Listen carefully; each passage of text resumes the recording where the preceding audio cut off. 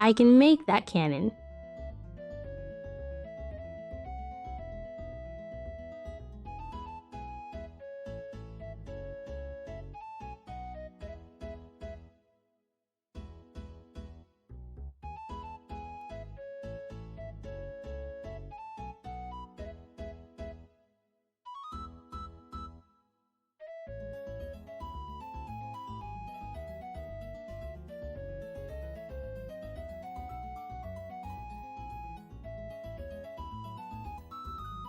Also, hello.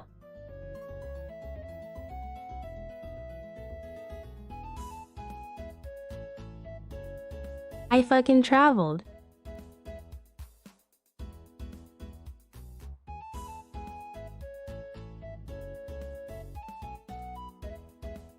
I had to go buy stuff and it took me further than expected.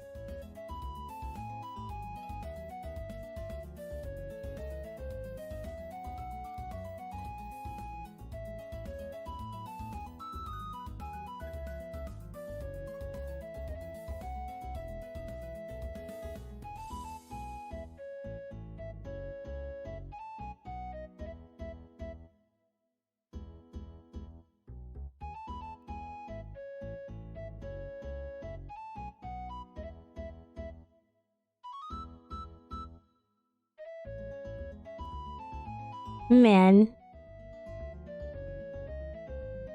Also, hi Clem. Hi Ash. Hi Dio. Hi Sever.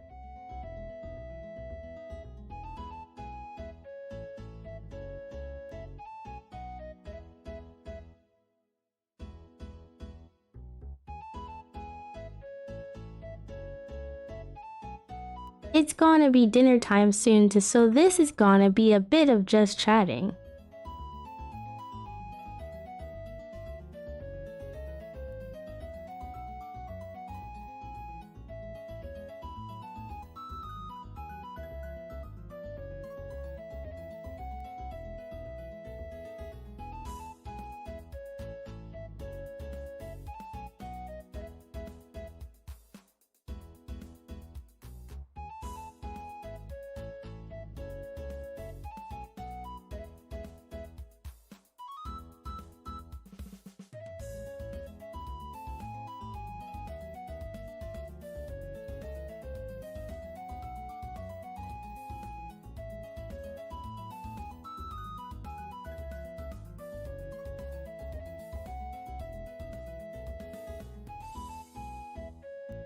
I think we're also done drawing for the day. More time for Final Fantasy later, yup. I've been drawing for 11 hours now.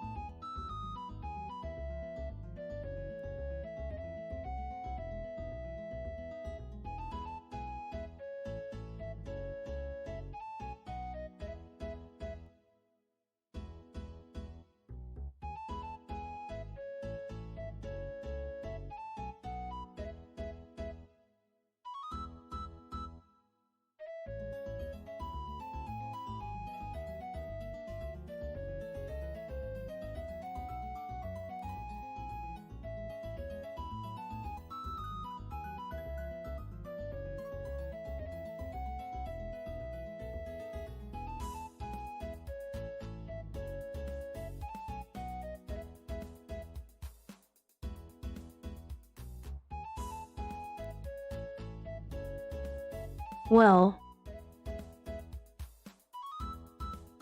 that was the intent. But I'm not sure how far we'll go.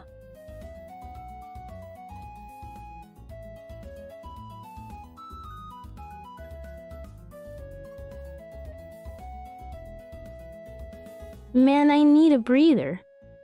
Anyways.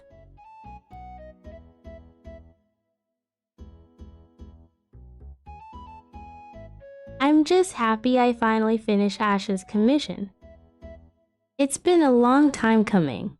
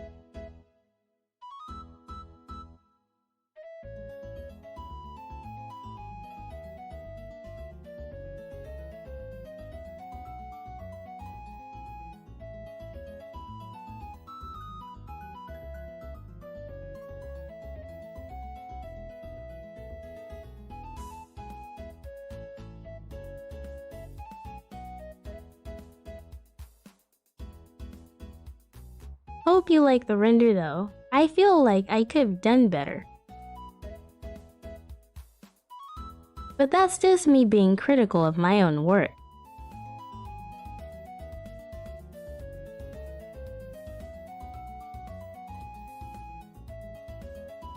Where are we placing BIRTHMONTH?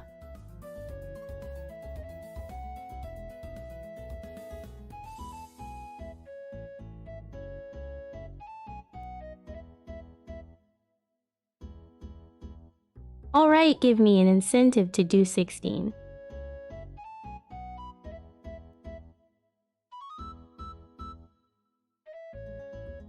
But thank you, Ash.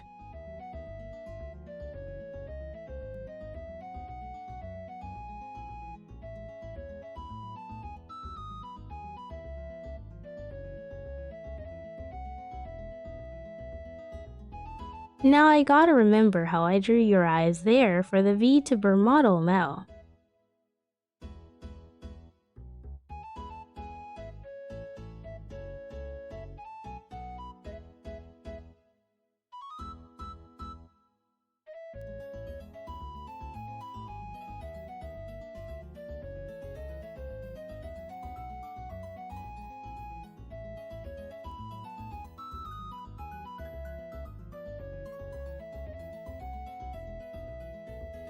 Also tomorrow, we won't stream for that long because we have the exclusive stream on Discord.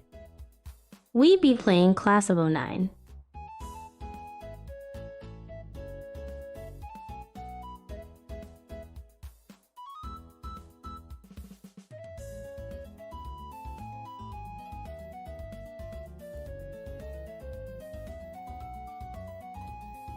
I've been wanting to see that game for a while, and been avoiding major spoilers if that's even a thing. Also true, it is good practice.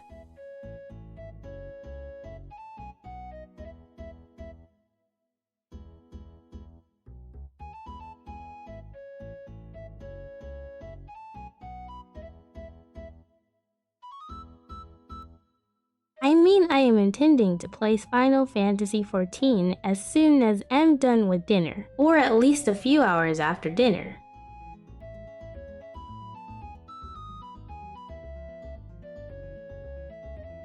Just waiting for dinner right now, so we chilling. Also thank you for the hugs, Clem.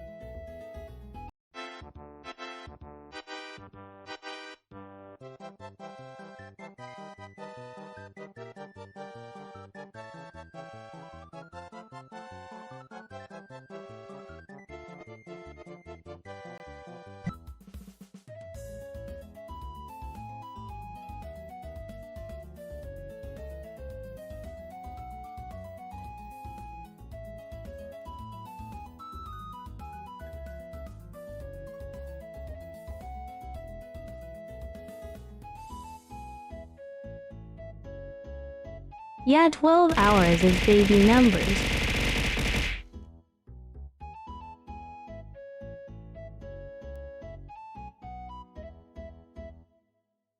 When we reach the 14-hour mark, that's when we start celebrating.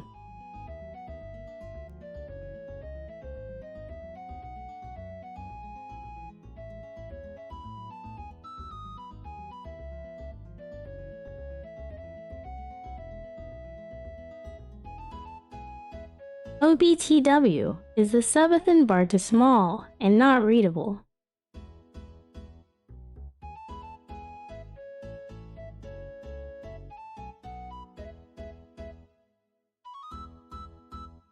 If so, I'll need to adjust that,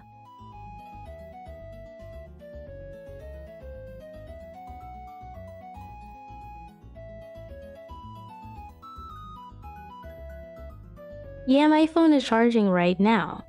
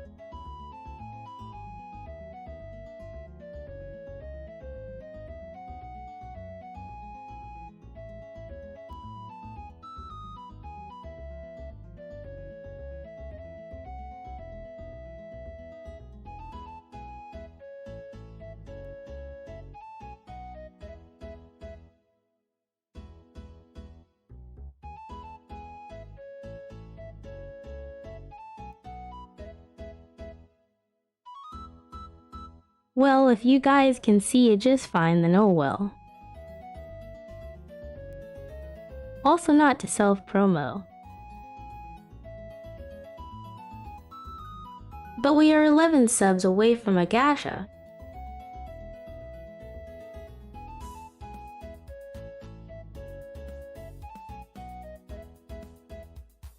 I wonder who's gonna do it, wink wink.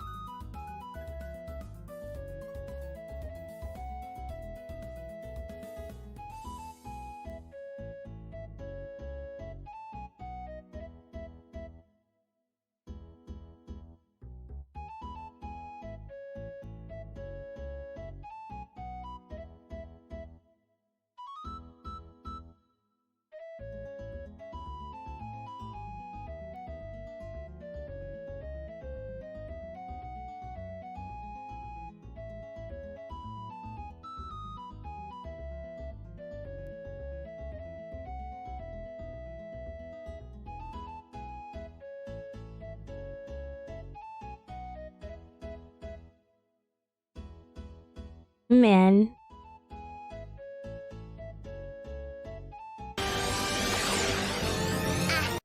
Wait, it's just 10.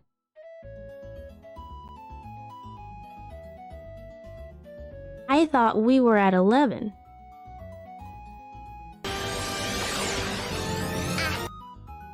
Oh god. I guess.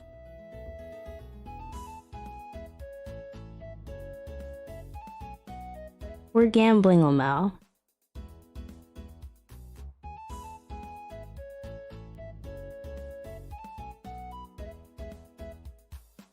Thank you so much. Okay, let me just set that up, Lamau.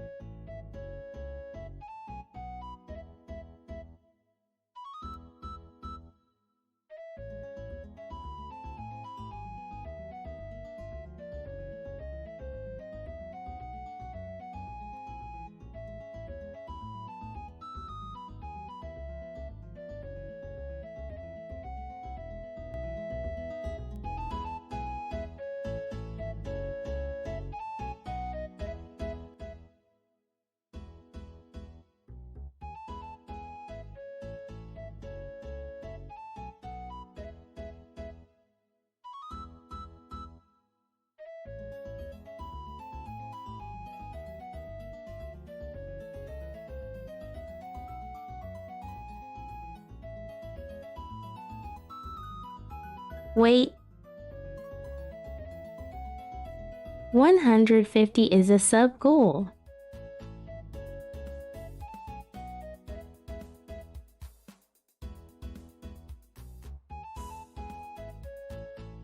Oh.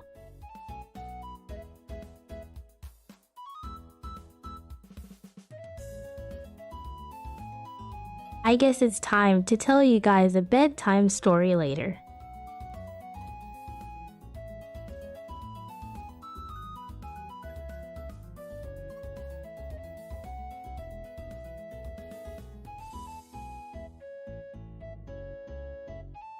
Okay, let me open the wheel.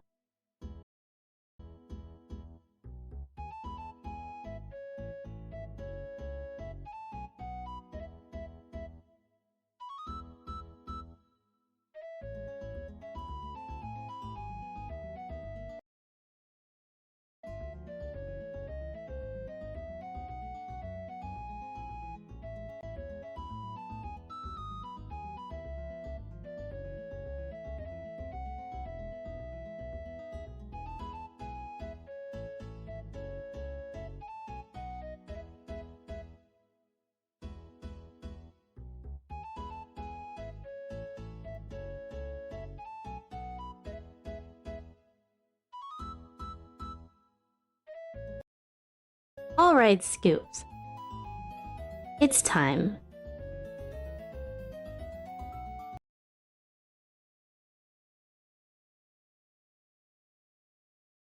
Let's pause the music for the suspense.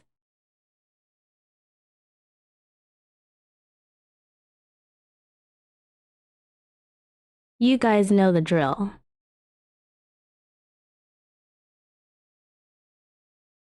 Let's go gambling.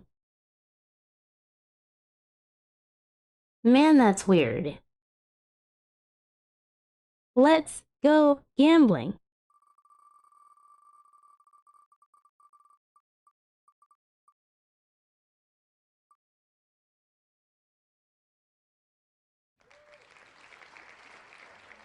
Fuck, fuck, fuck, fuck. That was dangerously close. You guys fucking saw.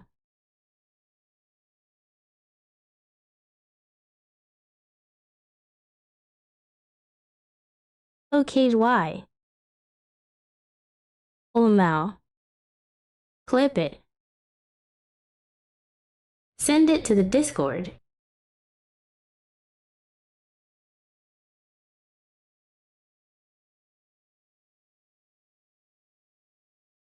Oh, Mao. Okay, question. Are we going? Classic rat. Or use in rat.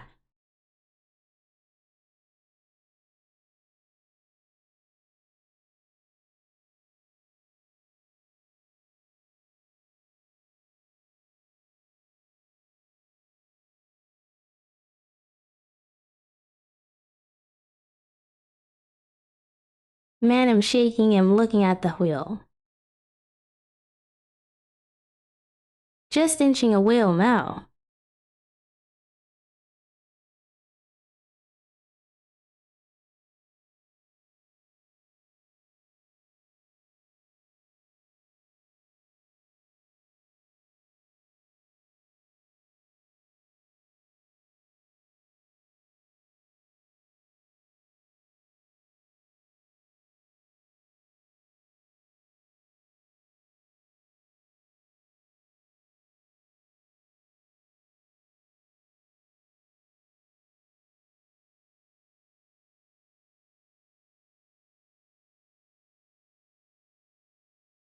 Classic rat it is in him.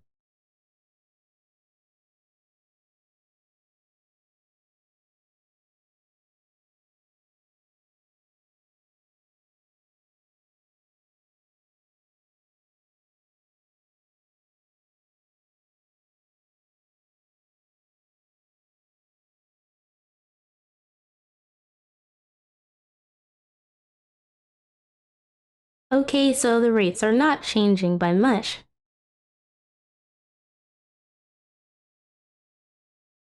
But now,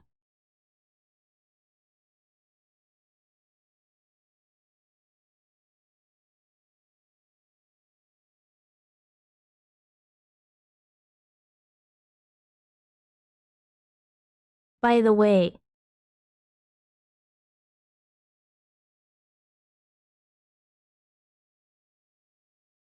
thank you Ash and Sever for the gift subs.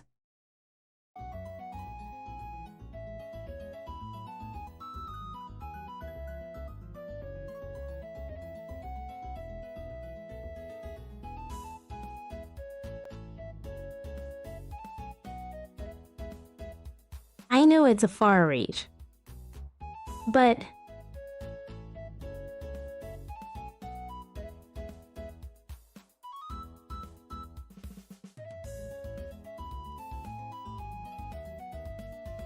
at 450 subs, we'll make Rat into an actual tuber that everyone can use.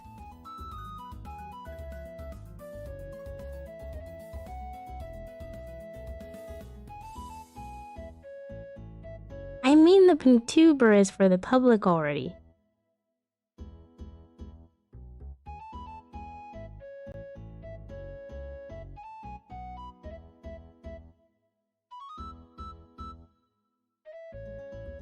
But if you want that tuber rat, then that's gonna be for 150 subs.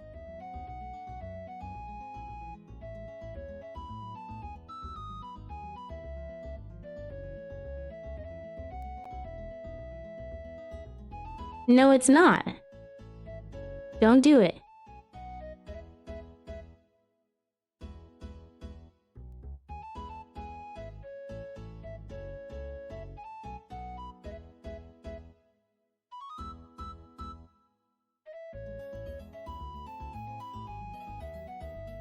Actually, for the ASMR reading, I would prefer doing it when my cough is gone. So how does doing it during the 28th sound?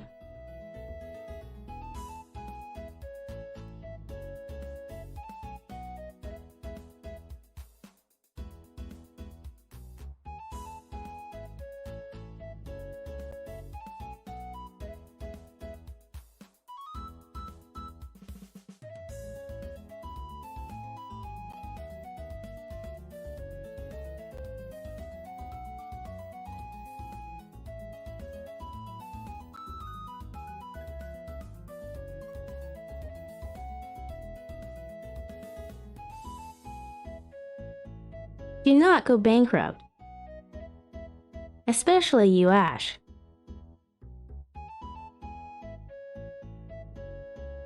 I know you're a living situation.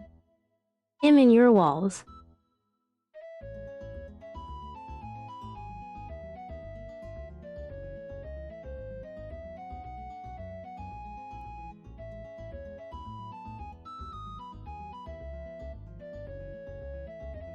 Also, don't worry about it.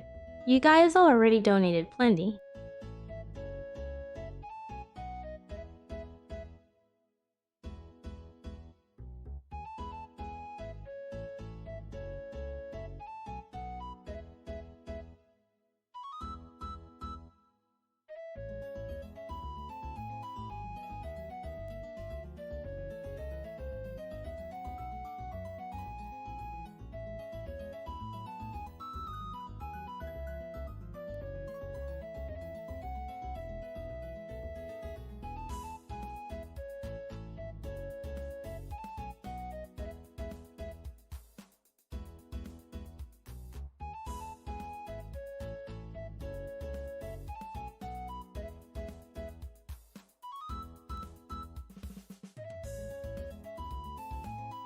Use and rat is everywhere now.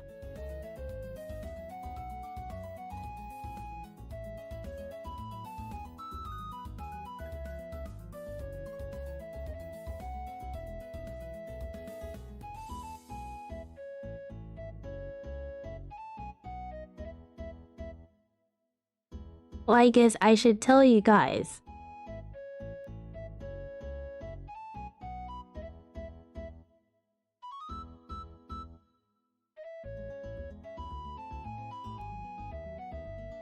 I'm not gonna be the one who's gonna draw the body pillow. I got someone even better to make it yup yup.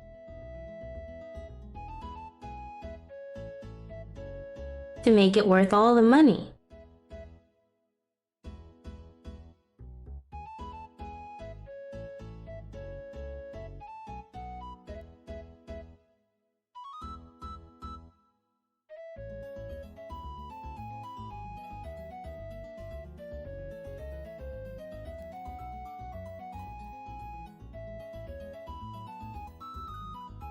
If they have a teaser, then soon I'll show it in the exclusive chat's first yup yup.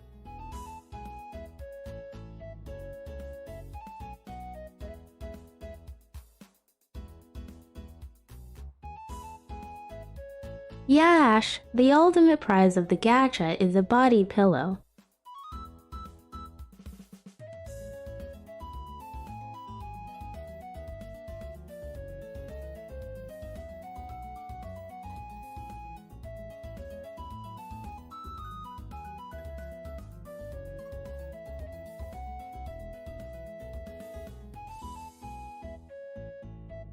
A use and day body pillow art that you guys get free full access to print at your own leisure, I guess.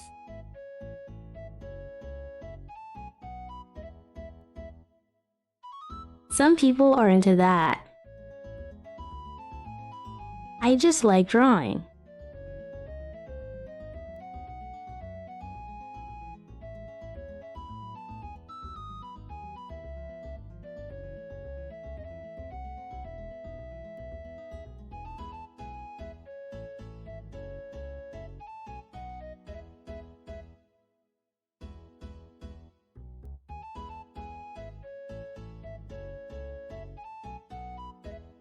But yeah, you guys were so close it made me shake them out.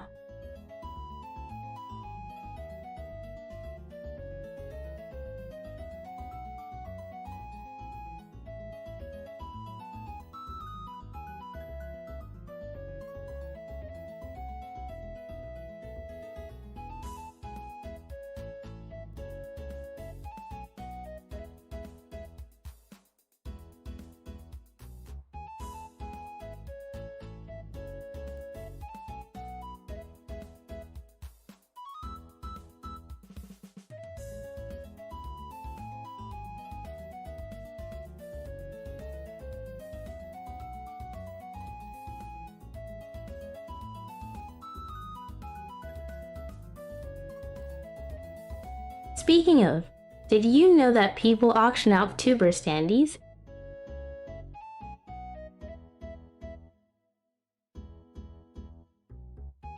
Like life-size standees of VTubers.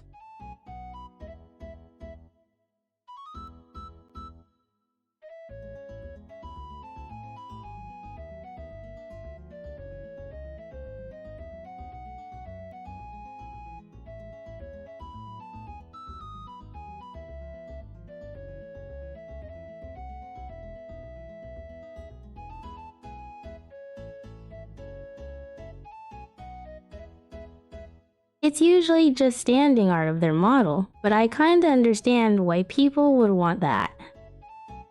Yes.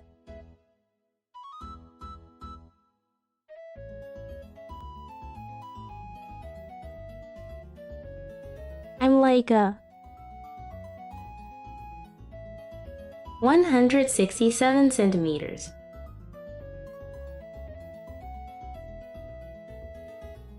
Or 5'6" for the Wessies.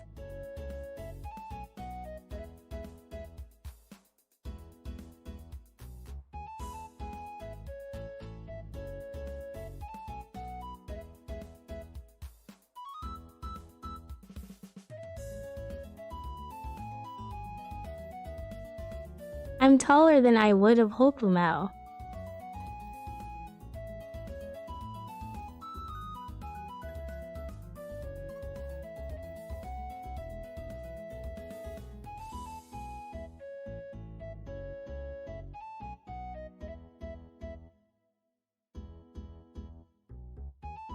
Alright, Scoops. Height check.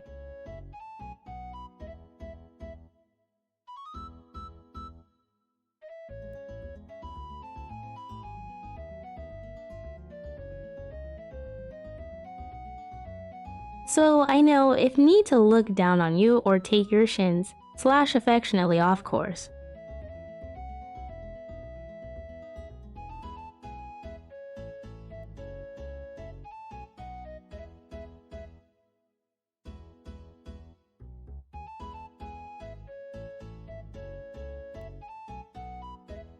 Wait, literally 1 centimeter. That's actually wild.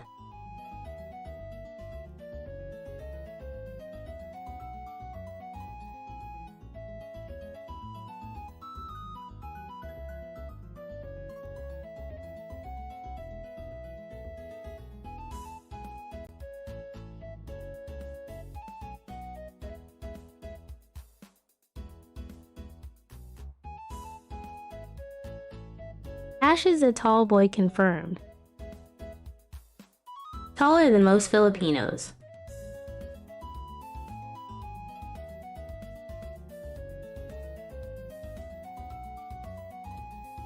You'll be recruited to play basketball here instantly.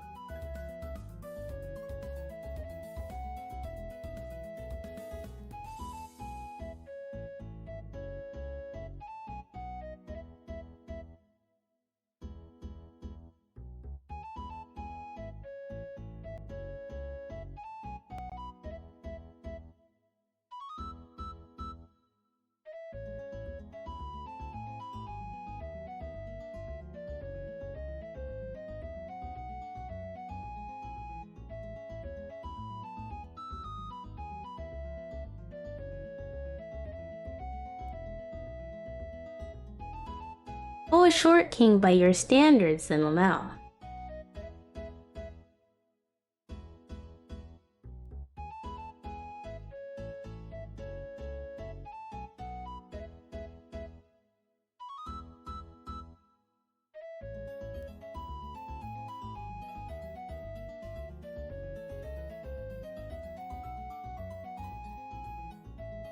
Alright, Scoops.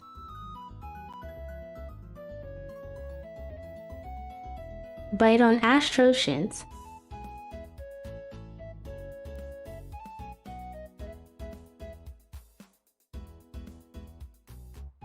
We need to show him how we do it here in the parlor.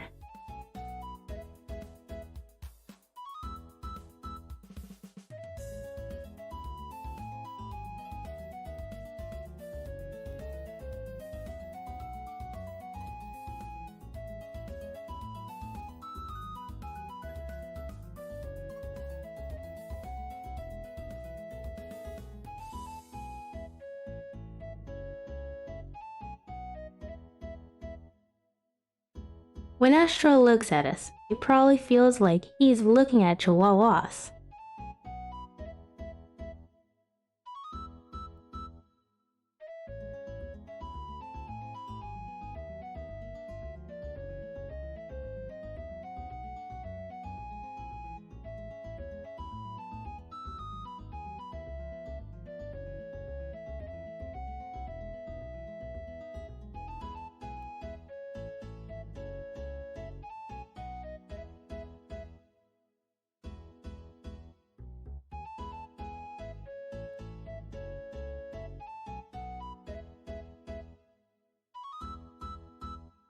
It's okay, the shorter we are, the closer we are to his ankles.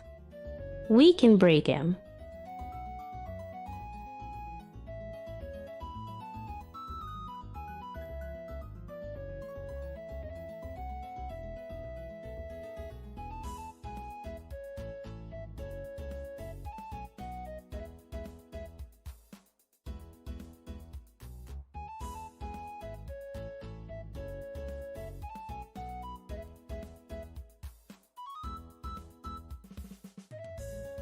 Dio would love to be shorter actually.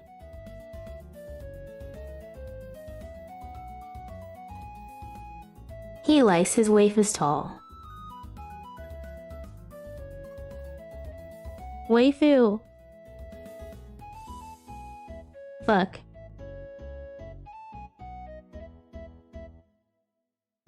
I forgot how to say that word through TTS. Waifu.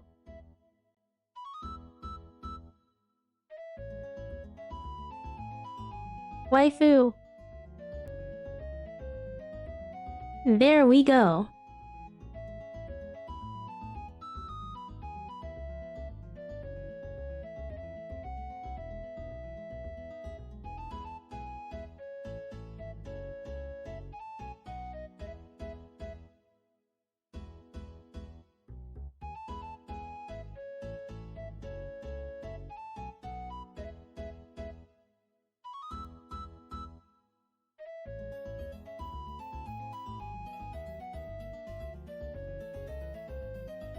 If you're small, you can punch them in the nards.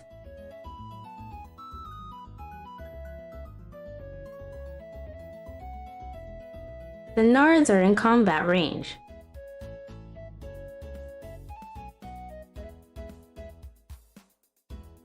Optimal target to neutralize someone.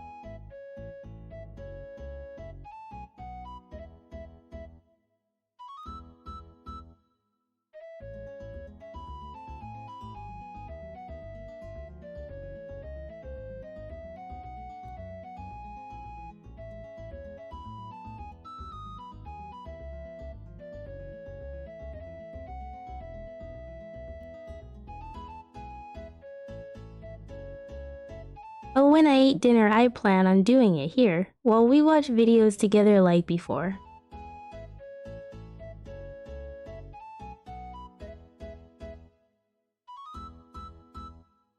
Hello, Mfi. How was your stream earlier?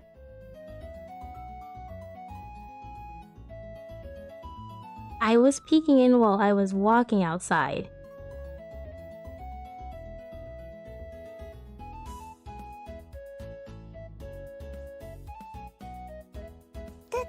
Can I get a shout out to Melon, please?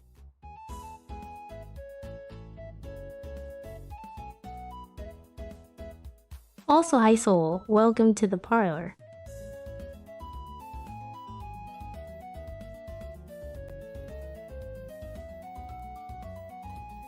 Sonic is amazing.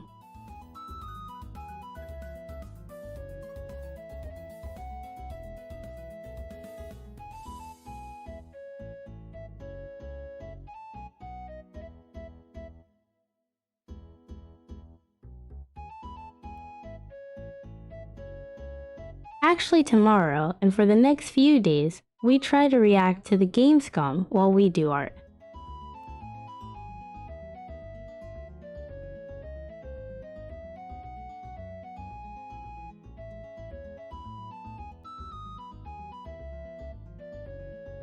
Are there any game announcements you guys are looking forward to? Or any game-related thing? Aside from Silk Song, of course.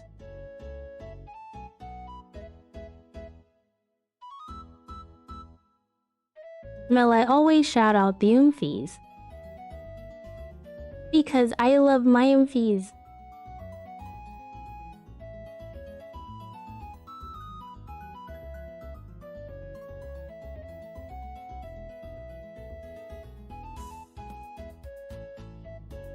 Don't count on it, Mel. That's not gonna come out until September.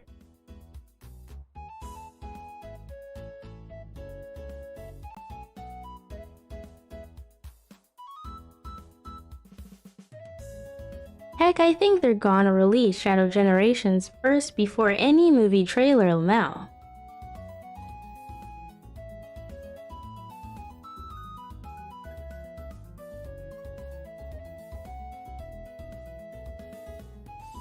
Waiting for Silk Song is a meme at this point.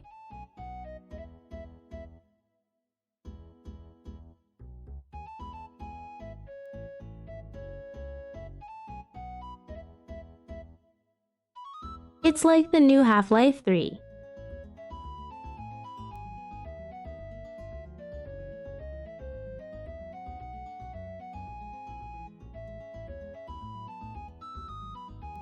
Oh god.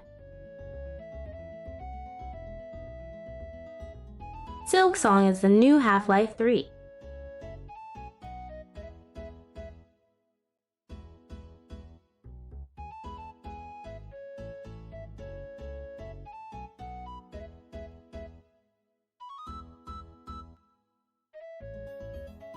Actually, not really, since we had actual crumbs of Silk Song through the trailers.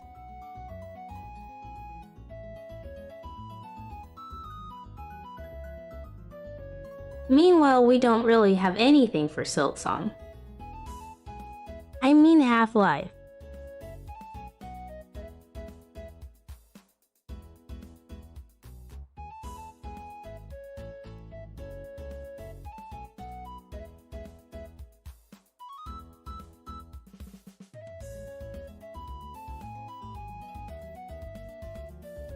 Yeah, I'm hoping so too, but that's not gonna be until next year, I feel.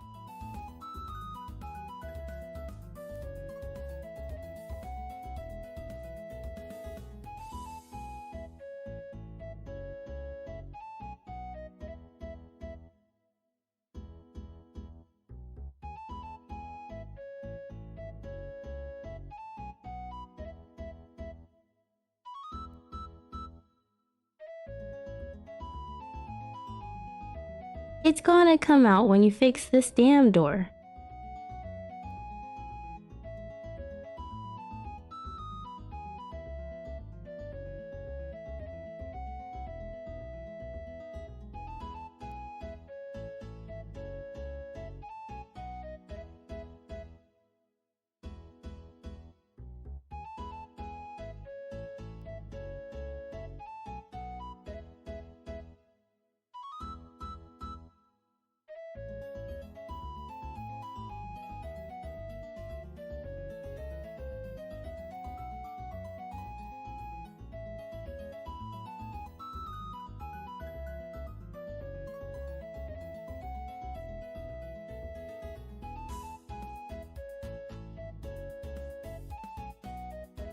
I mean, I think the game will have enough of a dedicated fan base to stay in development for that long. They are still giving us crumbs.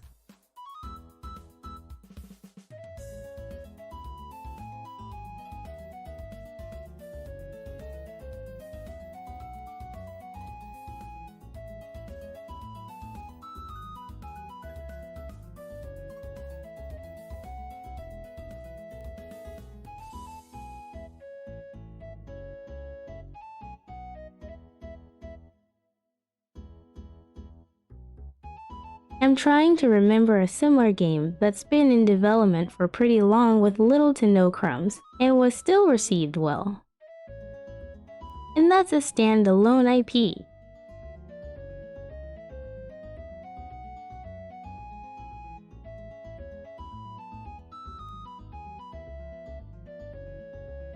Hollow Knight is pretty big.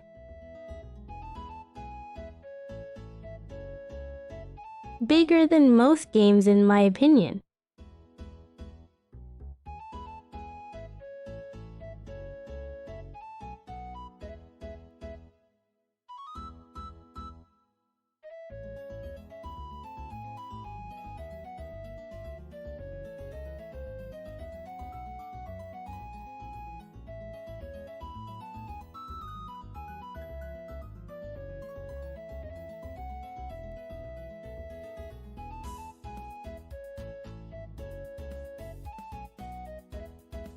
Yeah, but you don't really want to delay that too much.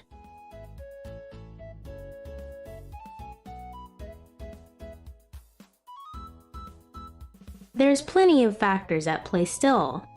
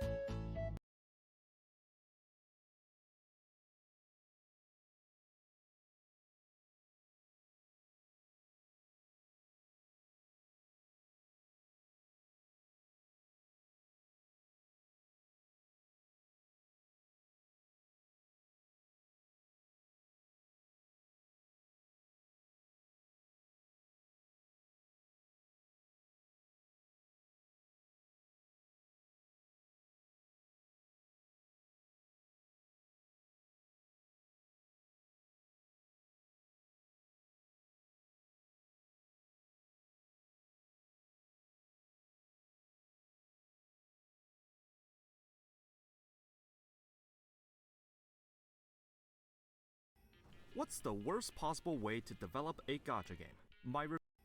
What's the worst possible way to develop a gacha game? My reviews always seem to hover around the 7 to 8 out of 10 mark, but what will one have to do in order to receive in the lower half of the rating scale? And today I'm going to show you exactly that, what the lowest of the low looks like. Here is a gacha game that does almost everything I'd expect poorly, has no chemistry between the characters, with poorly maintained update schedules, and also extremely predatory in its monetization. In other words, I will show you what I believe how you should not make a gacha game. My name is Psyche, and let's see what a truly atrocious gacha looks like. For starters, I generally don't review gacha games based on existing IPs. I know 99% of the time it's gonna be a cash grab, this one included. And even if I did review it, it would just be done out of spite. And second, these games tend to die off pretty quickly, so there's no point of playing since they usually don't have a long shelf life.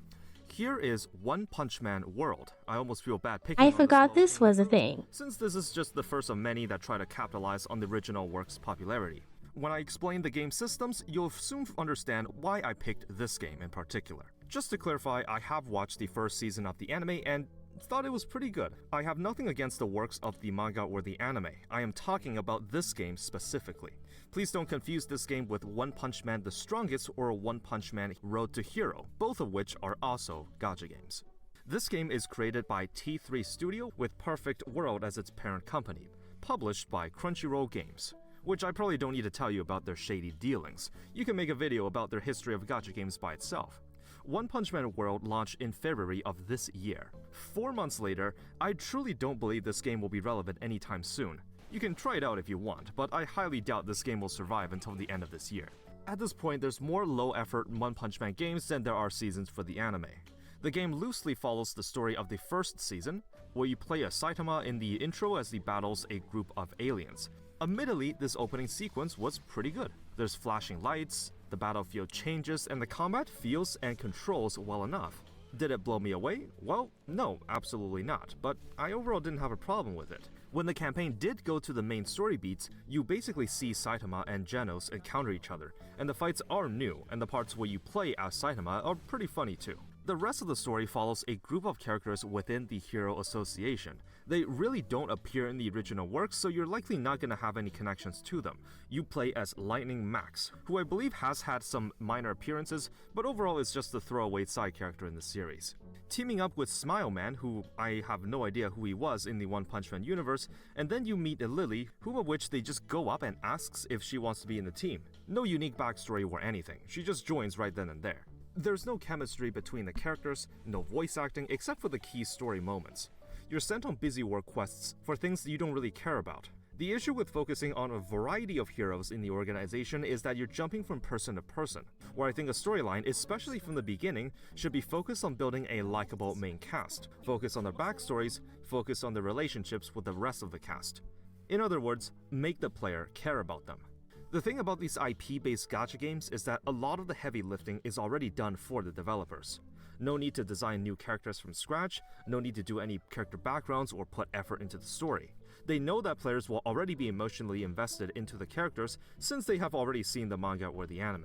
This means they also can't do any ambitious things, since you can't risk messing up the canon lore.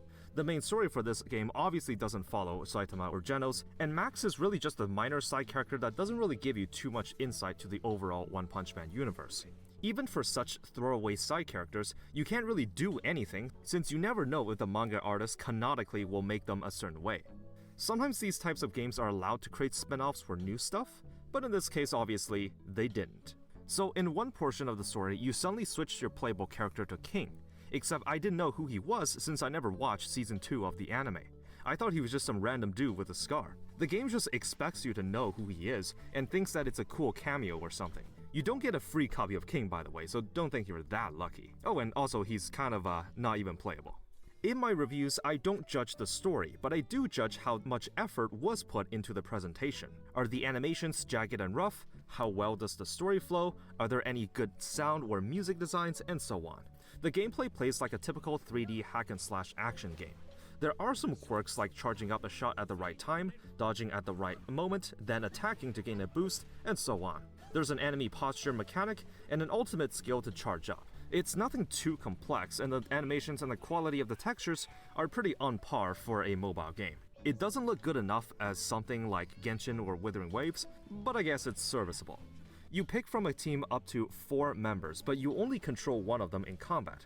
The dodge mechanic does give iframes, which does lead to some skill-based moments. I think the basic framework I haven't seen the second season either, Auto mode exists where the game just plays the game automatically for but I knew what was up with King. for resources. It's a shame that there's no sweep function or waste spent stamina in bulk. You can't even fast forward it or skip the intro and outro cutscenes. The game just completely takes over for you. They're going for a Yakuza-style open-world design, which is like a small map, usually around 1 to 2 blocks, with activities that you can do, side quests, and collectibles sprinkled throughout. If you recognize this section where you play it as King, yes, this minigame is directly lifted from Yakuza Like a Dragon.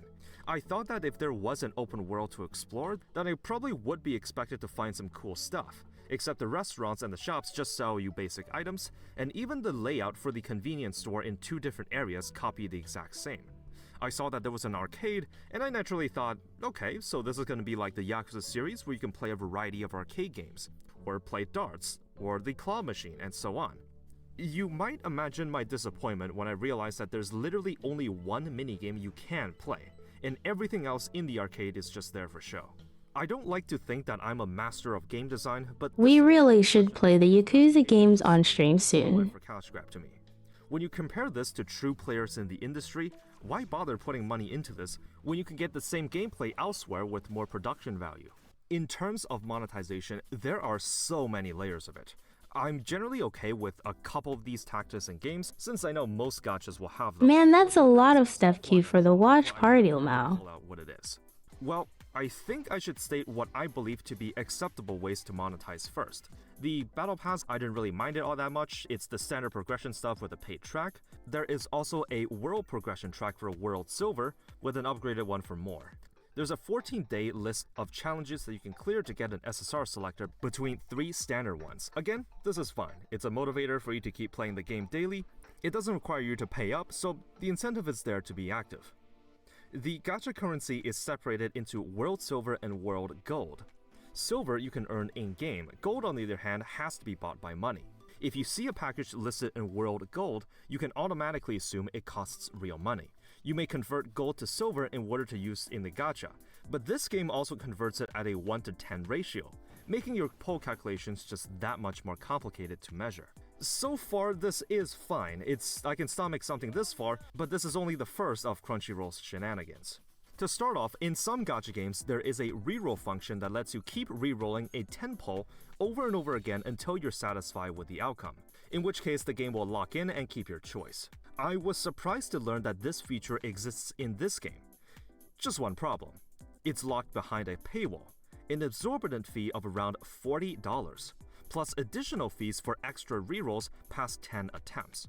Some gachas do this like FFXIV or Brown Dust 2, but they let you do this free of charge. In Brown Dust 2, there is an infinite reroll function where you can roll a multi for as many times as you want until you're satisfied with the results, which really goes to show the difference in generosity. The gacha currency needed per pull is an obscure 260.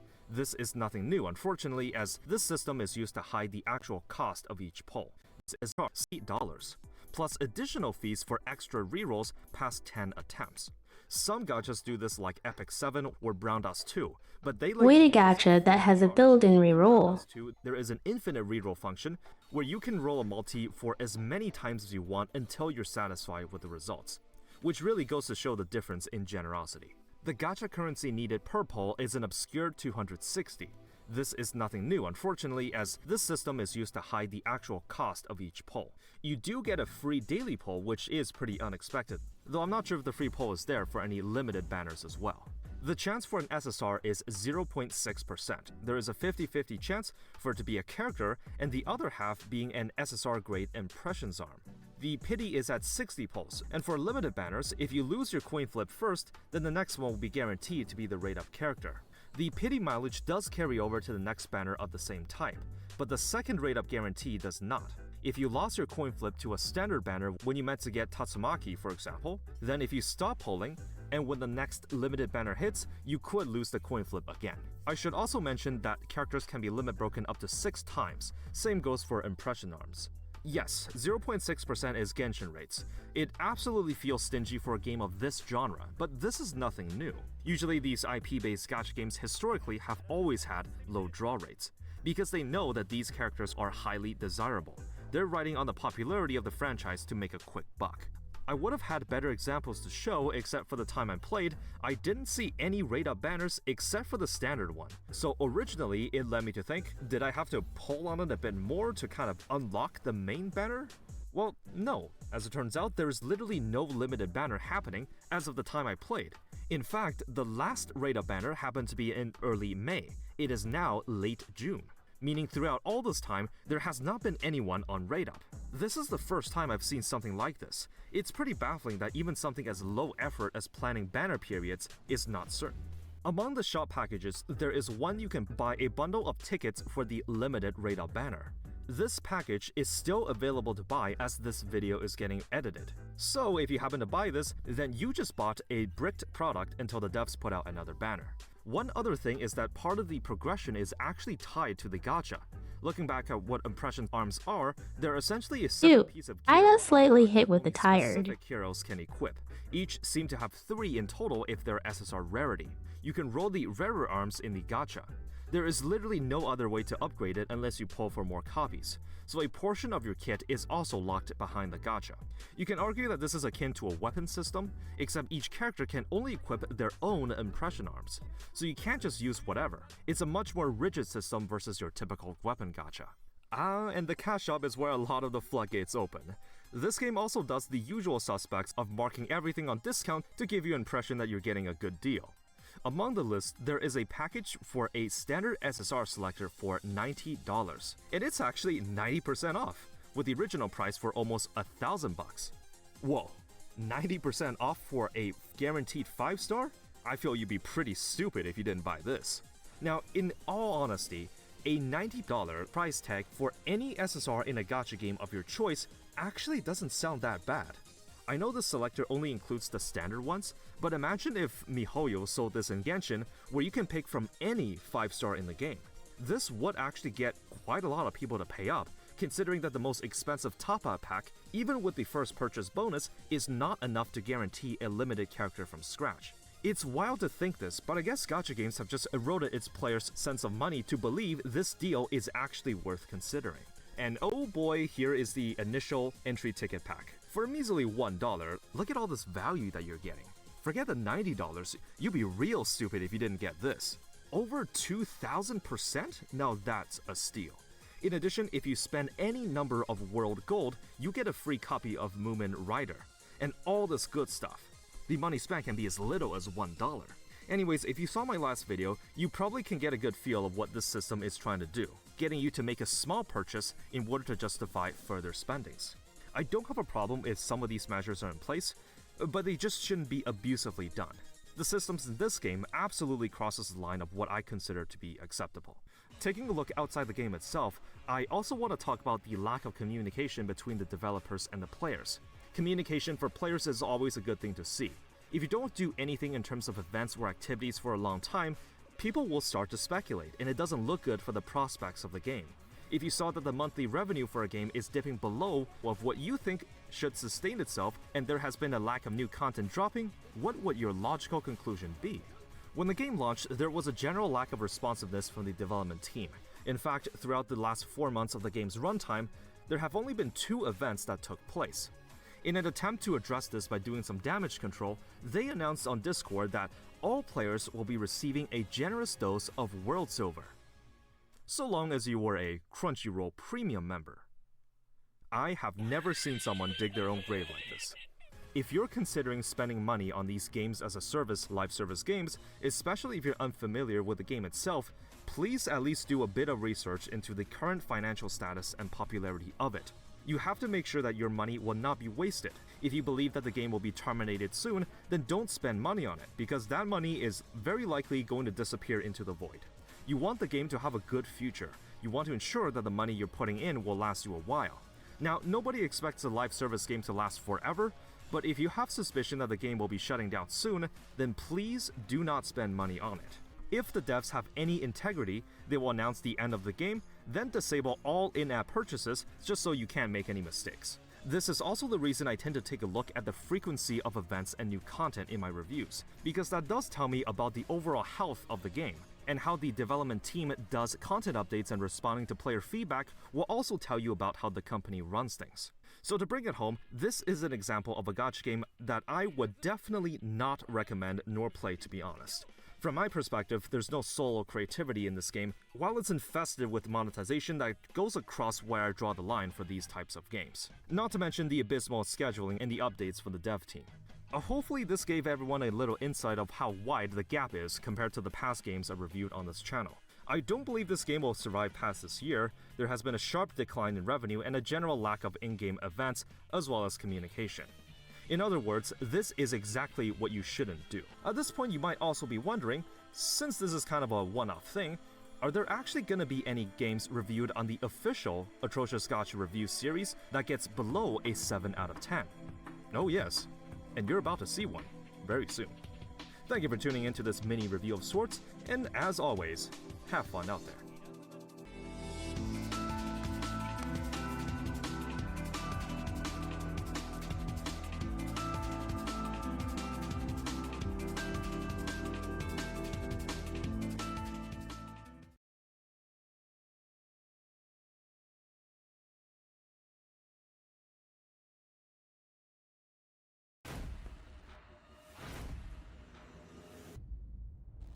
What happened here?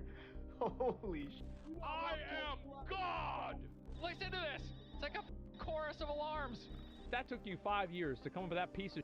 You need to just go do something else. Go work at McDonald's. I guess now the hot time.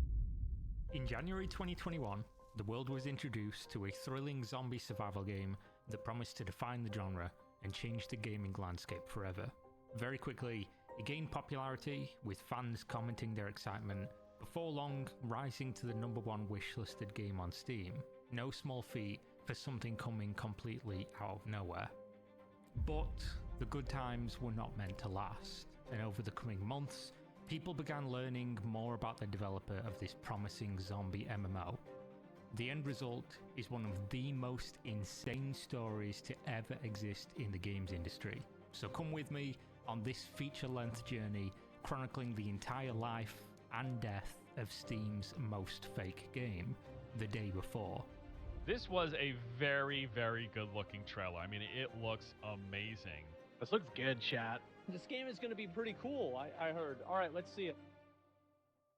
The Day Before's initial trailer was full of promise, a pitch that was equally ambitious as it was unlikely.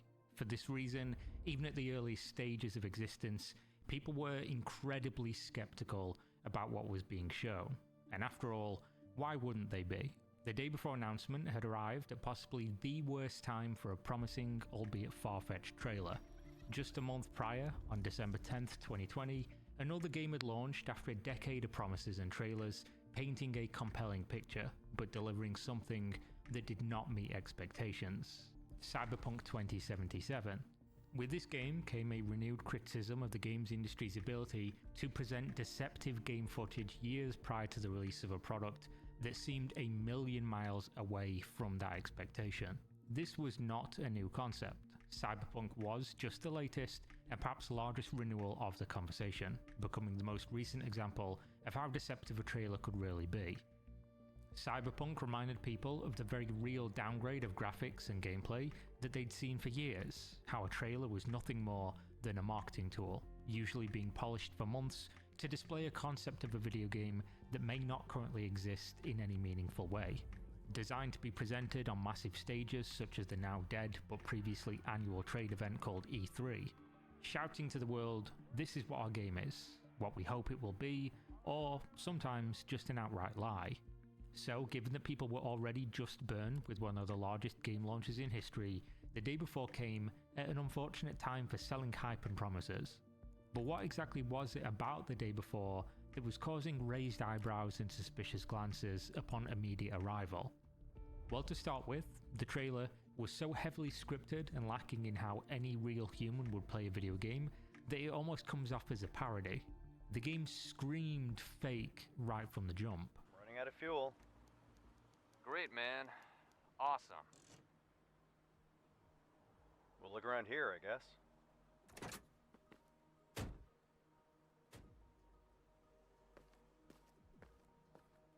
Shall we split up? Yep. I'll find out what's in the skyscraper. Okay, and I'll look around here. Let's see what we have here. Alright. I have found a great cowboy hat. Tell her everything's alright. And there aren't any more guns in the valley. Easy, cowboy. This is of course not the first time that a company had used a poorly scripted and badly acted segment during a trailer purely to convey how they expect their game to be played. In fact, the game that the day before was very clearly visually based upon had also done this just 3 years prior at E3. Hey, wait for me. Crap, they have a tank. Yep, I see him. Don't aggro him yet. Let me adjust my build.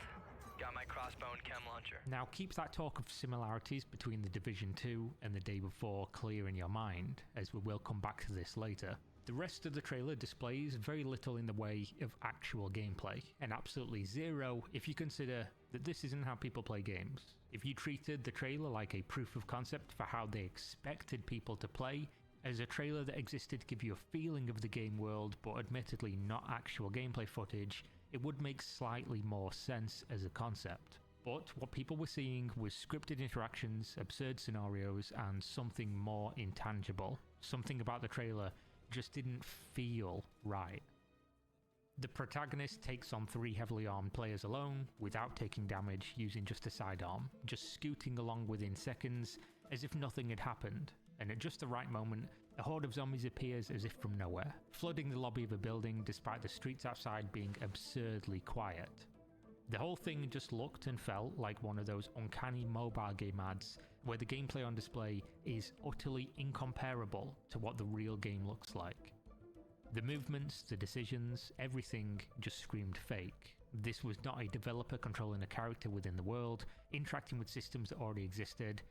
This was something else entirely. Now in hindsight, the trailer seems incredibly stupid and lacking in substance, which would make you question, why? Why were people so hyped about this? Why did people care? But the trailer did what it set out to do, and that is to convey an idea of what the game could be. Essentially to advertise what the players will be doing, finding things, fighting players, and surviving zombies. For this reason, it was a successful trailer. Though in truth, people should have been treating it like a concept artist drawing, and nothing more substantial. That being said, it's not how people treat trailers usually. They have expectations, rightfully so, that unless otherwise stated, a trailer represents something that does exist. This is not always the case, as many games have shown us over the years.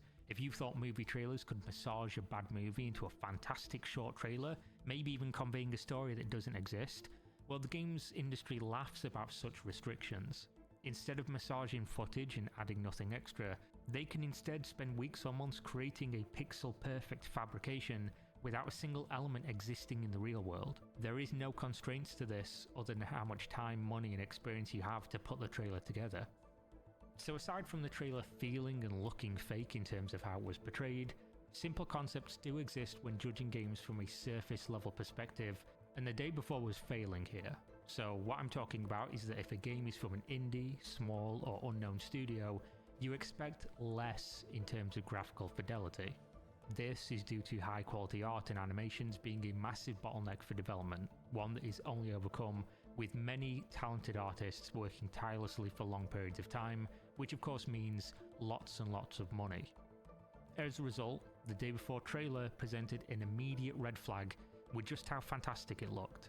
If you didn't know any better, this would look clearly like a very well-funded team with a large number of employees and experience. Either that, or it was a lie. Those are the most common explanations when you come face to face with this situation. So going back a little bit to talk about the Division comparison, people noticed that the forced cringe audio of the trailer was not the only thing similar between the day before and that game. The graphical style and world also looked strikingly familiar. So much so that the very first controversy surrounding the day before sprouted up from this similarity. Before any substantial information about the game existed, people took one look at the trailer, another look at where the developers were from, and decided that there was only one conclusion: theft. This almost entirely came from the fact that Fantastic, the developer of the day before, was based in Russia. This was of course a stretch with no evidence. After all, how could an unknown Russian developer get their hands on Ubisoft game assets and then brazenly parade them in front of the world during a game announcement? Still, the accusation quickly gained traction and even merit. And if there's one thing that is for sure, when people are suspicious about a video game, they will begin to analyze everything until they find what they're looking for, and so they did. Within the first few days of knowing the game existed, People noticed that the visual similarities between the games was simply smoke, but they had also found the fire. The Day Before logo, front and center on all promotional material, was almost an exact replica of the Last of Us logo. In fact, when making videos about the Day Before, to make my thumbnails look as similar to the game's font as possible, I literally used a tutorial on how to recreate the Last of Us logo, and it looked almost identical. So at the bare minimum, the Day Before was being liberal with their usage of other people's work in their game. While they hadn't stolen anything per se, they were copying homework word for word, just in their own handwriting. So while there was no real theft of game assets, people had this feeling, and that feeling had led them to very real evidence of something being off with the game. Which just goes to show how easy it was from the initial trailer to tell something was going on here. And while this of course isn't proof that the game was some kind of elaborate scam, it was all the proof people needed to feel vindicated in their declaration that something was off about the game developer. So at this point, Fantastic could never win. The slate would never be wiped clean. Everything they said or did would be almost forensically scrutinized. A terrible position for a small game studio, but one that they had put themselves. They'd gained all the positives of winning the popularity contest, including the potential life-changing opportunity of such a massive audience patiently waiting to buy their game, but so too had they gained all the negatives. The only way they could truly win against the public's opinion here was to deliver the game that they'd shown. If it was good, all the negatives would quickly vanish, leaving them with a monumental indie success story, one that we've seen often. Instead, the coming weeks were full of additional discoveries, and the narrative was growing much quicker and much larger than even the game's hype. The start of this came from Fantastic's developer history, which they made no attempt to hide. Well, at least for now. The Day Before was not their first game. Simply googling the name or clicking the developer tag on Steam would take you to a list of products they'd already worked on previously, games that they had abandoned very quickly after taking people's money. Now, once is an accident, twice is a coincidence, three times is a pattern. Fantastic's first game released into Steam Early Access in 2017, The Wild 8, a multiplayer survival game with a top-down view that was surprisingly well received.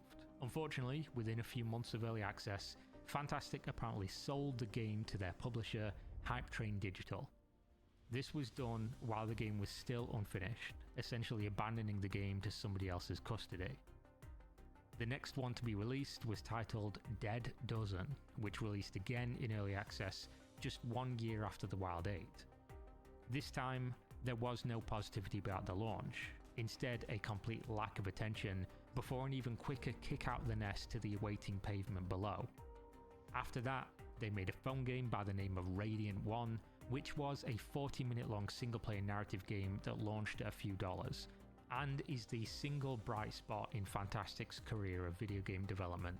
So at this stage, people had all the evidence they needed to light their torches and grab their pitchforks. The Day Before had nothing substantial present and a highly suspicious history. But of course, failure isn't a crime, and if Fantastic ignored the mob, they could have probably just moved on. Instead, they decided, for the first time, though definitely not the last, to make things much, much worse. When Fantastic realized people were digging into their history, they simply wiped their YouTube channel clean. Where previously there existed videos of their long since abandoned games, now there was only one, the Day Before announcement trailer. Years of the YouTube channel remaining unchanged, but suddenly now is when they decide to delete the things that people had just discovered. Coincidence as an explanation for any of this had long since lost credibility. Instead, every additional small action added to the growing pyre, ready for someone to strike a match and watch it all burn. This isn't the YouTube channel for this new game. This is just the developer's YouTube channel. So them removing their prior games that they worked on means they they kind of don't want to highlight those things, you assume. And also interesting is if you go to the developer's website and you click on what games have you worked on, they don't list the Dead Dozen. So the Dead Dozen was by far the worst of the games that they've released so far, and they just are pretending on their website that they didn't even make it. At this stage, just about everything that could publicly be discussed about the day before had been stripped naked and paraded through the streets, and so the internet moved on with their lives. Until March of 2021, where Mytona, the publishing company above Fantastic, who is the game developer, reached out to press outlets and content creators, stating that there was a live stream coming soon that would show something exciting. There was little to no details, only that on March 31st at 9 PST, it was showtime. The day before this live stream was due to begin, Mytona, who were working closely with IGN to broadcast this announcement, declared that the event would be moved back 1 week until April 6th. On that day, fans appeared in the thousands to discover what this exciting announcement could possibly be. Perhaps a beta test, something to address the criticism, an answer to any of the many questions people had regarding the shady nature of the developer. What they found instead was simply a logo on the screen and some music in the background. This continued for 2 hours before the Fantastic Twitter account posted a message addressing what they described as technical issues. These so-called technical issues continued for 7 more hours, making their exciting announcement stream 9 hours of music and a logo. It was at hour 9, the Fantastic took down the stream and posted again on Twitter, stating that the event was now postponed until further notice. On April 9th, just a few days later, they were back live on the IGN channel. This time, they presented a 13-minute gameplay trailer that showed an incredible number of features that were absent from the initial reveal. It starts out with off-roading a vehicle through a muddy area, moves on to a closer display of the looting and shooting mechanics at a gas station, before heading to a farmhouse showing destructible terrain, teasing a PvP event with heavily armed players, and the trailer ends with the players running into a bunker, closing the door behind them and fading to black. During this trailer, a keen eye could see a large number of small features that could otherwise be ignored, but will become vitally important to the story a little later when we compare the trailer now to what happened in the end. Things such as mud and water splashing up the vehicle, the suspension bouncing as the 4x4 moves over rough, uneven terrain, the breaking of the farmer's fence before exiting the vehicle, running through weeds that moves with a character, the opening and closing of doors, things that add ambience and depth to a game world that do require many dev hours to perfect, though seeming small on surface level. All in all, the trailer did a much better job of showing the minute-to-minute gameplay of the day before in a slightly less scripted manner. Still, everything people had discovered about the developer thus far didn't suddenly go away. As a result, the top comments in the new trailer were all either jokes or criticisms of what was shown, mostly relating to the presentation style, which was becoming a running theme with the developer. They'd put someone in charge of controlling the main protagonist who had terrible aim, moved incredibly slowly, and with a stiff, almost robotic action, but most importantly, the trailer still just felt off. All in all, it did nothing to convince those who were now of the opinion the game was a scam, but it did drive a massive number of eyeballs and a growing interest in the day before, whether for the actual game or just for the drama. The biggest and likely most overlooked issue with trailer's release is the way that it was delivered. Now that people knew it was a simple 13-minute video to be shown during the initial date of March 31st, it was worrying to say the least. The delay to the release date could be forgiven, as sometimes a few finishing touches or last-minute issues could cause a brief delay. But when the new date arrived on April 6th and fans were left watching a logo for 9 hours, that was simply a head-scratcher. After all, showing a video on a live stream is something that an actual child could operate, and this was being presented by IGN, one of the largest video game outlets on the planet, with a simple task that they had extensive experience doing. The only real explanation here was that Fantastic had somehow messed up the most basic of tasks. Now this simple mishap seems tiny, but it showed that even the very basic handling of the day before's public perception was simply a bridge too far for Fantastic. They were taking the once-in-a-lifetime opportunity of having access to a small studio's dream, a massive audience with interest in their game, and fumbling it every step of the way. While this is, in the grand scheme, small details, it signaled to everyone paying attention that the road to release was going to be bumpier than the trailer's off-roading experience. So before we continue, it's important to take a temperature check of where the community was at with the day before, as I've so far only presented the overwhelmingly negative and critical side. There was, in truth, two sides to this story the whole time.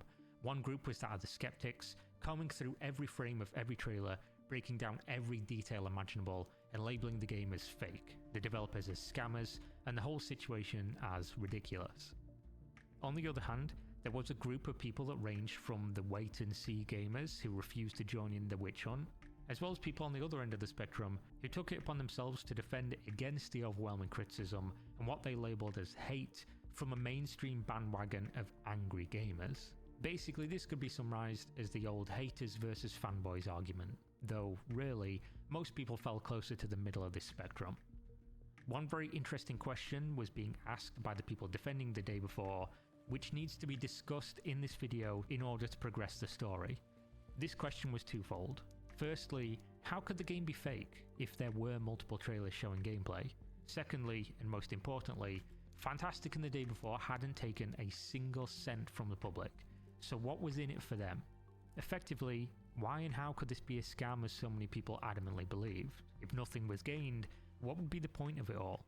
Now, in response to the first point regarding gameplay on display, this could be answered very easily. It is commonly known that it's possible to build what is referred to as a vertical slice of a game and show features that work only in a very specific way, in a very specific area, without handling any of the difficult parts of development, giving off an incredibly polished and substantial view of a game that doesn't really exist beyond that small example.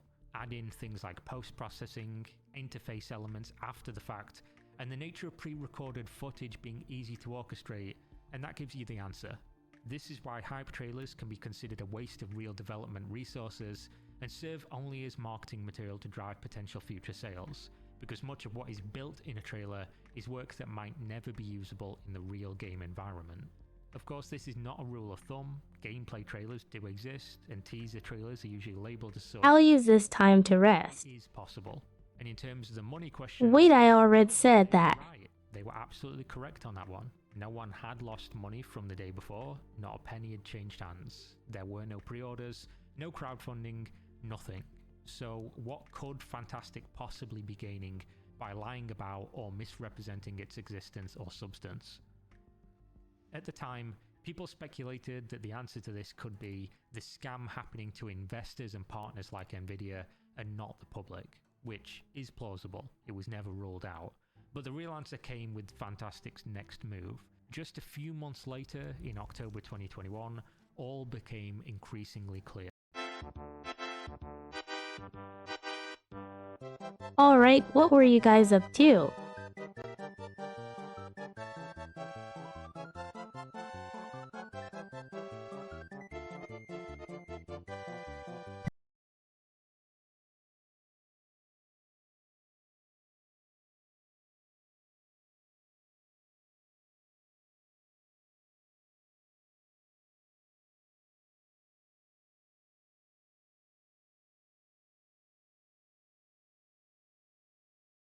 So happy this film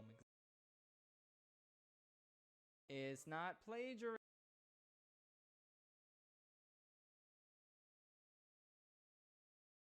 Funding for Shaperless is provided by Squarespace, the sponsor of today's video. From websites and online stores to marketing tools and analytics, Squarespace is the all-in-one platform to build a beautiful online presence and run your business. Well, you know what they say. Whenever someone makes a dream... Wait, I'll go grab dinner real quick. Sure to follow. I'll eat here too. No one has ever said that until now, but oh well. I'm ranking the Pixar movies. I have very conflicting feelings on Pixar as a whole. Generally, their output is better than most animation studios, but this unfortunately makes their slip-ups all the more egregious compared to a studio like DreamWorks, which is known for having a mixed output of quality. Plus, it's a little more upsetting in Pixar's case because you can pinpoint the exact moment in their history where they lost their edge and started delivering more mediocre products than good ones. Kinda like a long-running show like The Simpsons or SpongeBob. But that doesn't mean they're out of the game entirely. Pixar is still fully capable of delivering masterpieces that'll stand the test of time, just like they did in the old days. I can be pretty mean to this studio from time to time, but that's because I love it and I want to see it do great things consistently. Who wouldn't? Now it's finally time to look at every feature film from this studio, the good and the opposite of good, and see how I'd rank them all. Let's jump right into it. Disappointment in the game of life. I mean, what the f do you want me to say? This is one of the worst sequels of all time and one of the worst animated movies I've ever had the displeasure of sitting through. It's awful by Illumination standards. There's enough to talk about here to fill up 3 whole cinematic disaster reviews, but honestly, what is the point? You know exactly what's wrong with this film. If you accept the insane premise that destroys every good aspect the original film had going for it, you're stuck with the most frustratingly stupid story Pixar has ever concocted. It is astounding how bad at their jobs these spy cars are. Imagine A Bug's Life, but Flick doesn't realize he hired circus bugs even after they tell him they're from the circus multiple times, and you basically have Cars 2. Everyone in this movie is a complete idiot, to the point where it's not an exaggeration to call Mater the smartest character. As you can imagine, this makes for a completely intolerable viewing experience. Like, by intolerable, I mean this movie is worse than Turbo and Shrek the Third. Yes, Pixar has made something worse than the worst DreamWorks movies. It's like they were actively trying to make a bad movie with this one. Like, there's 2 other Pixar cinematic disasters that I'll talk about very shortly, but with those movies, they had incredibly troubled production histories that caused them to turn out so shitty. They were failed but earnest attempts to make a good movie. But this? No. I refuse to believe that there was ever any intention of making this movie good. It's impossible. I would legitimately rather rewatch Minions than this pile of shit. That's a movie that clearly had less effort put into it, yet it manages to be more mature, more entertaining, and less infuriating than this Pixar movie. I'm back. Not jesting. Cars 2 is a movie for infants and absolutely no one else. Do I not sound angry enough? Man, how long was I napping? I don't care. I don't give a shit about Cars, and while this movie permanently dented Pixar's morale and sent them on Also, hi Gubin. losing streak, it's not like it ruined a franchise I was emotionally invested in. This is a terrible idea for a bad franchise, and this movie is the exact legacy that John Lasseter deserves. F you. It's a tie. Ladies and gentlemen, for the first time in Shafrillis ranking history, we have a 2-way tie. What?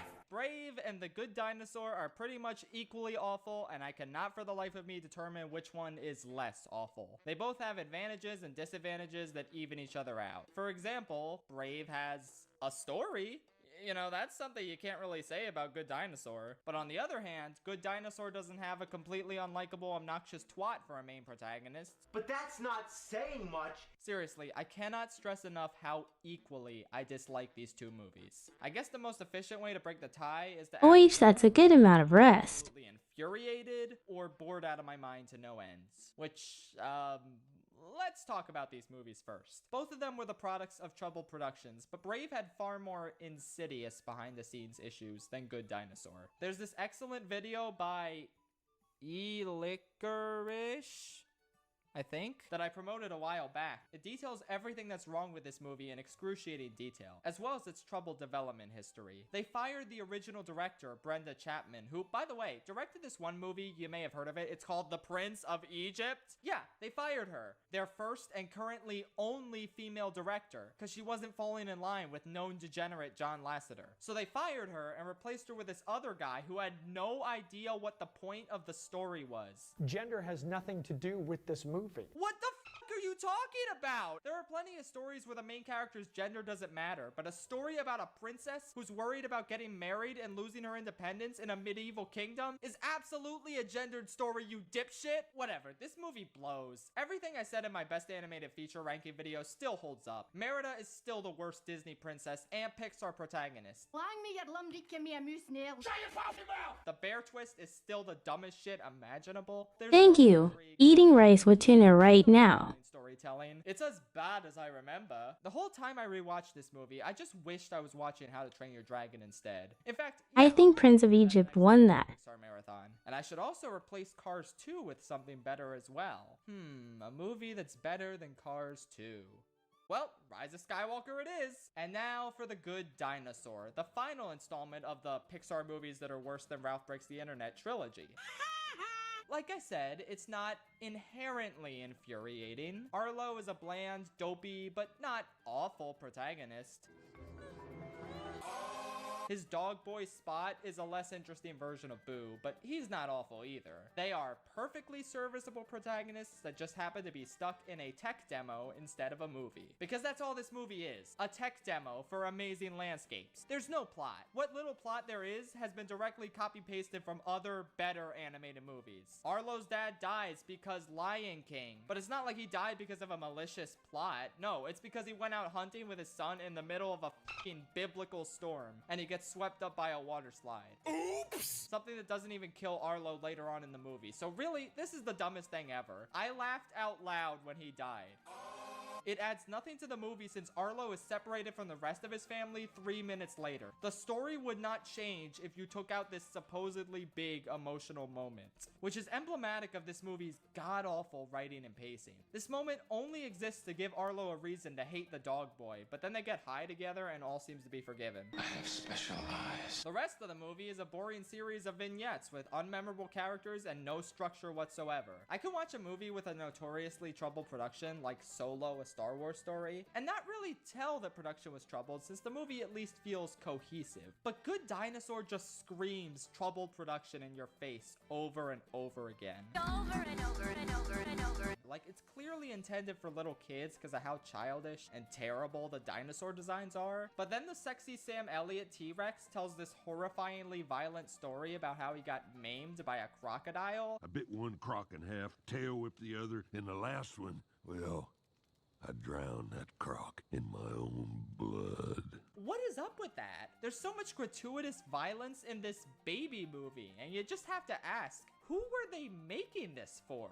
And obviously, the worst thing about this movie is how thoroughly it wastes its premise on such a nothing story. Humans and dinosaurs coexisting, and this is what you do? You make the human a dog, and you give us no reasons for this story to be about dinosaurs? Gee, thanks! So yeah, it's a complete and utter mess with very little to enjoy, and I think after bad-mouthing it in so many videos now, I should probably give it its own cinematic disaster review. I have a lot more to say. But the question for now is, which is worse? Not So Brave or The Bad Dinosaur? I mean, I guess I could judge them by which one had the better scene. I liked the first 10 minutes of Brave enough, and the cult leader pterodactyl eating a squirrel alive was funny. But both of these movies have one great scene each in them. In Brave, we have that amazing moment where Merida defies her mother and shoots an arrow straight through another arrow. Badass. And in The Good Dinosaur, there's actually this really touching scene where Arlo and Dogboy tell each other what happened to their families without any words, just these little stick people. These two scenes manage to capture the magic of Pixar for but a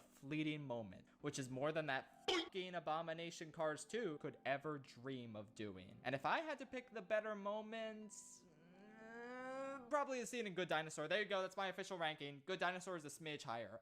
I might change my mind next week, but that's where I'm at right now. Okay, bye! Alright, you cluckers! Alright, I'll put my plate down real quick. Cartown for helping me get all the things I needed. Cars sure is a movie. I don't like it. I'm sure you've heard all this before, but Cars is such a bizarre blip in quality for this studio that it defies all logic. I mean, this movie came out between The Incredibles and Ratatouille, so it's not a favorable comparison in either direction. On my latest rewatch, I clicked with a couple of scenes, like when Sally talks about how the town used to be and that sad song plays, or the stuff with Doc Hudson's backstory. These are the moments where everything starts to come together, and you remember that this is, in fact, a Pixar movie. I genuinely forgot for the first hour or so, because this movie is not funny or charming or intelligent or engaging for like 75% of its runtime. The race scenes are cool, Lightning's character arc is moderately okay, and the ending is pretty wholesome, but for the most part, we're just toiling away in hillbilly hell with some frankly annoying characters. I don't like Mater. He has a good line once every 15 attempts, and that's about it. The rest of this town doesn't fare much better. There's a ton of filler and annoying moments. The villain is literally just Randall again, but without the wit or threatening presence. I'm sorry, I take that back. I love you, Chick Hicks. You're the best. Overall, it was kind of a chore to get through this movie that I've disliked since childhood and didn't ever want to see again. But honestly, I'm glad I did, because there's enough good stuff here to make it semi-worthwhile. Even though now I'm never watching it again. I swear.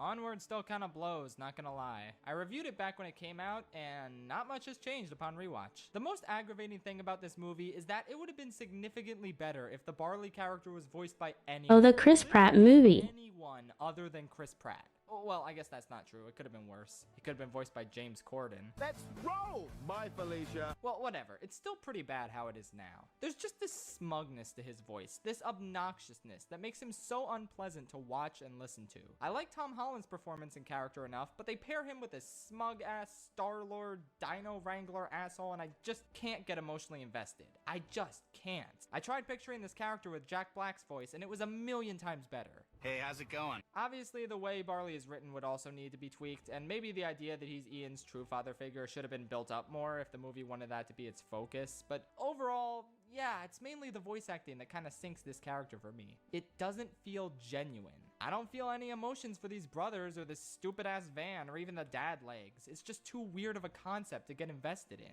Speaking of concept... Yeah, I agree. It feels like a Jack Black character. ...and needs to rediscover it is cool, but they don't do anything interesting with it. Every character they come across that stopped adventuring or stopped using their wings or whatever just regains their magical attitudes or abilities accidentally, after like 5 minutes of interaction with the main characters. It's repetitive and lame. The movie has a handful of scenes that work, like the crossing the bridge scene, and the final battle and emotional resolution especially are really, really strong. I feel like it almost made up for the rest of the movie's mediocrity, and it's really the only reason that I have it ranked above Cars. Lastly, while I'm glad a ton of people like this movie, I hated getting comments like, "You obviously never had a brother. If you did, you would actually like the movie." Shut up. I went to see this with my brother and we both didn't like it. Like, I relate to Ian enough. I'm introverted and had trouble inviting people to stuff. I had the biggest fear of merging onto the highway for the longest time. That's something I've never seen replicated in a movie before until this one, so that's cool. It does not mean I have to like the movie. Relating to a movie and seeing myself... I actually haven't seen it myself. Good. Lady Bird is not one of my favorite movies just because it's immensely relatable to my life, but because I like the premise. Writing, acting, pacing, and editing on top of that. If you love Onward because it's immensely relatable to your own life, that is awesome. I'm so happy it exists for that reason alone. But I don't rate a movie's quality solely on relatability. And this is not the last time I will heavily relate to a Pixar movie despite not really liking it that much. With that said, let's keep going, shall we? The screenslaver interrupts this program for an important announcement. Well, if it isn't my old, painfully average friend, Incredibles 2. Honestly, my original review of this movie is pretty much right on the money, aside from my unfortunate slander of the score. The score slaps, and I'm sorry I said otherwise. But for the most part, this movie pisses me off. It's genuinely one of the most disappointing animated films ever made. That might sound melodramatic, but when you consider Brad Bird's track record in the realm of animation, and you consider how we waited 14 years for a follow-up to the original movie, it's hard not to feel a little ripped off by the final product here. Because that's what Incredibles 2 is. A product. A product that lost an entire year of production because the higher-ups needed to push something out during summer 2018 after Toy Story 4 got pushed back. And it shows. This is such a first draft of a script that it's kinda comical. Almost nothing involving Bob and the kids is actually important to the overall story. It's just a collection of filler plot lines you would find in an Incredibles TV show. Most of it is decently charming and funny, but it feels like such a waste of time nonetheless. Dash's entire character is, I can't do my math homework and also I'm hyperactive and annoying and have nothing else going on.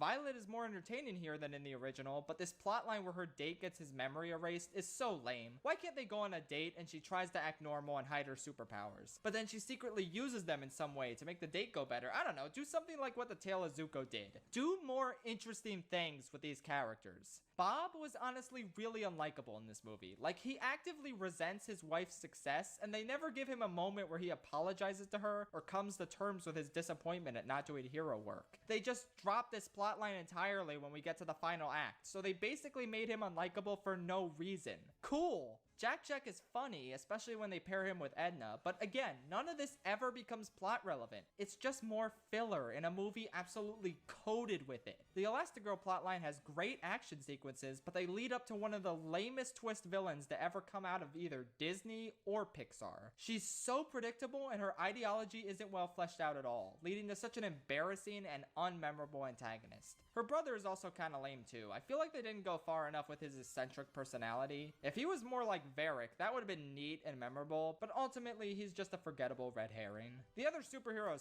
suck. They have no personality and their designs blow. In fact, that's another thing about this Oh movie. my, dearly version of Rat Sunday.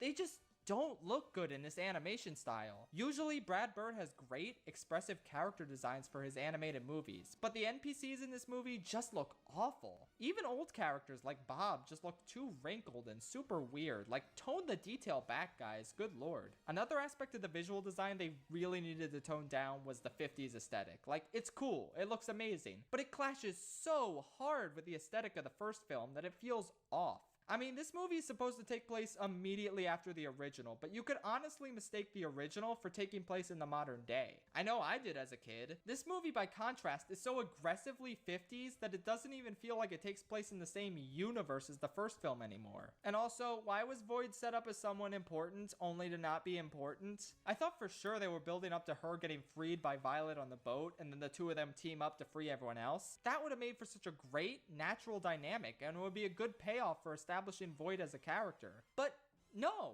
just give me my superhero lesbians already, Pixar. What are you waiting for? Look, overall, this is a fine enough time with good humor and great action, but it's got one of the messiest stories out of any Pixar film, and the characters just aren't the same. A ton of people got mad at me for not liking it that much when it first came out, but now, 2 years later, it's abundantly clear just how little of an impression this movie left on people. After 14 years of begging Pixar to release it, it finally came out, and now no one talks about it. And that's kinda sad. Monsters University is weird because I feel like it's simultaneously underrated and not really that great at the same time. Like, for a movie that has no reason to exist, it actually turned out pretty decent, and I don't mind its existence. Kind of like Solo: A Star Wars Story. Wow, that's 2 Solo: A Star Wars Story references. I love Monsters University.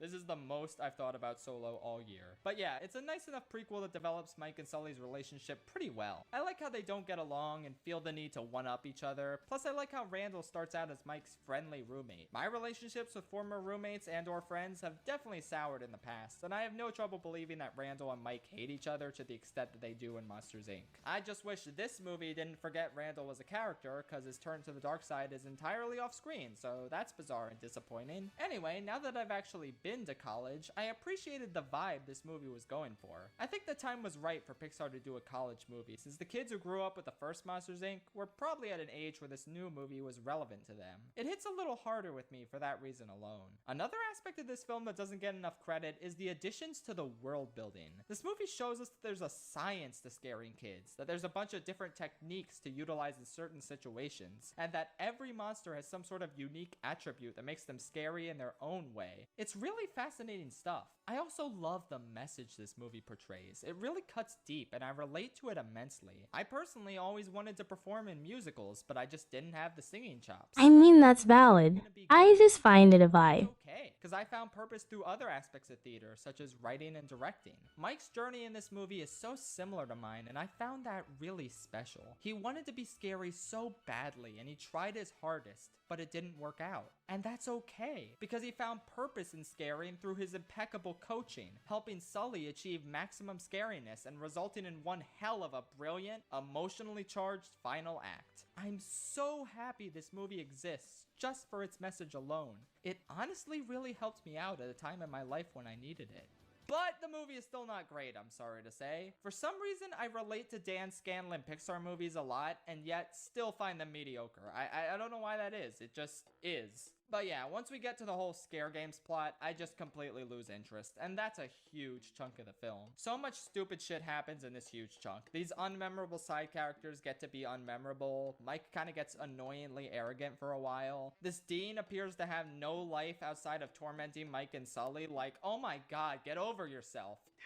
If you're mad they broke your scream can, you should have put it in a glass case, dipshit. The professor appears to get some sort of weird boner for Sully. And honestly, I just kind of don't buy the whole Mike isn't scary shtick the movie's going for. I'd be pretty scared if this one-eyed gremlin came into my cabin in the middle of the night. And why is he the only member of this team that gets singled out? The purple guy isn't scary. He looks like a goofy-ass Muppet. I would laugh out loud if he attempted to scare me, but you don't see anyone calling him out for dragging the team down. Also, boo! The Abominable Snowman cameo sucks. Boo! Honestly, this is a worse retcon to me than the 4th grade line from the original film. You could have had the snowman in the movie, just have him interact with literally any other characters besides Mike and Sully. Why was that hard? Clearly you haven't played Poppy's Playtime. It has some great underrated stuff in it, but a lot of that Joking off course. in an avalanche of mediocrity. The first act is solid, the third act is great despite some problems. The second act is just a slog to get through. I'll rewatch it every few years or so, but I usually just rewatch the good stuff over and over. It's okay. Moving on. I kinda like the second half. Cars 3 is easily the best one. Amazing how Pixar managed to get something of quality out of this franchise, and all they had to do was wrench it from John Lasseter's filthy, grimy paws. Now, don't get me wrong, Cars 3 is not that good. It's just decent. But decent is a miracle for a franchise so conceptually broken. Speaking of conceptually broken, yes, everyone referring to Lightning as an old man when he looks and sounds just as young as he did in the first movie is confusing as shit. I don't like it. Some scenes are still really dumb, like this weird-ass training montage. The villain is just Chick Hicks again, but boring. You can't compete with Kachiga. You just can't. But what makes this movie kinda sorta work is the fact that it ditches Radiation Stinks, the worst thing about the first movie, and it ditches literally every single thing that happened in Cars 2. That's hysterical, and it kind of goes to show how this is the real sequel to the original Cars. Cars 2 was basically just a feature-length Mater's Tall Tales spin-off that shouldn't have even bothered with including racing in its plot. But anyway, yeah, this one's all about the racing and legacy and not throwing away your shot, and damn it, it's kind of effective. I think this movie's portrayal of imposter syndrome and finding a new purpose in Lego She jump scare. even more effectively than it was in Monsters University. I like this new yellow car that Lightning McQueen trains with. I like her sad backstory, and I like how she gets a chance to prove herself after thinking her opportunity had come and gone. I like Lightning coming to terms with his age and finding new purpose in training someone else, just like Doc did with him. I like the emphasis on Doc in general and the legacy he left behind in this universe. And overall, this movie has a bit of that indie quality to it that I appreciate in the best Pixar movies. Not that this is anywhere near one of the best Pixar movies, but it's still not afraid to take its time and focus on the characters and be a surprisingly mature conclusion to this, let's be honest, duology of movies. Some of it is boring and some of it is stupid, sure. I guess that's kind of inescapable when talking about Cars. But for the most part, I had a decent time revisiting this, and I don't think I gave it enough credit initially. I'm kind of glad Pixar made this, and I might even rewatch it from time to time and just completely skip the first two, because I am genuinely not missing anything by That's another things I want to watch in full. A Bug's Life is my favorite forgettable Pixar movie, of which there are many. I've said a lot of mean things about it in recent videos, but honestly, after rewatching it for the first time in ages, I've come to realize that perhaps I treated it too harshly. Don't get me wrong, the stuff that sucks about this movie really sucks. It's so overindulgent with the whole liar plotline, and it makes no sense whatsoever. This whole misunderstanding where Flick hired them without realizing they were circus bugs is really dumb too, and it's a shame so much of the movie's plot hinges on this dumb shit. Honestly though, aside from that, this movie is just really charming. Like, surprisingly so. The environments are really impressive considering how early on in Pixar's life this movie was. The characters are mostly endearing and funny. The action sequences and climax are surprisingly amazing. Hopper is such a great villain who almost seems a little too great for this movie, honestly. He probably elevates the score a bit because of what a good threat he poses. Randy Newman's score is a huge improvement over his already good Toy Story score, and yeah, overall this was just a really fun movie to revisit. It's not as thematically rich or compelling as later Pixar movies, which is probably why it's grown overshadowed by the rest of their impressive catalog. But it's kind of like the Pixar equivalent of Over the Hedge. Just some nice, funny, endearing, simple comfort food to snack on in between the studio's rich cinematic meals. Over the Hedge is still better though. You got Steve in me. Toy Story 1 is the weakest Toy Story, but it's also the funniest one. Hi, Savvy. Riot. I am jealous of this movie's comedic timing. But honestly, Welcome. aside from the humor and the general imagination of this toy world they've created, this movie just isn't really one of my favorites. Dare I say, it's one of the most overrated Pixar movies in my opinion.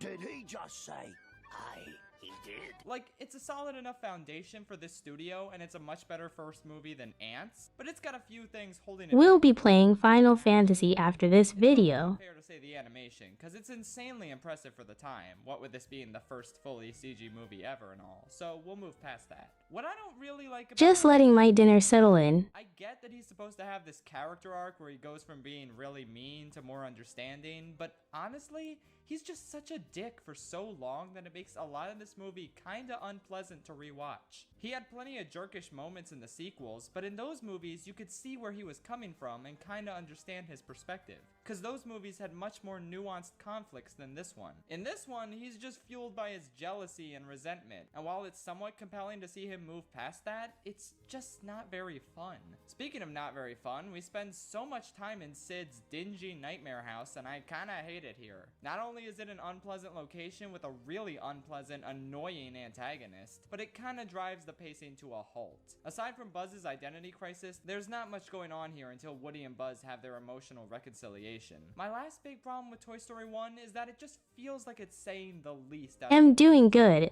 Still recovering from the Valorant incident yesterday. All is well. but it doesn't really do much outside of that. The Did a sequels bit of nappy earlier. themes, compelling side characters, and frankly better stories than this movie. It's a good enough introduction to this world that becomes the basis for some of the best sequels ever made, and it has its fair share of incredible moments, like the entire climax. But overall, it's not my go-to Toy Story movie, unless I'm in the mood for some phenomenal meme moments.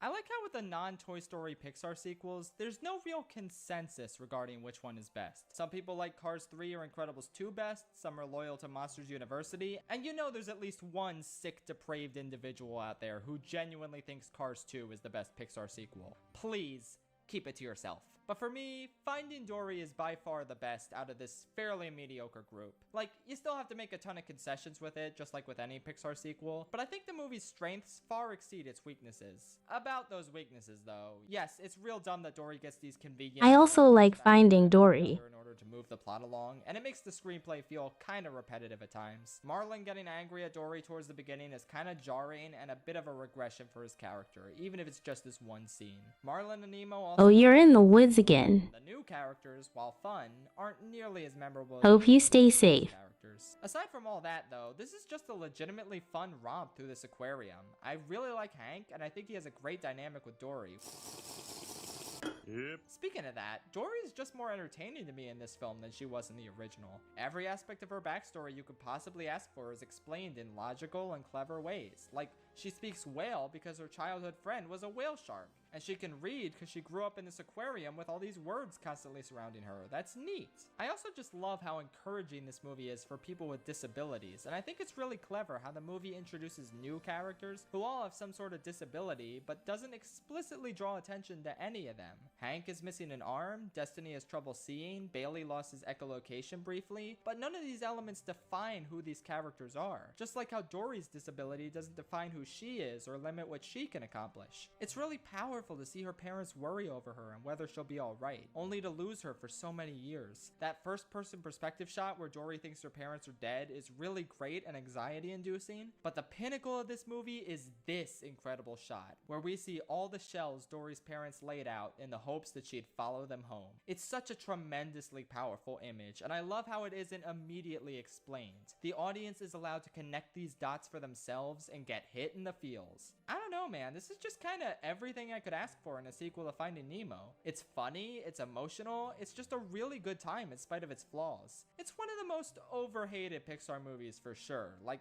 Come on, guys. It's really fun. Also, the truck scene is complete. And This movie introduced receding hairlines on fish. Your friend is going to be in quarantine. That's where they take the sick fish. Bruh. Balloony started floating away. I tried to reach out and grab him, but I still don't get the hype around Up, my friends. It's a movie that peaks in the first 15 minutes and only ever comes close to those same heights in scattered short moments here and there. Like the scene where Russell talks about how he used to spend time with his dad and how I can never survive the forest, but I think I can appreciate it. And then that comes back when Carl flips through Ellie's adventure book and realizes that she felt the exact same way. That's so smart and touching. I really wish the rest of the movie was like this. But it's mostly just shenanigans with this kid and dog and bird, and nothing about it really feels all that cohesive or super engaging. It's just a fun adventure with decent characters and not much else. Doug is really fun, but I still don't care for Russell or Kevin all that much. The villain is pretty good, but not pretty great. And again, that's just kind of this movie. It's pretty good.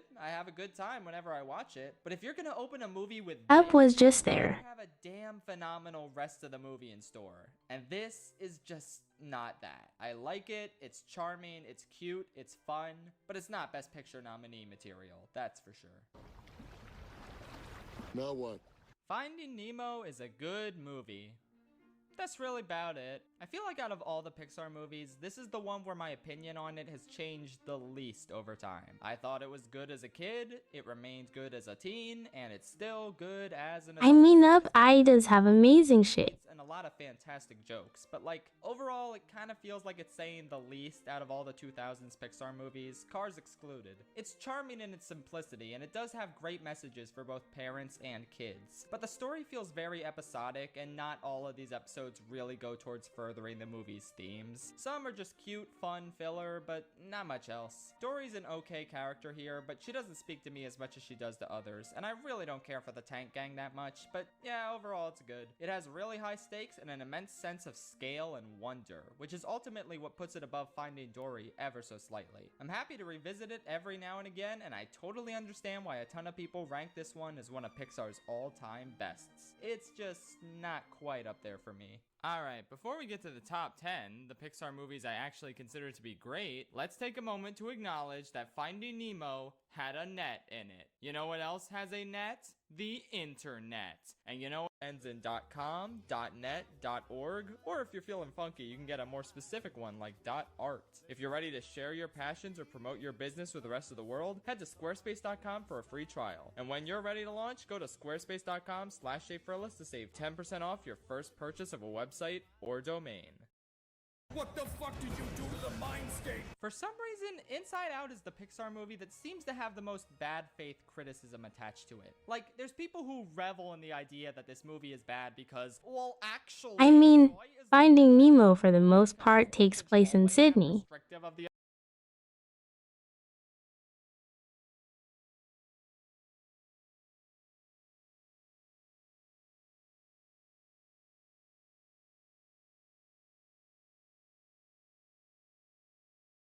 Okay, pausing until the ad finishes.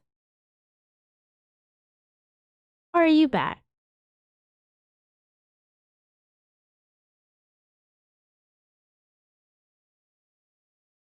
What the fuck did you do to the Mindscape? For some reason, Inside Out is the Pixar movie that seems to have the most bad faith criticism attached to it. Like, there's people who revel in the idea that this movie is bad because, well, actually, Joy is the villain of the movie because she's too controlling and restrictive of the other emotions, and that's a bad thing.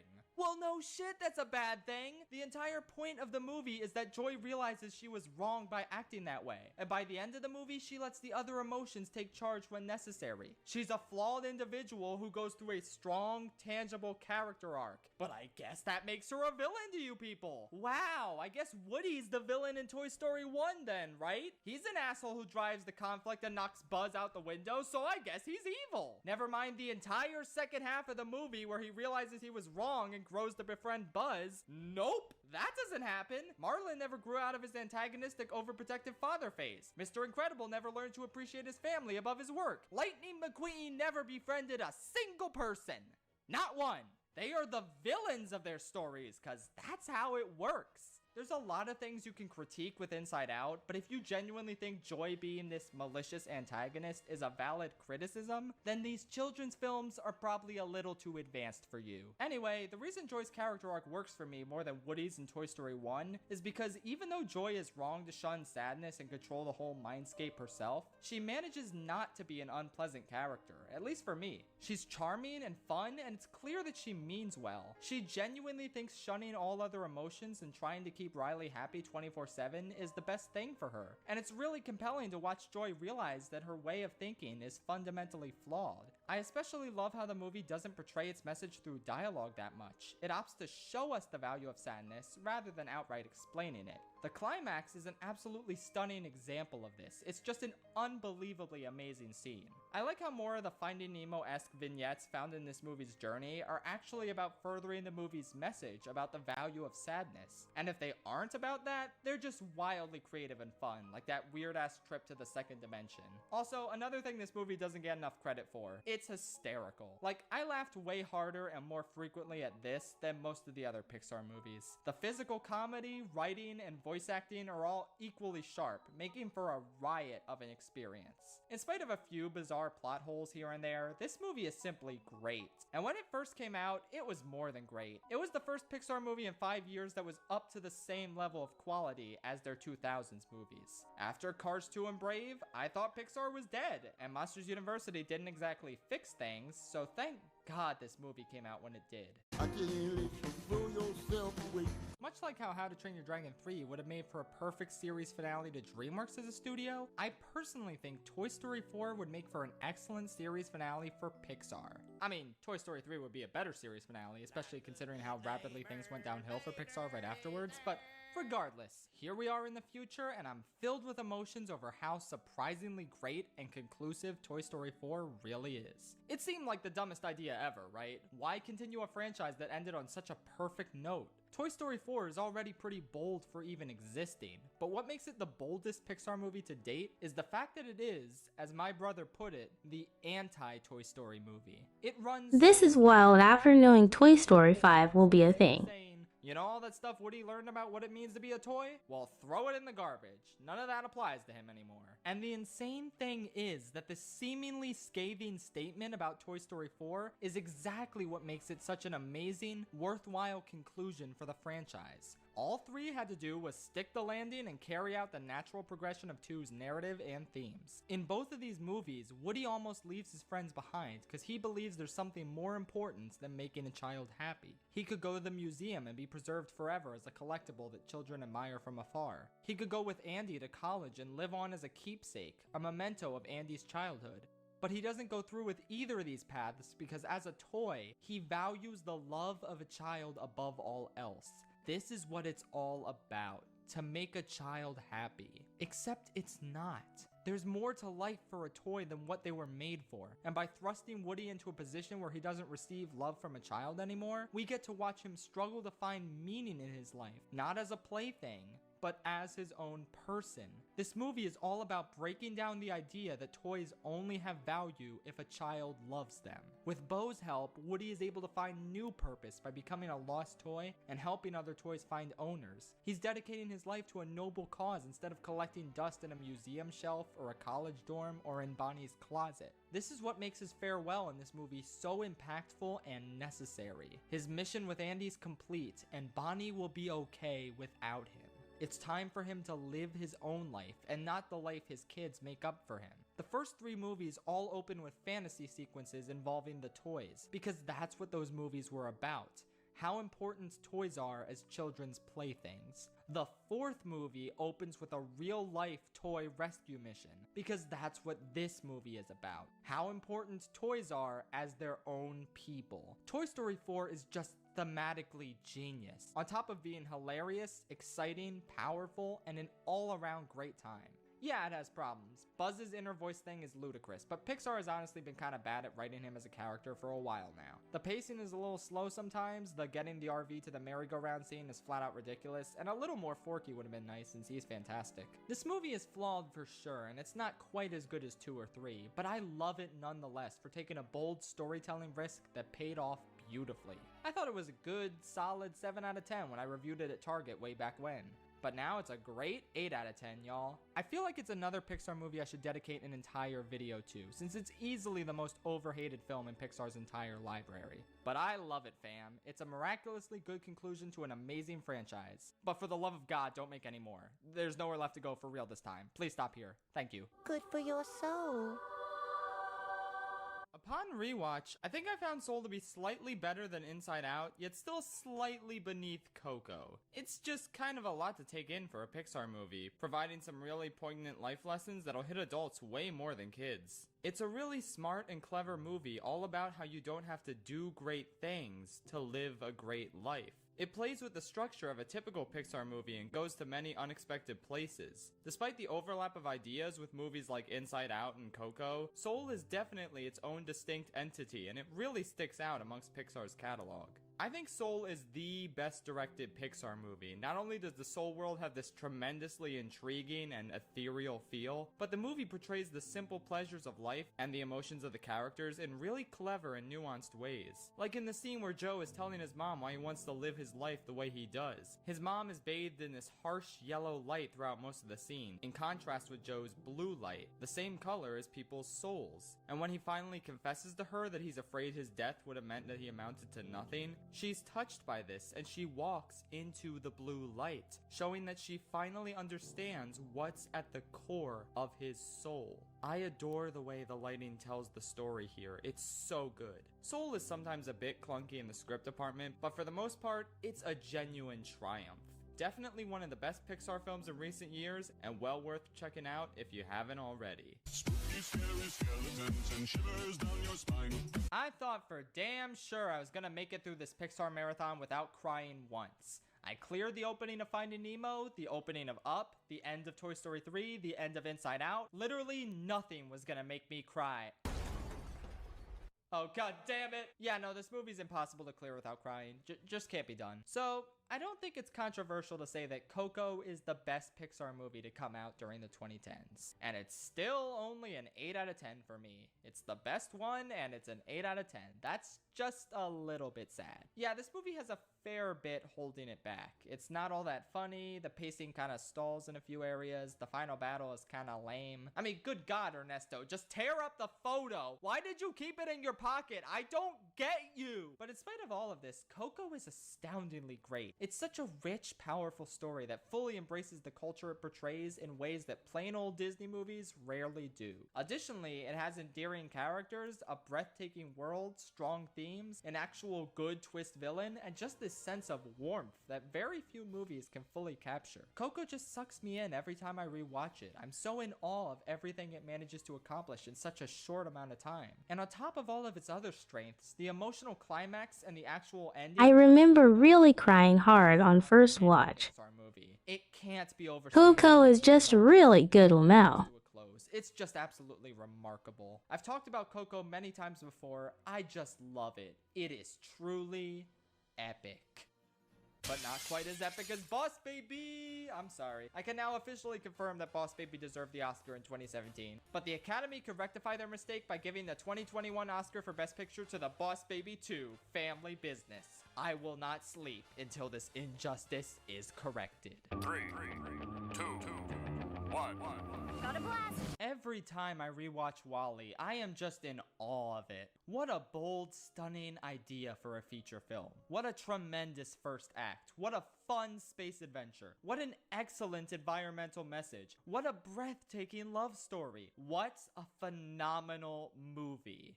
But damn it, that stupid wheel pisses me off. Otto is a passable twist villain and a pretty good obstacle for the heroes to overcome, but damn it! For a movie with such complex and layered robots as its protagonists, they really dropped the ball with the wheel. I feel like this movie begs for a villain with a counter-ideology to the idea that Earth is sustainable. The humans from 700 years ago believed the Earth was beyond saving. The captain points out that the plant is living proof they were wrong. What is Otto's rebuttal to that? Irrelevant, Captain. What? Oh, okay, he doesn't really have a rebuttal. He's just boringly following his programming. Damn it, why can't he have an interesting motivation? Why can't he formulate his own opinion about Earth or humanity? Tell the captain why he thinks they're beyond salvaging. Illustrate what makes him his own character, rather than just a boring computer that does what he's told. Rogue AIs that independently think for themselves make for such interesting villains, and when literally every other robot in this story has their own personality and motivations independent of what they were programmed for, why did you stop with the fucking villain?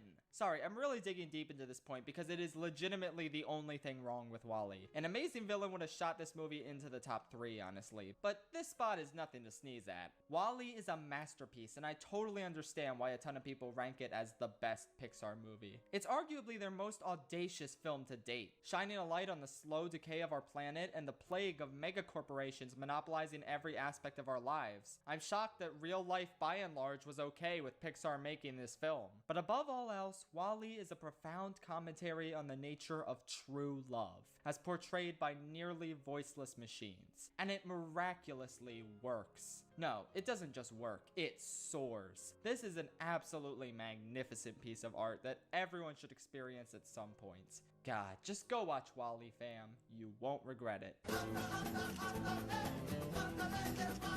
Like I said earlier, Toy Story 3 is kind of the perfect series finale for Pixar. I'm glad the studio kept going, if only because of Coco, Inside Out, and Toy Story 4, but regardless, this would have been an excellent place to stop. Andy represents all of us growing up and driving away from the studio and the franchise that gave us so many fun times and emotional moments. But the thing is, this isn't the Pixar series finale, and it isn't even the Toy Story series finale anymore either. As I've said before, most people tend to judge this film exclusively on the power of its conclusion. But if you strip the movie of its conclusive weight by making another Toy Story movie, what exactly does this movie have?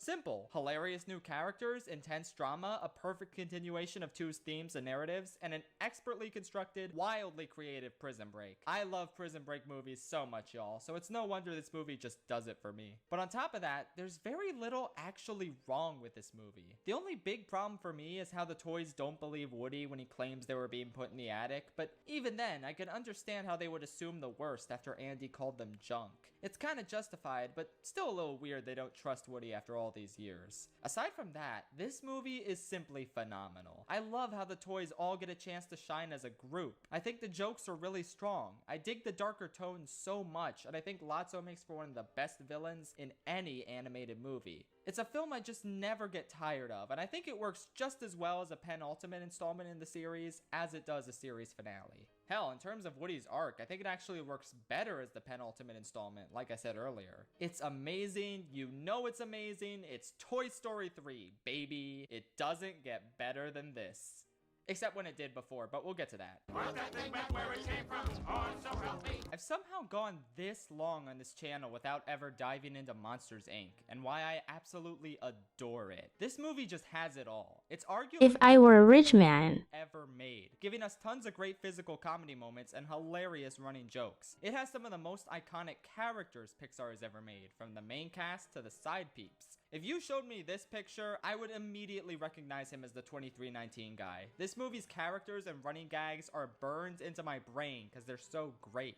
And the dynamic between the main characters is even better. It's cool to get a movie for once where we don't have to focus on an unlikely duo learning to become friends. We could just start things off with their great dynamic and focus on the plot and world building instead. Mike and Sully are one of the best Pixar duos ever, and I appreciate the fact that their friendship gets tested in a believable way. Every kids movie seems to indulge themselves in that whole main characters split up before coming back together in the climax shtick, but Monsters Inc. is one of those movies where it feels earned. The scene where they split up really chokes me up to this day, and honestly, thinking back, this might have been the first time in my life when a movie ever made me feel sad. I must have been 3 or 4 at the time, but I can vaguely remember watching this scene and getting emotionally invested in something for the first time in my life. It's crazy to think about that. Anyway, speaking of usually overdone tropes that the movie earns, Waternoose is such a fantastic twist villain. Randall is intimidating and fun enough, but when you add on a second villain whose motivations line up and parallel real-world corrupt CEOs,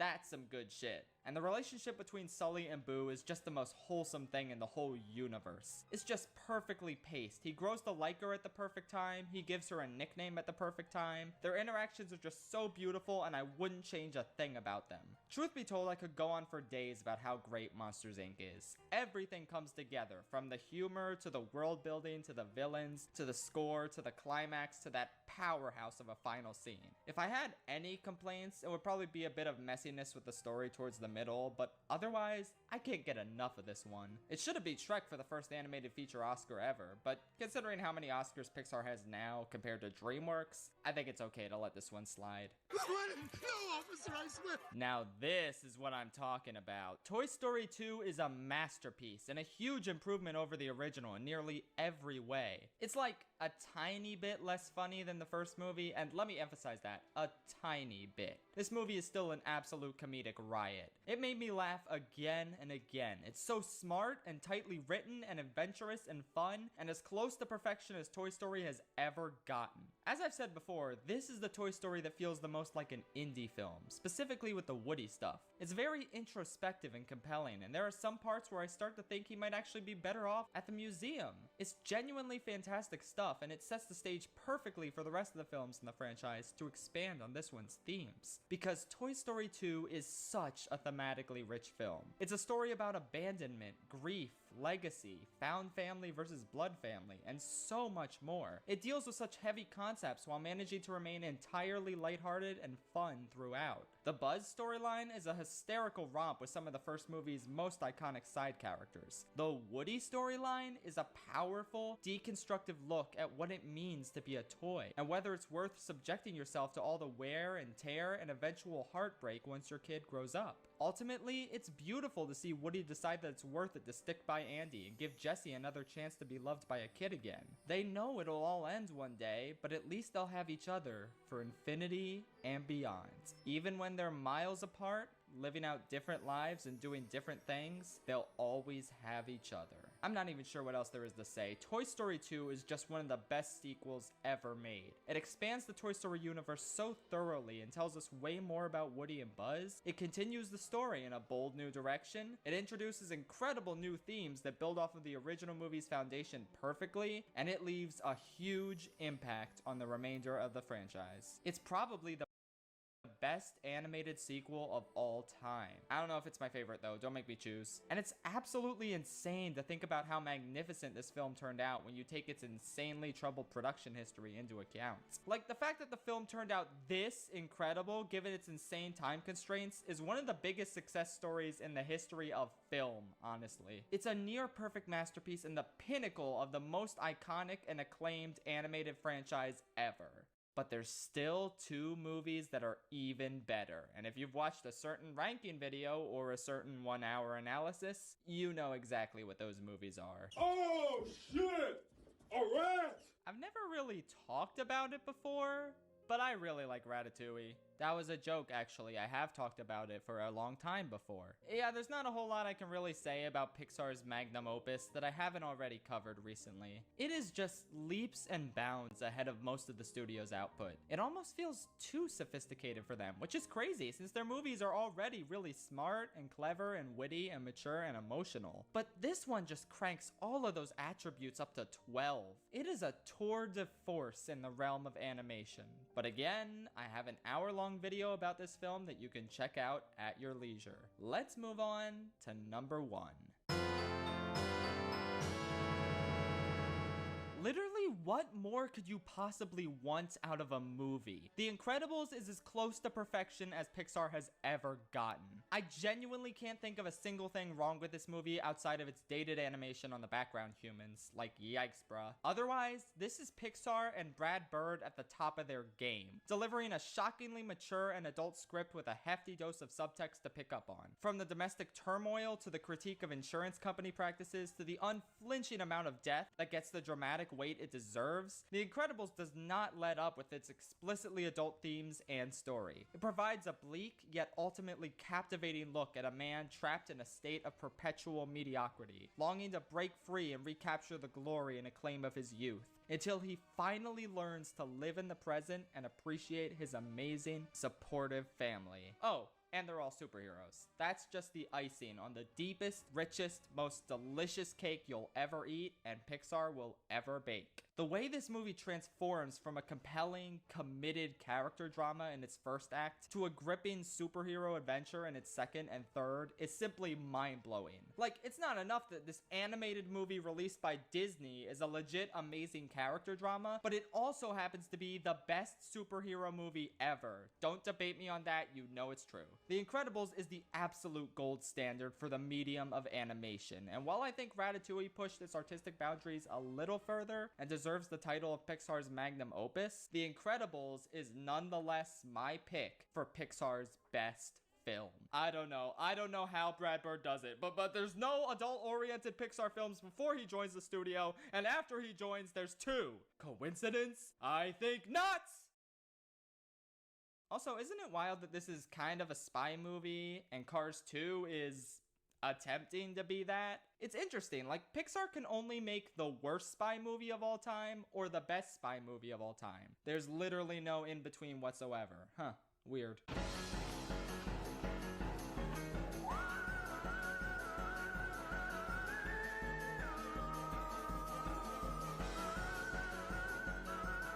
You should eat to sever. Alright, the video is done. Let me set up my mic.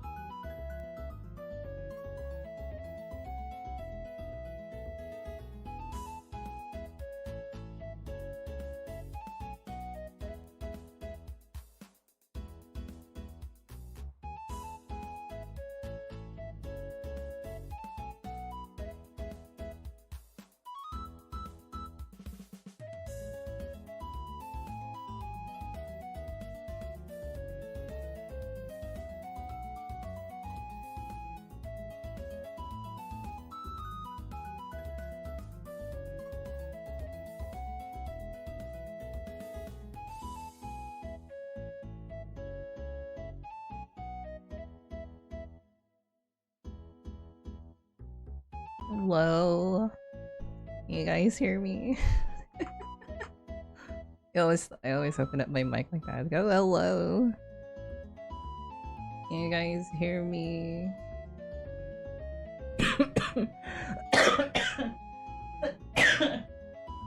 Sorry.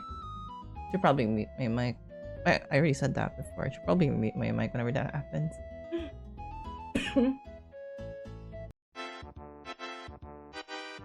Off cost, drink some water. Well, I am drinking water. I'm drinking plenty of water. I am hydrated as fuck. Dangerously so. Anyways, go open a Final Fantasy. Hopefully there's no major updates. How are you guys doing?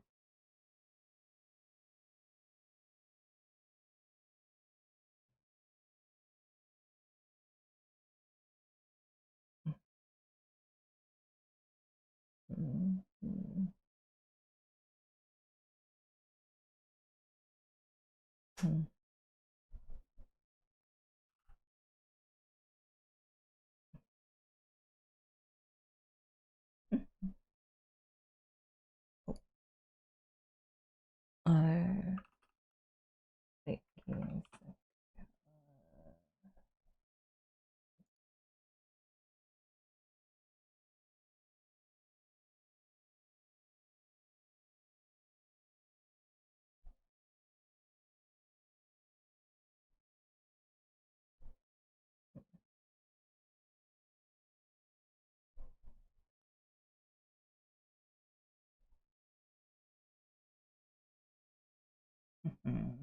Sorry, give me a sec. I need to like fix it there. I'm bored thinking what to do. I genuinely have nothing to suggest.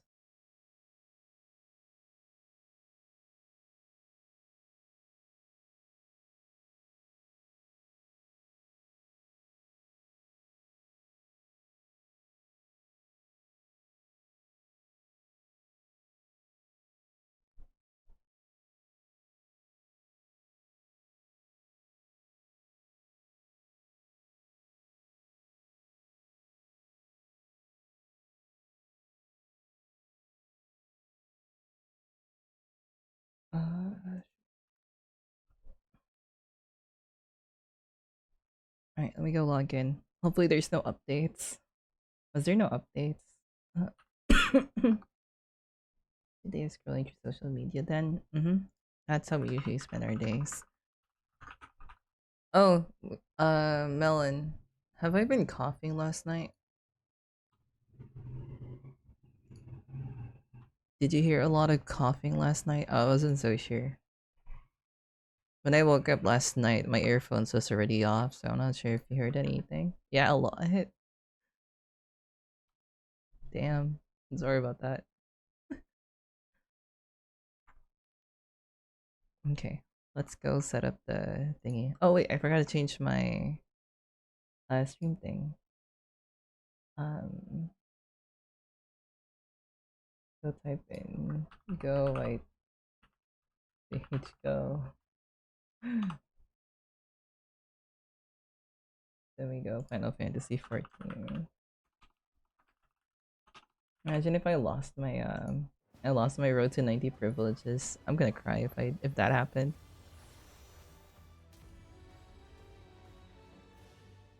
Can we just go set up the stream real quick? Boop. Top team. Boom.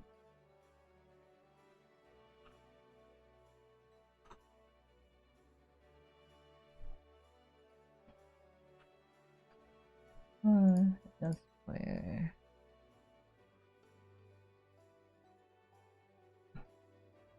Go back to the endless task. Cash flow.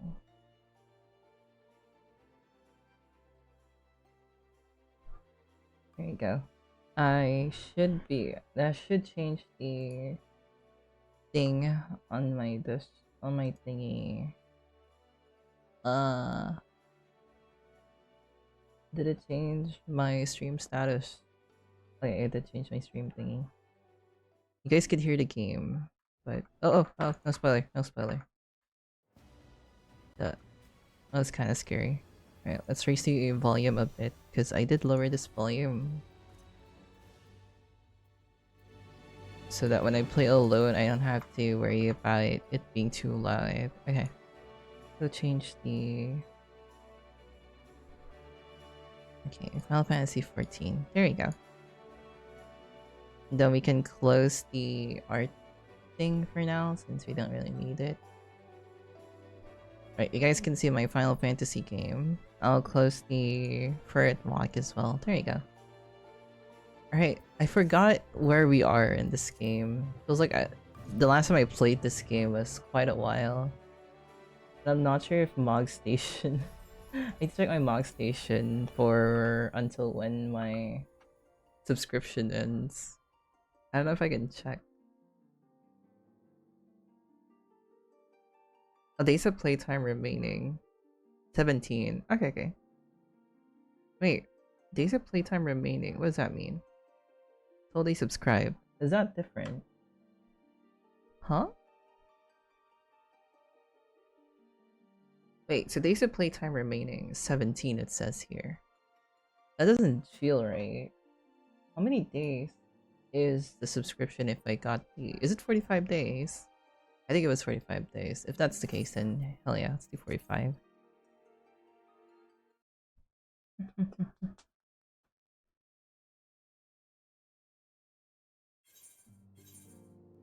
Alright, so this is where I stopped. This is where I paused playing through. No, not necessarily.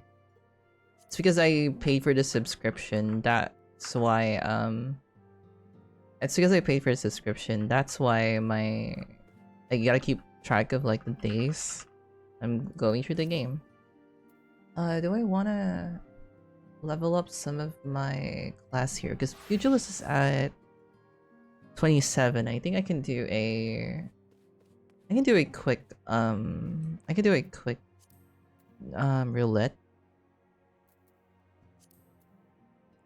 Duty finder. Let's do a quick leveling roulette. Noticeably low. Should probably fix that then. Wait, what's incredibly low? Ah, my weathered ring is incredibly low for some reason. There you go.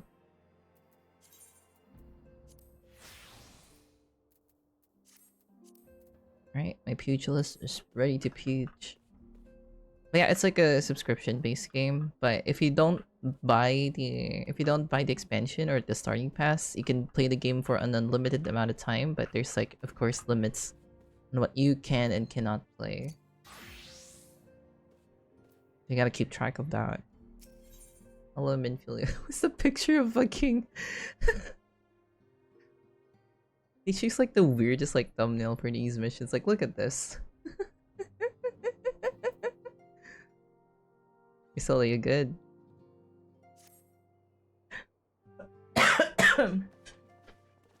Alright. Alright, let's see. Is this placed? This better be placed. The Maelstrom requests our assistance. Oh, thank God it's placed. Concerning the kobolds they sent such copious notes on, I presume. Yes. And no. It has more to do with their findings, which portend a peril far greater than any beast tribe. What sort of peril? The worst kind. A tribe of kobolds in the vicinity of Limsa Lominsa has reawakened Titan. Oh no. Not Titan. It's my it's my favorite villain from my favorite villain from Megamind. They brought him back. They brought back the incel nice guy. No strangers to the havoc kobolds can wreak. Oh god. Years before the Grand Company's reformation, two primals, Leviathan and Titan, chanced to converge upon the sea wall, wreaking untold devastation. There, by the grace of the Navigator, were the mercenaries Merlvip hired able to fend them off. Okay. Yet it did not take long for the beast tribes to regroup, and they summoned their primals. Oh, sorry. Thankfully, their second coming was decidedly short-lived, but that is beside the point. So long as tormented souls will them to exist. Wait, is she still a white mage? Because she got like a little branch thing. And she wears white, so I would assume she's like a white mage. The Maelstrom has kept a watchful eye upon the beast tribes, and the kobolds in particular, ever since. Which brings us to the matter at hand. Unlike Ifrit, we know scarcely anything of Titan. Unfortunately, the only force known to have bested him, the modestly named Company of Heroes, disbanded 5 years since, and mercenaries are not in the habit of keeping chronicles. Oh, damn. Expect the worst. It's like a weird delivery. The Maelstrom's help is of course appreciated, but even if we had their whole armada at our disposal, we could still find ourselves overmatched. Mm-hmm. A pity the kobolds lack the gentle sensibilities of the sylphs. A peaceful resolution would be more than welcome. Guess we're fighting them then. The echo will not avail you this time, I fear. If you are to survive, your steel must needs speak for you. No one would think you a coward were you to decline. I'm not a bitch. There you go. So you will accept? Mm-hmm. Thank you. We can't very well send her to Limsa Lominsa without Yestola. Can we, Minfilia? May I ask that of you, Yestola? We're gonna be. Thought it in question. We're gonna travel with Cat Lady. Nice. Very well. We will spare no effort to win victory. You may count on the full support of the Scions of the Seventh Dawn. And all not afield will aid the fight from afar. Thancred, Ida, go to the Grand Companies, tell them of our plight and solicit their support. Urianger, send word to the students of Baldessian, and Alfino if you would. I kind of got spoiled about Alfino. Apparently Alfino's like gonna be a major character. We have on Titan, Like, though it may be. that's the only thing I know. You will be apprised of the tactical situation when you reach the Sailor's Ward. Okay. Sure. Just don't know, Alfino's like the how do I describe Alfino's appearance? Just your typical like cat tomboy, I guess. Quest accepted. 88 my eggs. Num. Wait, how far I am? I'm number 3. Okay, that works for me. Right, where to? Where art thou taketh me? Should probably set camp on Limsa Lominsa then if that's the case.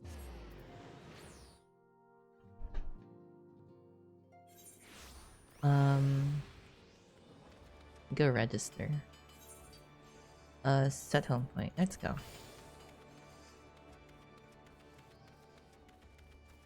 Look at our little goober traveling. Eager Lemonson. What is your mission? Oh, it's a dancer class. Do I need a level 60 class first? I'm almost at level 50, which means I can unlock some other classes. If I remember correctly. Like if I go here, no, it's a level 70. Never mind then. Let me see. Wait, that's the wrong direction. Wait, did I go the wrong way? I think I did. Let's see. Oh, it's in the other... Okay. Gotta remember how to play this game again. It's been a while, honestly. Feels like it's been a while since I last played this game. Not a lot of people right now. At least in Limsa Lominsa. Figured they'd be somewhere else. Elf Castle. There you go.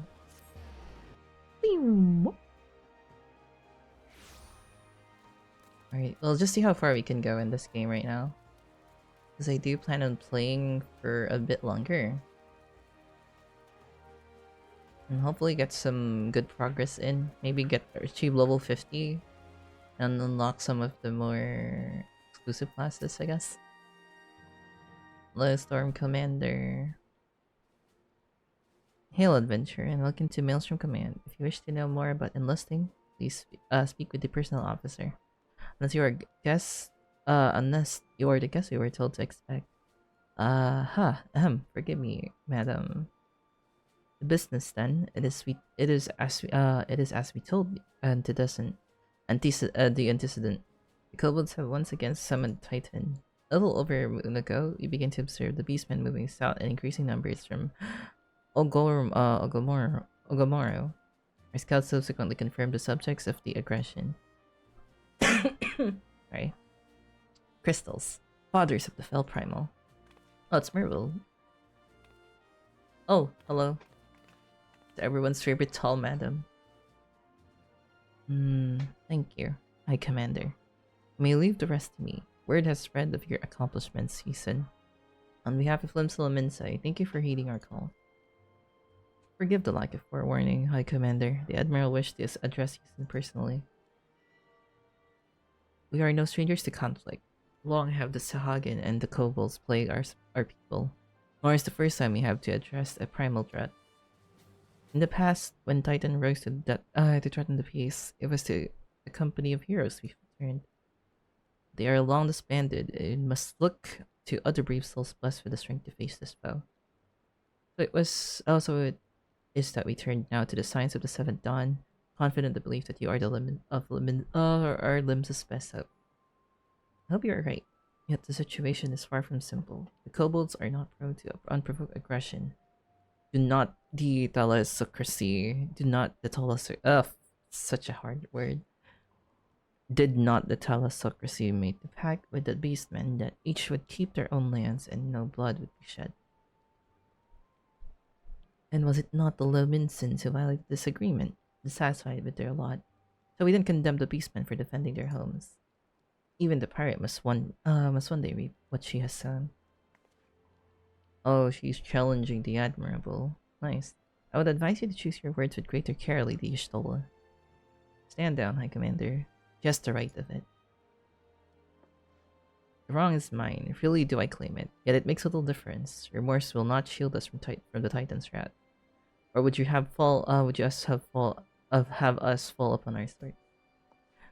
My apologies, Admiral. The safety and security of Limsala Minta's citizenry are, of course, a paramount concern. I got my green pants. Already, we have observed disruptions in the flow of the Aether further inland. The effects will be felt here in the city ere long. I ask much of you. I know what need is great. Can I count on your help, Ethan? You have my thanks. Along with the full support of the Maelstrom, I await good tidings, sorry. That the kobolds should summon Titan demonstrates they are no longer amenable to negotiations. This being the case, you must needs prepare for conflict before we meet Titan in the field. However, it would be wise to learn all we can of our foe, and I can think of no better source of information than the mercenaries who defeated him once before. The company of heroes may be no more, but servants of its former members still live. They said that one of them is employed in the Grey Fleet mills in the lower Lanasia.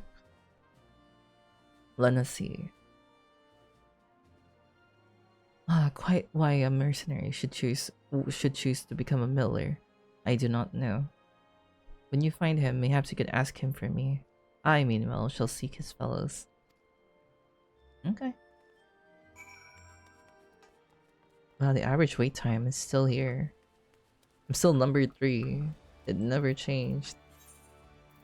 Where would you take me here? Is there no close by teleports there? Eastern Lanasia. Oh, there's one here. Here we go. A little dust bunny on the side. It's so adorable. I wish I could pet it, but I don't think I can.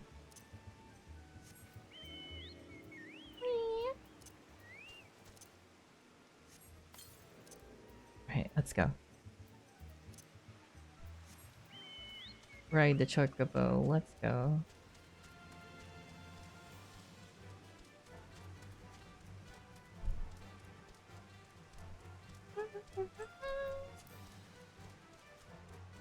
Look, I'm slower than before. I think that's because... Oh, there's a big crab over there. I kinda don't want to fight that. That's like a level 50, I think.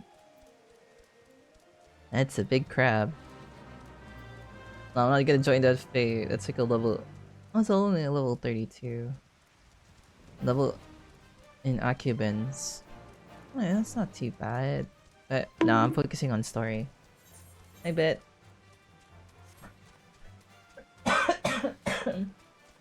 Good morning. How was your sleep? Hup. Hup. Hup. Hup. Hup. Hup. It was good. Oh, I'm happy for you. It looks like I'm almost, yeah,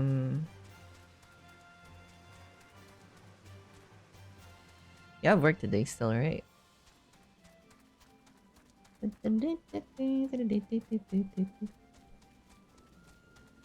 I'm happy for you. Glad you got that good sleep in. Alright, does this pull us into a... Okay, there we go. Lay down your burden, son. Come drain this pint with me. We'll have the grand old time. Find the last of 3. You gotta say something, Venture, or just keep staring? You want to know about the Company of Heroes?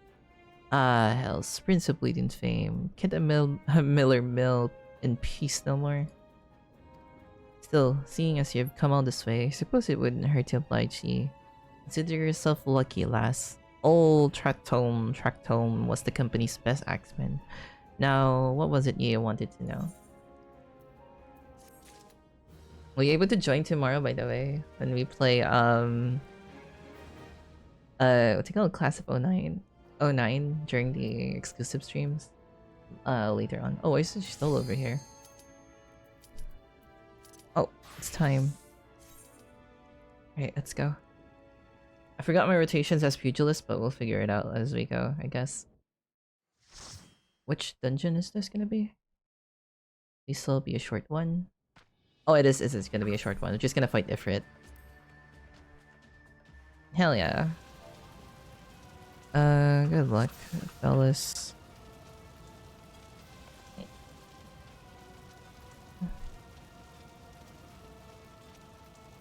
Wait, we're all Lalafels. Well, except for one.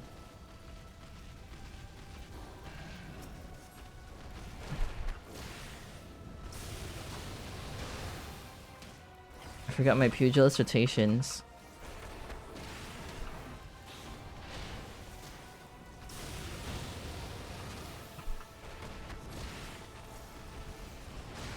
The tiny.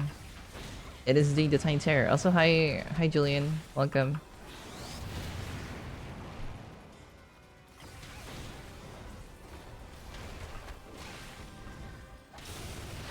Oh, I messed up.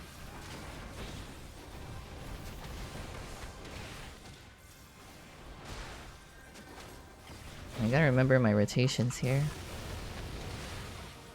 I wanted to buy those like MMO mouse. Somebody get the flare. The nail.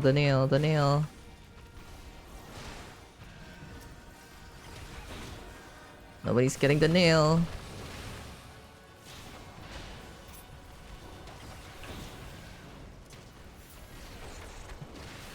We get it. Nice. Uh-oh.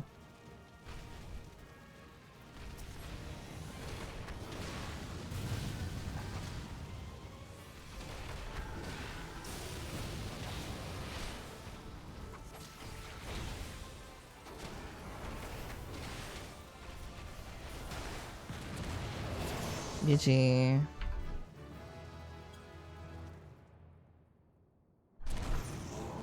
Ifrit down, baby.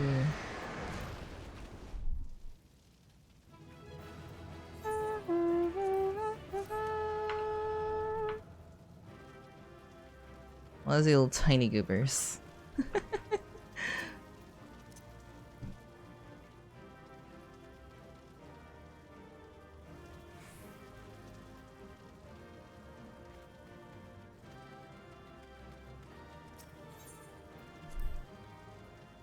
Of course, the other person left.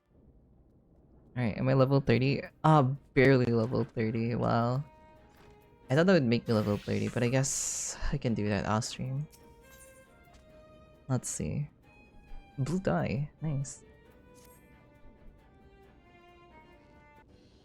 Also, welcome to the parlor, by the way, Julian. I think this is the first time I saw you here. How's it going? How'd you find my stream? I'd be interested to know. Shoot. Sorry, I need to refresh something real quick. Sorry about that.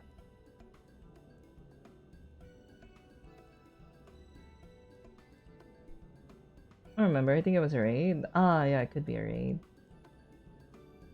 Ah, it could be somebody's raid. Let me just double check something. It could be somebody's raid. I just don't know who. Been raided for a while.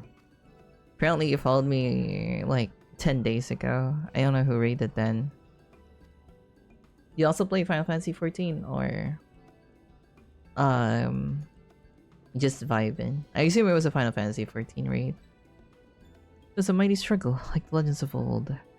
Me and the boys fought him for 3 days and nights, we did. No, but I watch a lot of people who do. Ah, I see, I see. Well, I'm at the boring part still, like early ARR stuff. So it's not much going on. The ground trembled with every step Titus took. Oh, he knows Titus. Wait, is Titus canon here? Titus is the Final Fantasy X protagonist. If I remember correctly. And he hit you, girl. Girl, it felt like a cannonball to the gut. Just like that. Oh, wait. What's that look for? I'm a goddamn hero. I'll have you know. The people around here sing me praises. Don't tell me I only care about learning the secret tactics we used to beat old Titus. Oh, Titus is a different here. Is the Titan name? Well, too bad, because now I'm not feeling charitable. If you're so damn desperate, then why don't you do me a favor and kill those rats that made the nest in the windmill? Just out of here. I do that and we'll talk. Okay, sure. I didn't want to be straightforward with the mission anyways. I'll kill rats for you. Sure, why not? Right, where do I need to get these rats? Alright, where are the rats? I found the rats. Okay. These rats better be worth my time. Is it up the windmill? Oh god. Okay, I don't need to go up the windmill. That's over here. Oh, there it is.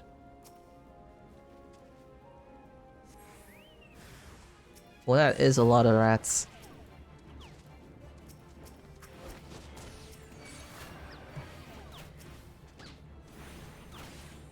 Hey, Chocobo, help me. Rat gang. It is indeed a rat gang. Sorry. Sorry about that.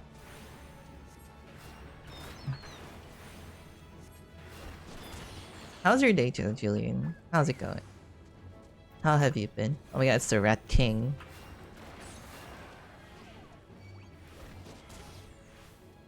It's vibing. I see, I see. Any interesting stuff lately? Okay, I dealt with the rats. Rat King, King of the Rats. Yeah.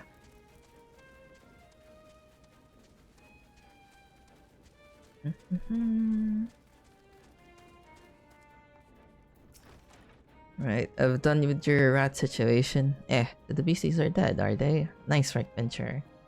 Save me the hassle of, never mind.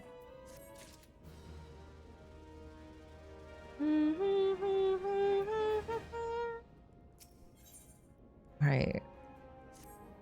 What? Still asking you how to beat Titus? I don't know, Venture. It was a pretty risky strategy. Behind only a veteran of 10 scored battles could only rely upon. Wait, I think I remember. Thinking of it was Agni. It was probably Agni, yeah. I think we were doing the Power Rush Simulator thing? Oh, it probably wasn't, but yeah, it's probably Agni.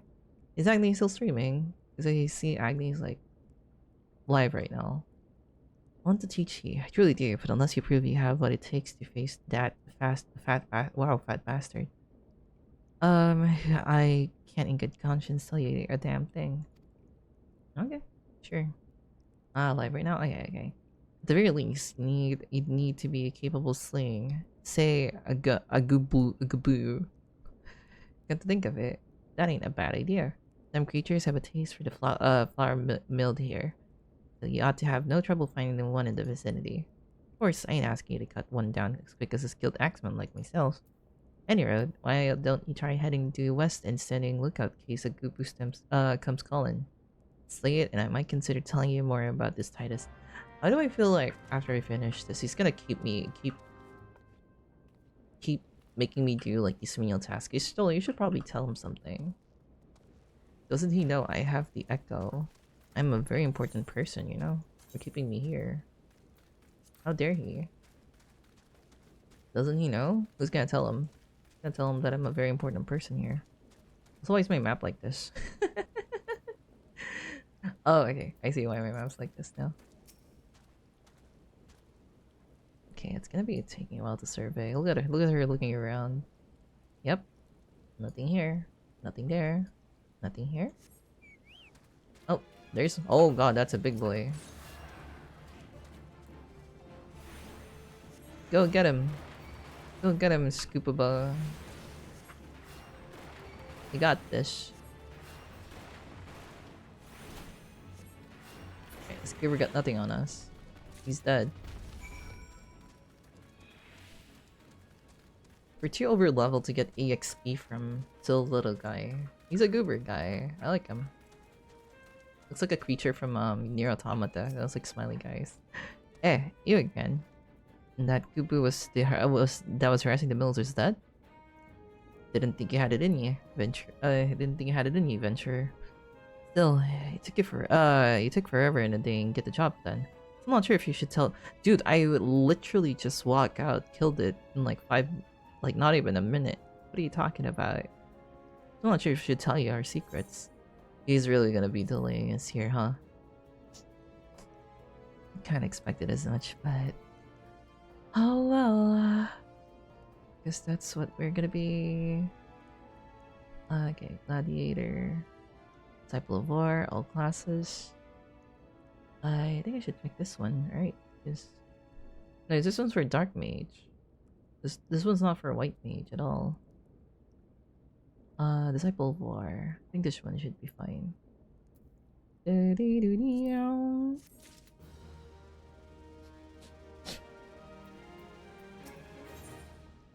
Alright, Leminson Way.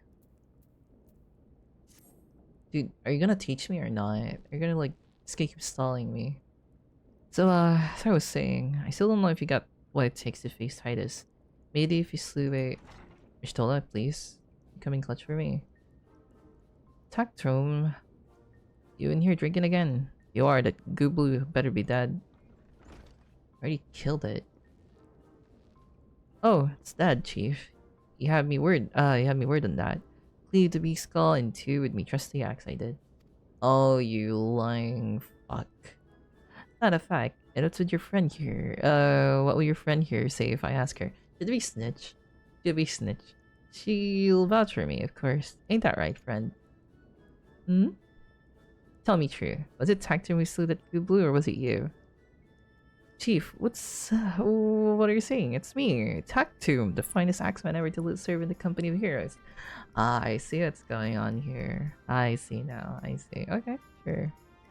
The legendary mercenary slew that bastard Titus. Mm-hmm, yeah. Yeah? Oh, sorry, give me a sec.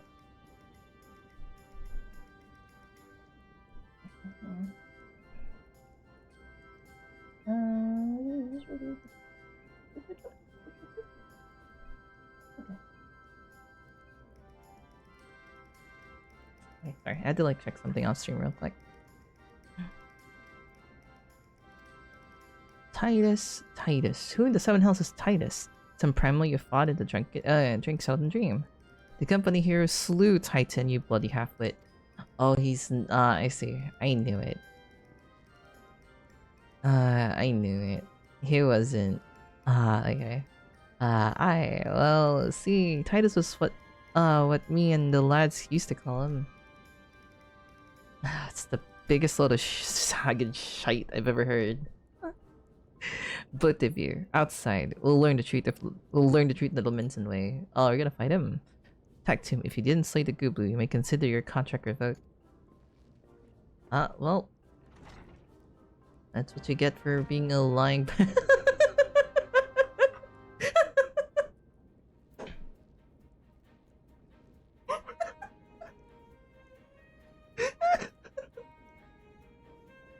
Dude, the fucking scene of him looking at me like Fabregas and fucking quest accepted is the silliest shit.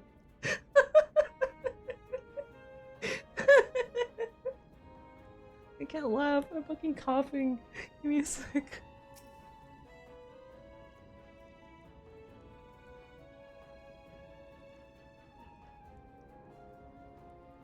Dude, I wish I managed to take a screenshot of that. That was the fucking silliest shit I saw. I don't know if that was intentional, but just like flabbergasted looking and quest accepting like fanfares and everything. Alright, Glee Fleet. What you up to? The Lamenton way. You're gonna fight him, right? Can they punch him? Oh, we're gonna do a Alright. You know the rules. First one to smash their boulder will be judgment. The Gooboo. Don't even think about trying to kill me. That's cheating. So, your favorite character? Like, sure. Watch me kill this with air. Alright, I'm gonna use stone to kill the large boulder. Can we actually kill him? Oh no, we can't. What do you say? Who picked these boulders? They're nothing alike. What do you mean? You picked these boulders. Yo. I see. I see what you were trying to do there, buddy. The biggest weakness of a rock is another rock. What are you doing over there? Oh, ho. No, you don't. I'm not gonna let you. That's silly. Don't you think that's cheating? How dare he use a... Wow. He just wasted our time and then he wants to... Who uses a rock? Another rock? I should have brought paper. Cheating bastard. Tried to use a bomb. Try to kill me too. I knew it. He doesn't look like a hero. He got like them oven mitts hands. He had those oven mitts on. He's not even gloves. He's wearing undies. Alright. I admit I lied about being in the company of heroes, but I'm begging you, Chief. Please don't dismiss me. I've learned my lesson. Honest, I have. Save your blubbering tacturn. Tractor. He's a tractor. Hi, Lamp. Welcome. God, should have known. Mercy, please. I didn't want to be deceived. I didn't want to deceive you. I swear. Just that I kept getting turned away by all the folk I asked for work, and I panicked.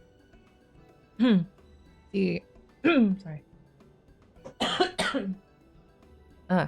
The last job I had was at Costa del Sol, and there was this grizzled marauder everyone treated like royalty. When I heard he was a captain of the company of heroes, I finally understood why.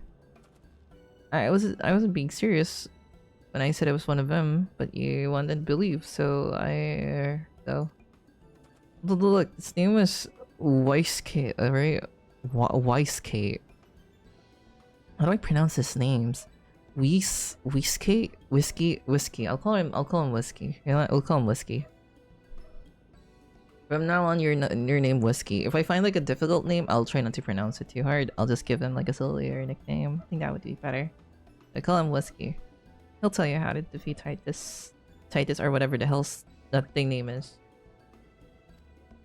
Well, how you doing, Lamb? Been a while. That's what you wanted, ain't it?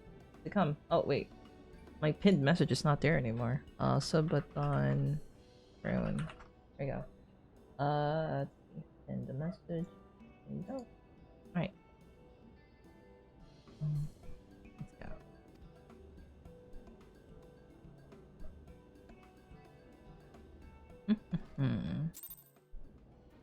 Right. Yeah, that was genuinely silly. I kind of like that. Wait, am I in the vicinity? 15-hour stream. Oh my. We're gonna be going for a longer while. We're gonna make it to 18, I think. What time is it? It's only like what? It's only like what? 9:50 a.m. for me. 9:50 p.m. for me. You can see my local time here, don't worry. Every time is 1:50. Oh, it's nice. I can swap between local time and server time. Huh, I see. I'm like 8 hours ahead. Yours at time. Oh, okay, that makes sense. Okay. Yeah, here's my time right now. Let's go to the beach. Nicki Minaj. Where is it? Let me tell you, hi Valerie. 16 hours would be another stream on my part, yeah. It's a good thing you didn't bet on anything, right? Pardon. You wish to slay the Lord of Crags? Must slay him, Cap. Dude, Yustola was there during the thing, during everything. She didn't even say anything, so she probably knew. She just wanted to see me suffer. Must slay him, Captain. People of Limsel are depending upon us. You fancy yourselves hero, then, just like in the tales. Be not so quick to judge. Long I have labored for the well-being of you, for you and yours, and my associates here has bathed in Ifrit's hellfire and lived. Welcome back, Sever. He's plus blah blah blah blah. I skipped that part. We know full well the risk and have taken very possible precaution. We lack only the knowledge of how to enter Titan's lair. Pray be so good as to grant us the boon of your wisdom. We shall be on our way. A woman who can't be tempered. Useful, but will not be enough. It's true that the company of heroes fought and felled primals, but each victory is bought with the lifeblood of brave men and women. And Titan was the worst we faced. We defeated him. In the end, we took from us some of our very best. Even if you possess the power you claim, you have no reason to believe you will succeed. Believe in what you will. We mean to try. Though our lives, blah, blah, blah, blah. You are passionate, I'll grant you that. And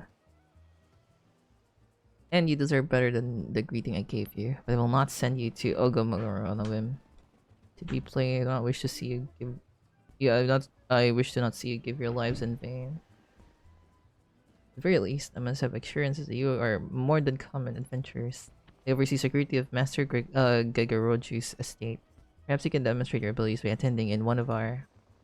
Ye gods, man, have you heard nothing I've said? You have not the time to perform trivial tasks. The enemy's at the gate. Thank you, Stola. Thank you. To imagine words can sway me, girl. If you dislike my conditions, you are welcome to find your own way to Old Gomorrah.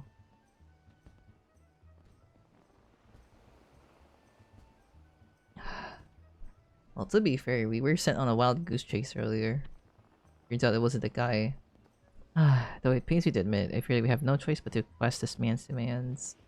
Yet it must remain to be done if we were to best a Titan. Forgive me, but I must ask you to undertake this task alone. At least my time to see the remaining preparations. Sure, Yustola. Leaving the dirty work to others, Harvey. Very well. Pray do whatever the good captain bids, however trifling. Remember, the fate of Limsa hangs in the balance. Ah, yes, peer pressure. Thank you, Yustola. I needed that right now. Right, big guy. Let me know what I need to do. Oh, my goober's about to... No, never mind. I thought I was about to die. Here, Eat more cabbages. Might eat more eggs. There you go. Wait. Nope.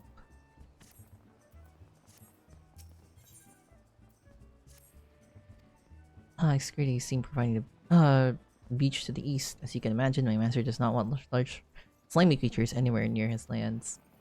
The beast is cunning, but you should have no difficulty luring it out with your herring. Play the Nyx and return to me. Oh, and don't forget to bring me that leg as proof of the kill. Okay, time to kill the Nyx. Why does saying Nyx sound like a slur? Anyways, cannonball! I got fall damage from jumping into a pool. Normally you wouldn't take fall damage, but I guess it's like when you do a belly flop and it hurts, I guess. Also, is my friend swimming? Look at this, look at this. Oh, they disappear when I swim. Okay, I thought they would swim with me. Wait, what are you doing over there? Probably celebrating some stuff over there. Huh.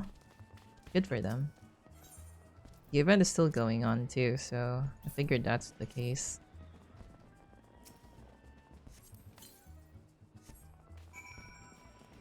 I was probably taking like a picture over there. Lie and wait for the Nyx. Okay, sure. Alright, let's hide in here.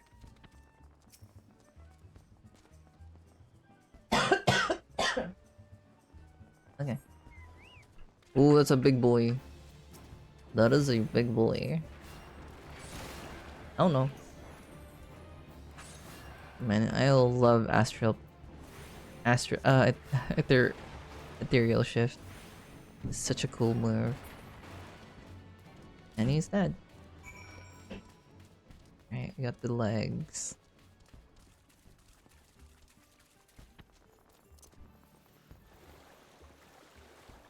That's nice. Actually speeds you up when you swim with like sprint on. Like so cool. Hi Whiskey. Well, did you deal with the Nyx? Indeed I have. Look at this chicken leg. Lest you think you're overly cautious for testing you in this way. You know that they had an incident not long ago. A foolish young employee was dismissed for lying about his past. He claimed to have served in the company of heroes, but I knew the fact he did not. Is he talking about our friend? Anyway, now that the plus busy work is finished, I'll give you a challenge that befits your talents. Thank you. Also level 46. Nice. Did we unlock a new spell? We did not. Oh, arrow mastery. So our arrow's level 2 now. Nice. Alright, we're ready. Glamour prism. Ooh.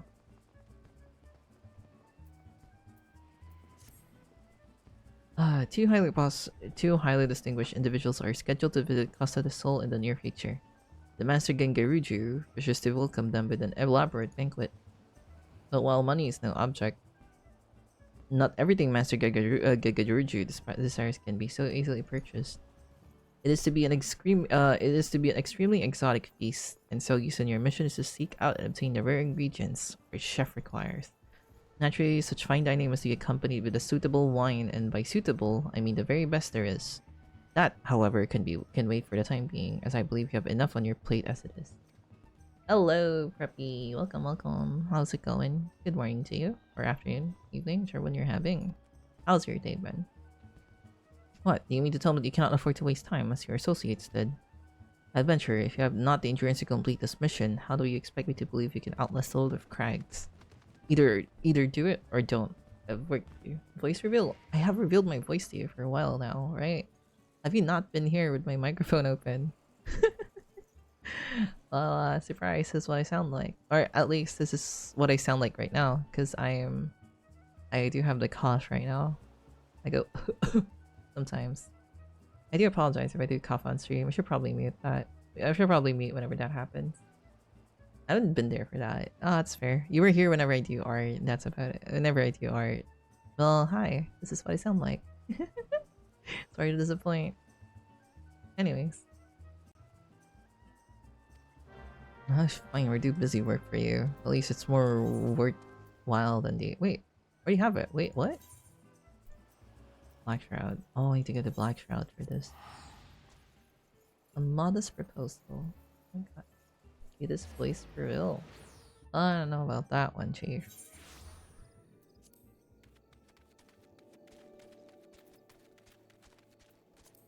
I would say passable.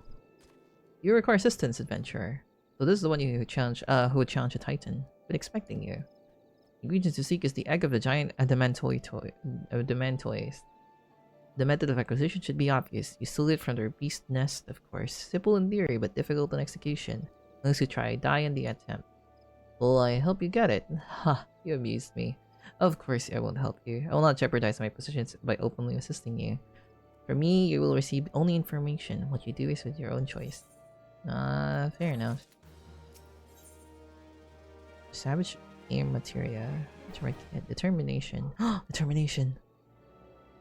Heaven's Eye, Savage. I generally don't know which one to pick from here. Probably Determination. I don't know what Determination is. Undertale. Determination. Let me be clear. This business between you, me, and the captain must remain a secret. See, I don't regret my time spent with the company of the slightest. Traveling the world, meeting interesting people, killing them, it was all jolly good fun. Oh. Alas, Gridanians are, by and large, an unforgiving lot. Dito here being a rare exception. Are you referring to her? I've had to go great lengths to ensure that I am seen as a model citizen with no taste for drinking, whoring, gambling. You're a whore?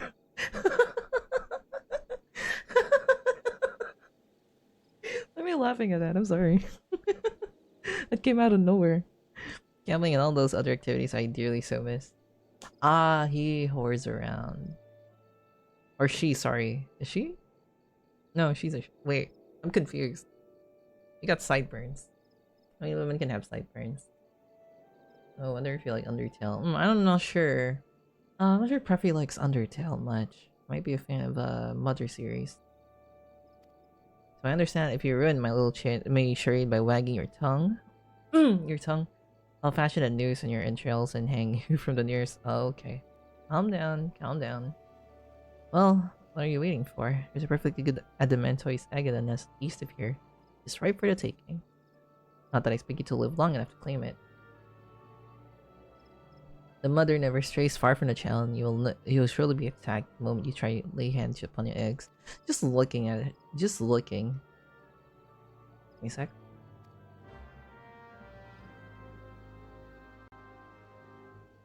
Oh yeah.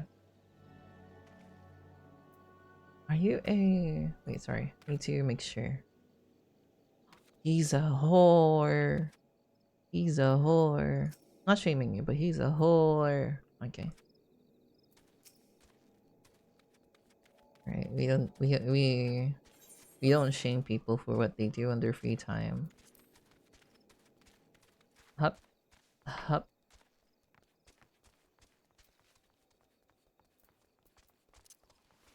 His words, not mine, by the way. He said he enjoys whoring. Yeah, it's work. No. He said he misses the stuff he used to do for fun. So he's whoring around for fun. Unless he gets paid for it. I support it, you know. I wouldn't do it myself, but, you know, you do you. That's a big turtle. That's a big ass turtle. Come on, come on, come on, come on, come on. Man, I love Eternal Shift. Alright, I got the egg. First the egg. That's a big ass egg for a big ass turtle. Alright, let's go meet with the whore. It's a fucking dog. Sever, go to bed. What are you doing? You're not with you. Go to bed.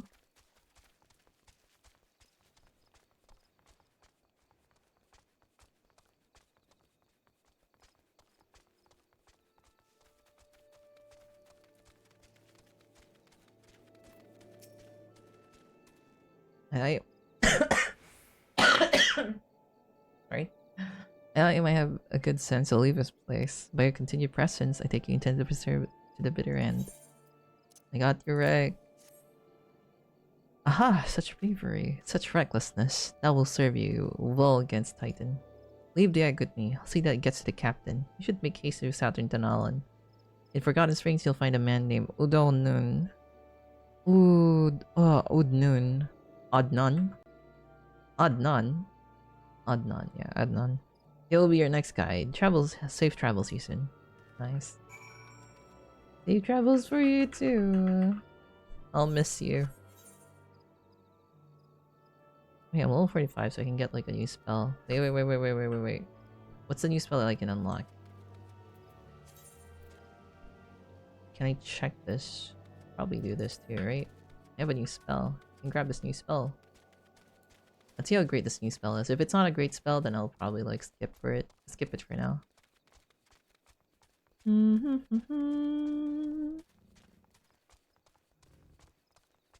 Up. Up. Oh, it's not even a spell. Never mind. That's gonna give me a new spell, but I guess not. Trial by Turtle. I love the name of it. I love the name. Trial by Turtle. Wait, unable to teleport. Wait, what? I'm not attuned to the Etherite yet. I am attuned here. Hello? Why am I laggy? You guys see that? It suddenly became laggy for some reason.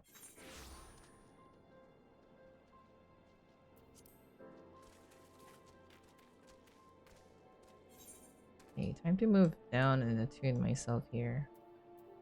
I have to walk down here completely. I thought I already attuned myself there. I guess not. This is the Nolan. Alright, checkable, let's go. Okay, need to check something real quick. I'll go to my Twitter.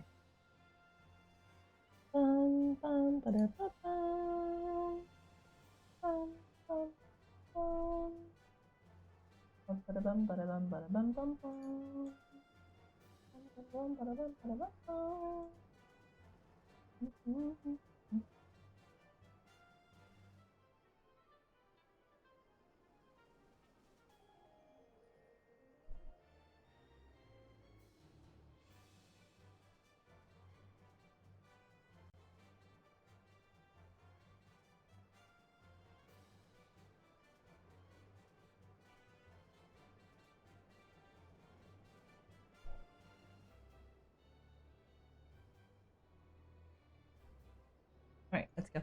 Sorry, I had to like double check something real quick. There's some interesting things going on. I see. Okay, alright. Right.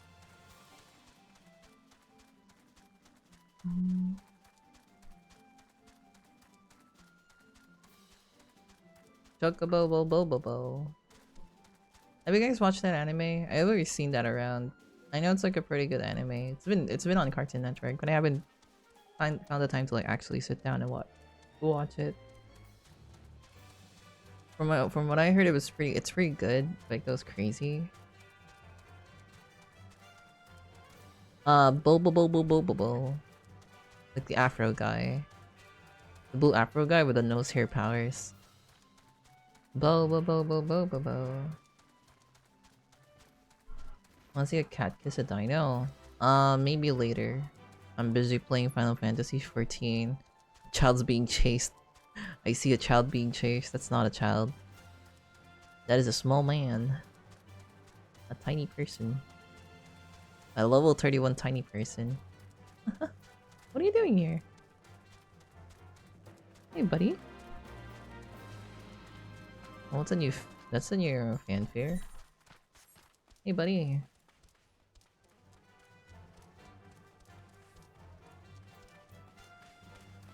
Wait, I have an idea.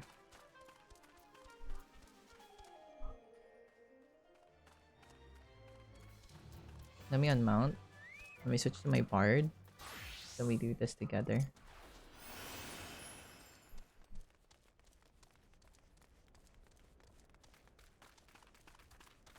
Does he get boosted? I don't think he gets boosted. Yeah, I don't think he gets boosted by my thingy. Never mind then. I'm gonna go back to my white mage. I tried, man.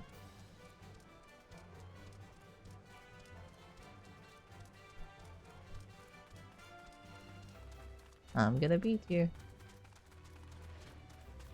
Yeah, there is PvP in the game, but I'm not gonna like put myself through that.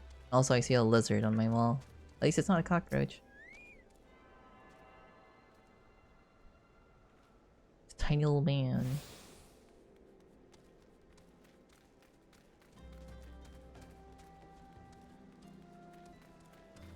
Oh yeah, there's PvP in this game. It's like there's like the MOBA type game mode that I'm familiar with.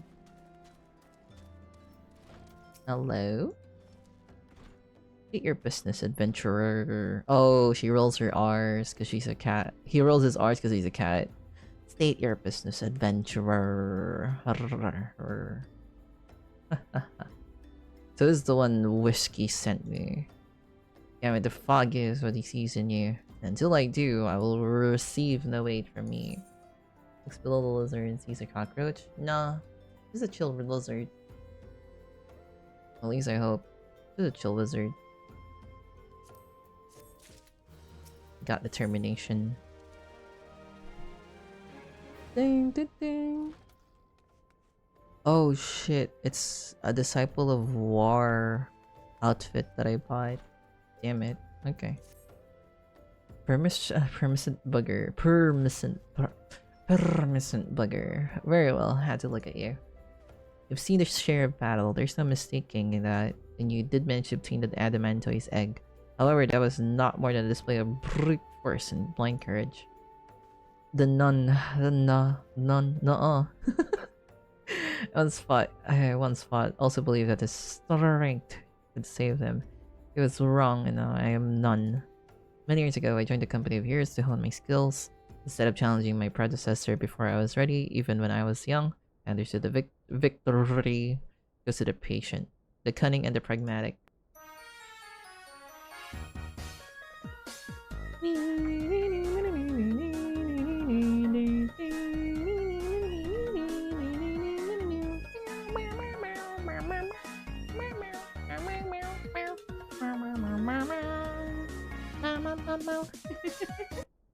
Hi nerdy! Welcome to the parlor! Welcome raiders to the parlor. Hi, I am Sunday. I go by Shide. We do art here, but right now we're playing Final Fantasy 14. You guys are familiar with the game, feel free to add me. How's your stream though, nerdy? They got shout out. Ooh, art! Well, you know what that means. What were you working on earlier? Wait, I saw one of your going live posts. Were you drawing Melon? Were you drawing Melon at one point on stream? Was it Melon or somebody else? Also, hi Malker. Malkurios, welcome to the parlor. We're currently doing a subathon, by the way, because it's my birth month. We have silly rewards up for grabs during certain intervals. So, yeah, give our tax. Give nerdy the permission to send links, and we'll look at their art later. Yesterday I was. I see. I knew it. I knew I see wife. I saw wife and I'm like, oh, that is wife. I don't think 100 seconds will be enough. Yeah, that's way too short. Just wait it out. Just wait it out. It's okay. I hope your stream went well. How's drawing? Hope you drew. Hope you were drawing some good shit. I also just finished commission earlier. Well, it only took me like 14 hours to finish it. Not 14, but you know what I mean. Just don't look at my stream hours right now. This is not my normal hours. This is not me. There you go. Oh yeah, let's look at that. Dude, I wasn't mostly sleeping. What do you mean? You weren't here for the most part. You weren't here for most of my stream. You can't say that. Let's go look at this part real quick. Let's see. Funny enough, yeah. Ah, thank you for working commission. Actually, oh shit. Oh, that's why. Oh shit. This looks nice. I was supposed to say this looks hot, but that's not respectful. This looks nice. Wait, I cannot show this on stream right now because I don't have my clip studio open. Just Scoops, just click on the image. I like this. I like the outfit. It reminds me of like a. It reminds me of a specific character. I don't know what. I don't know if they're cosplaying as a specific character, but I like this. I like the art. You always cook. You always cook, nerdy. You know that. You always cook. Nerdy always cooks. It looks so good, right? Dude, I wish I could draw something. I wish I could draw like that. Right now I'm stuck drawing furries. Wait, nerdy, have you seen my furry arc recently? It has begun. It has begun. I don't think I've shared some stuff with you directly, but it has begun. Sorry about that. I saw the mice, but okay, you saw the 2 mice. Okay, then you know already. Yeah, this looks amazing. I love the. It's the Dragonborn race. I forgot what it's called. It's the Dragonborn something. Something similar to like the dragons and stuff. Yeah, I love the design. I'm trying to remember. It's like cosplay and stuff. You do them so well. Who knew you had talent for drawing furries? Well, I was a Sonic fan, so I guess that could be my roots. Not that I drew Sonic stuff.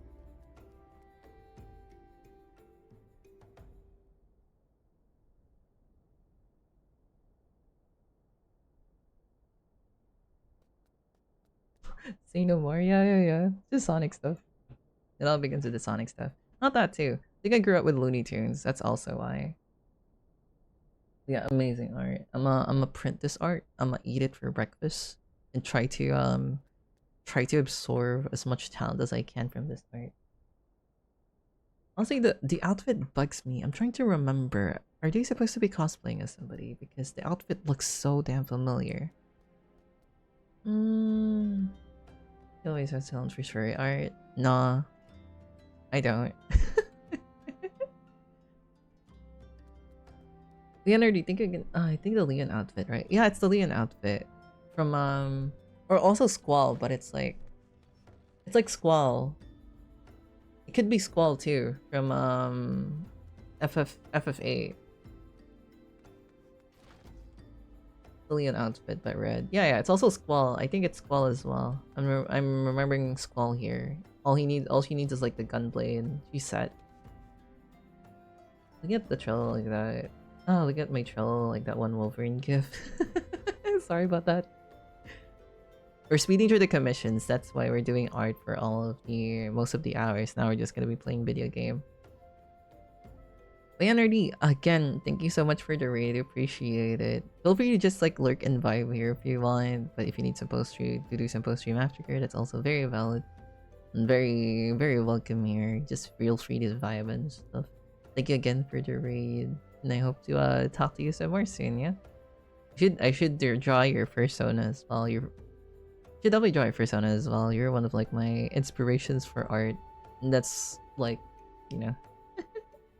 I always draw that for like people. I want to draw Mel, I want to draw Val, I want to draw Lucy, I want to draw yours, I want to draw Dios. Like a lot of people. Like I see everyone's persona and I'm like, wow, I want to draw that. I want to try drawing that. Energy. Go get your rest. Go get your rest.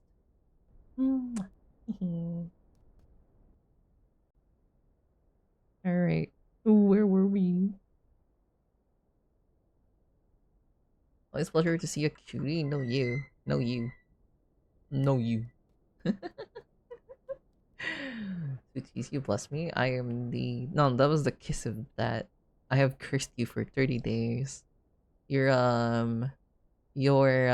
have to plug in your USB twice. You have to like flip it around 3 times to make it fit.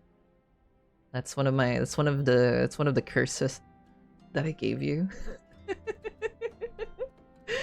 uh, your USB will never fit on the first go. You have to flip it twice. That's the worst of it, right? It's like we're trying to put like a USB. Oh god, it doesn't fit. You flip it around, it still doesn't fit. It was like, what the fuck's going on here? You flip it again and now it fits. Just dumb. That happened to me when I was like trying to plug in my new mouse. It's a very clear position. And this is why I still hold it. This is why I will not help but improve in wealth. I hate that he rolls his R's like that. As the desert to the east lies the Amalja encampment. There dwells a warrior renowned both of his for strength and his guile. To even face this Amalja in battle, you must first find a way to lure him away from the encampment. Not only to lure them, this will be your test. To draw out the... draw. So hard to roll your R's from the get-go. Draw out and defeat the veteran. For this, I will offer you no advice. Only the sworn spear. Why, you ask? You have to solve the riddle yourself. Now go, slay this old warrior and bring me his necklace. I would assume the thing he wants me to do is I use the spear to chuck at his face and try to lure him closer to me. That's the plan, I think. Alright, let's go right. Oh, Nerdy, if you're still here, I was wondering, do you also play 14? I have like a vague memory. Either you play 14 or you play... Okay. I thought you were more of a WoW person. But very rarely. Oh, I see. Where are you in the game, if I may ask? I thought you were a WoW person because the first time I saw you...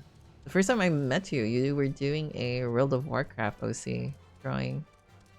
Oh, after Endwalker. I see. Also, you have done Endwalker, but you haven't started Dawn Trail stuff yet. Or are you not planning on playing Dawn Trail for a commission? That's true. Huh. I see. Huh. I have misjudged your character. I thought you would be more of a WoW person. But then again, it's hard to be a degenerate. You see, there's a different kind of degeneracy for WoW players and Final Fantasy players. Because WoW does not have G-posing.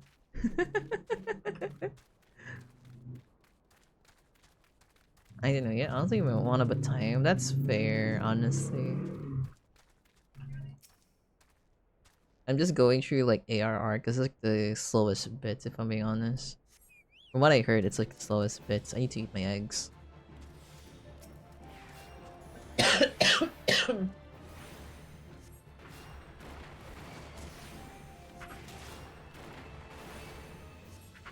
Okay, I used to play WoW. I mean, don't we all used to play WoW? Like subscribed and everything, or just a free trial? Because I remember I was one of the... I did try playing WoW first. Yeah, it's slow, but as soon as you hit Heaven's Sword, the story gets so much better. It has voice acting, right? Please tell me there's more consistent voice acting. They don't want to like read through the text. They just want to let them speak, you know? Spoil me on that. Is there more voice acting? But yeah, I think I was 7 when WoW first came out, and like my late dad. Okay, never mind. Don't worry about it. But yeah, I just don't like the pacing of AR. Just for now, like go here, talk to this guy, go here, talk to this guy, go here. Okay, do a bit of action, then go here, talk to this guy, go here, talk to this guy. The voice changes would have a... I am aware of that. I am aware of that because they have changed the... They changed the studio who does the dubbing for the game. So I am bracing for that. As long as there's more voice acting. It's okay, I'll get used to the voices. For now, I'm not really too attached to their voice, but I'll probably miss Papalimos if they do end up changing Papalimo, because I do love Papalimos like derpy ass voice. Oh my god, today we're gonna be we're gonna go on a mission. Yeah, but I was older than you, I think. It's so long since I played Heaven's Sword, I can't remember. It's okay. Tell me, adventurer. It's our old nemesis dad. Here's your necklace, sir. Ah, it is a fine necklace, as befits a veteran of countless battles. It'll make an excellent trophy. The spear. It belonged to one of the brothers. I knew when he spied it from afar, he would be unable to resist venturing outside the encampment to see it for himself. Do you discern my intent, or was it dumb luck, I wonder? Either way, you impress me, adventurer. I shall tell you the ingredients you seek. Sure, tell me, please. I wanna know. Actually, data center. Data center are you on? Don't mind me asking. I'm in Maryland. Dynamo Maryland. Yeah, so you're gonna tell me or what?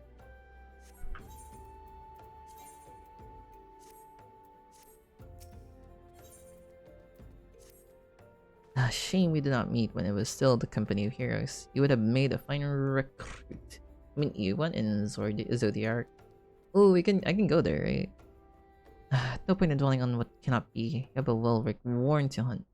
Sandworms slither brazenly across the desert dunes, but well-rigged worms are far fewer in numbers. Rarity breeds demand, and so their meat is highly prized as a delicacy. Wondering if I could friend you? I think you can. I have a friend in EU who managed to friend me, I think. The only way to catch your quarry is to entice it with something you cannot resist. These worms prey on the smaller creatures with Sagolil. A freshly slaughtered angler carcass would be my choice of bait. Hey, as someone who grew up in EU, do you find it an easier task to pronounce these names? Or it's probably because I did not really grow up with Final Fantasy. I find it hard to like pronounce names over here. These are an area teeming with anglers to the east. I'll mark it upon your map along with the location where the well-rigged worms are most frequently sighted. I'm British and God no. Fair enough. Trying to imagine like their Japanese pronunciation, like udu nonnu, udu nonnu. Be warned, my blood will drive the worm into a feeding frenzy. If your skills is lacking, will devour you as well. Fetch quest here, fetch quest there. At least we're fighting more. Also, you guys noticed my game is incredibly bright, and that's for a reason. I've been staying in Gridania for too damn long, and it's so dark in there that I had to like turn up the brightness. That's an odd pile of sand. That pile of sand looks so green. It looks fake. It looks like kinetic sand for some reason. We had to like turn up the brightness for the game because staying in Gridania, where it's always dark because of the forest, is so dumb and stupid and dumb and stupid. Hey, wake up. Wake up.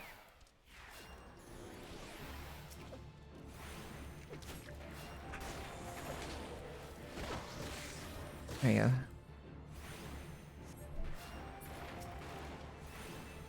Why is he running away? Howard, get back here.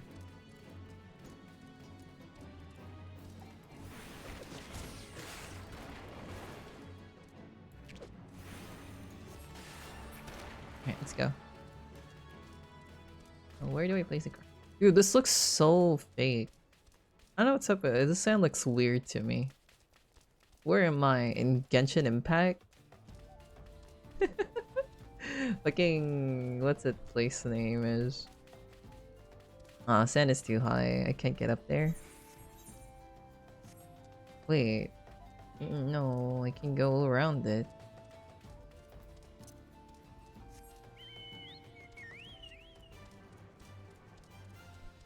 Where am I? Fucking Sumeru? Oh, it's a big sandworm. It's an Alaskan bullworm.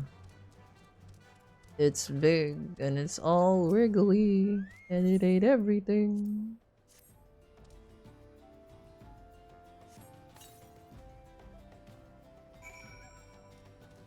Okay, sure. Then we'll go in hiding here, I assume. Oh, what a great hiding spot. That's a big worm. It's a big worm.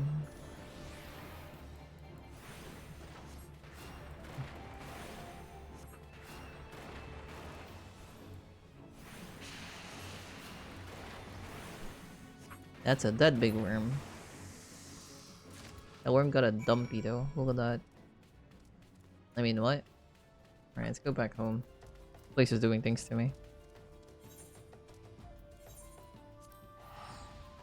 It's a Golil desert. It's a Goli desert. That's just the Golil. I'm so glad you guys are. Okay, I was about to say, I'm so glad you guys are not paying attention. Thick worm indeed. It's the Alaskan bullworm. I'm gonna talk to you over here because I don't want to be blocked by the door. I look well. Have you caught your quarry then? Yeah, I got the thick worm meat over here. Your skills as a hunter rival those of our best. I applaud your success, Ethan. The meat will need to be heavily smoked before I ship it to Whiskey. Worry not, you have my word that you will receive it in time for the banquet. You must be eager to obtain the third ingredient. I get to say I know not of this location. For the nonce, you will have to return your cost to the soul and seek Whisker's counsel. But hold a moment. Since you will be meeting the captain again soon, there's something I would like you to deliver to him for me. Sure. You've been doing your busy work already, so why not? At least my movement speed in this location is pretty fast now. The captain was always fond of the brandywine. I would be grateful if you could deliver it on my behalf. I was a reckless, angry youth when I first joined the company, and he would have been well within his right to cast me out. Everything I have, I owe to his wisdom and generosity. I, Whiskey, is a firm yet fair teacher. He's an expert molder of men. I suspect he will still that is still the case now. No, the thick worm meat. Yeah, we have to give it to him. Please give him my regards, Ethan. They have to cook the meat. Hey, I don't think you should stand there, Scoopabo. Get down from there. We'll get scolded. We'll get kicked out of the facility because you're standing on the desk. Please don't stand there. I don't want to get kicked out again. Okay, let's go.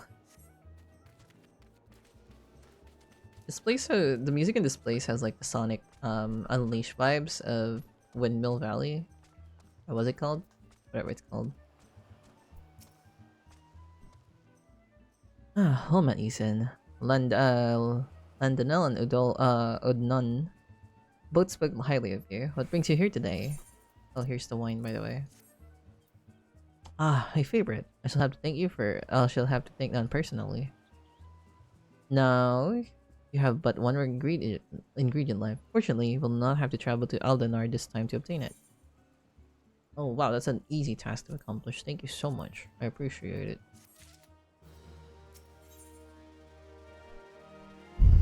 Things we do for cheese. Why does the title make me laugh? Jesus Christ. The things we do for cheese. You'd be told I never intended you to collect the last ingredient. Brave Fox, my old quartermaster, wished to bring it to Costa Sol herself.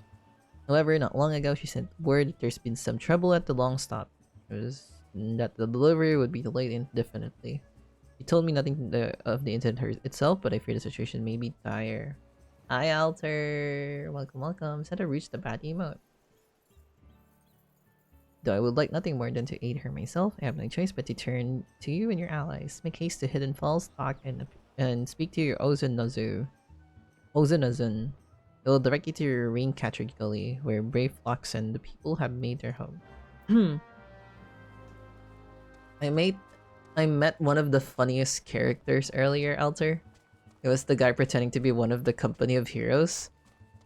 I want to go back to my stream later and grab that one clip because it was the stupidest thing. It was like me standing there and he was looking at me all flabbergasted. Just quest accept just popped up and fanfare and everything. It was so dumb. I loved it. Yeah, it's an amazing emote. How's the ice cream doing, by the way? Coughing, but I'm doing better. I am playing game. Very fun. I'm doing it for the cheese, by the way. How about you? How are you doing? Bam, bam, bam, bam, bam. Is this a dungeon? This better be a dungeon.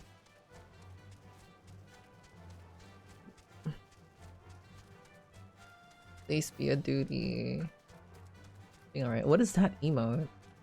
You sent that emote to me earlier. Is that like a vor emote? You are not allowed to vor. Doing alright. I see, I see. Sever! Sever, no! I know exactly where you got that emote, but Jesus Christ. I thought you only have that on Discord. Jesus Christ. What's the hurry venture? Okay, what is that? Yeah, that's a tentacle. That's the normal. Normal. That's normal. What's the hurry venture? Eh, something happened over the Gobble settlement. I don't know why you're so eager to help a bunch of beastmen, but go and talk to the skipper over yonder. He'll ferry you to Red Rancher Gully. Greencatcher Gully. Hey, skipper. Sure. Use my money. Ah.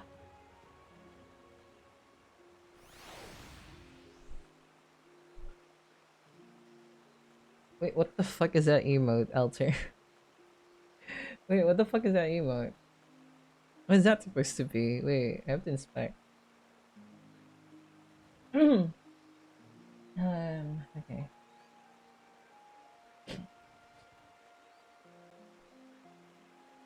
I would appreciate if you guys calm down with your emote games. That looks suspicious.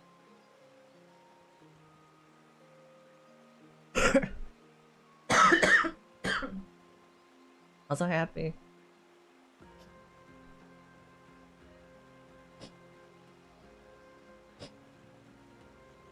Good afternoon, good evening to you. How's it going? Also, thank you for the posture check. I do appreciate it. I need to inspect one of the fucking things he sent. Just this. God forbid. Okay, there you go. What is this?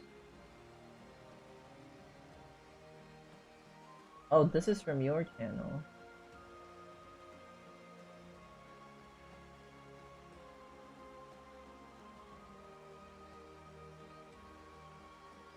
Yeah, I would appreciate if you calm down with the emote. The CG emote is cute. CG emote is pretty cute. Yeah, I would appreciate if you... Did I ever give you an umbrella? I don't think you did. No, not referring to that. Well, I mean, to each their own. Honestly, I don't want to like police people too much, but just don't expect like a reaction, like an actual reaction to me if you start sending stuff like that constantly.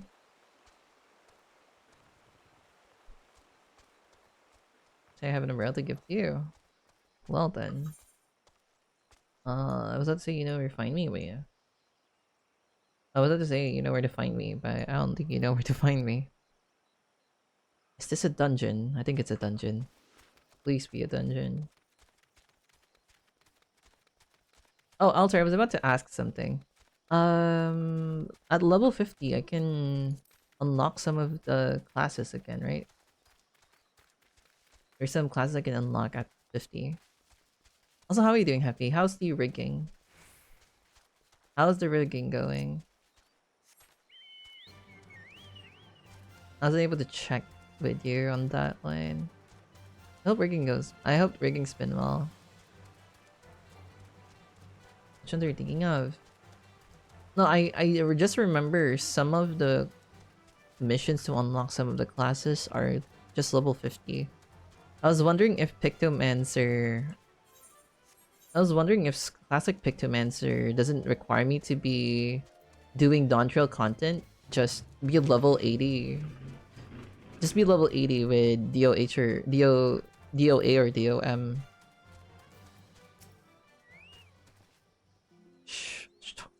Tongue flaps and whiskey ears reaching ears of Brayflux. Uplanders come to tasty flesh goblet. Yes. Best price for Uplander deep in Longstop. Like the beast chased Gobbleflock from homes. Gobble fuck these goody uplander gives safety to Longstaff, which much than handling. You have to just be in that level. Okay, that's good to know. Yay, new duty. Are you joining me for this duty? Alter. I have room. I assume you are joining me for this duty, so I'll just wait for you. You know where to find me. Hey, you can find me, right?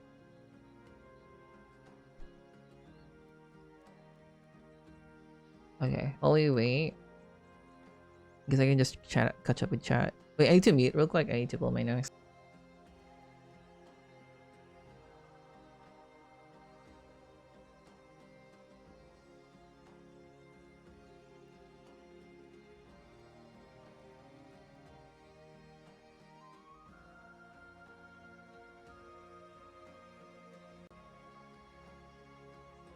You can sniff a civil like no other, so I can find you. That's kind of scary and freaky, but you know what?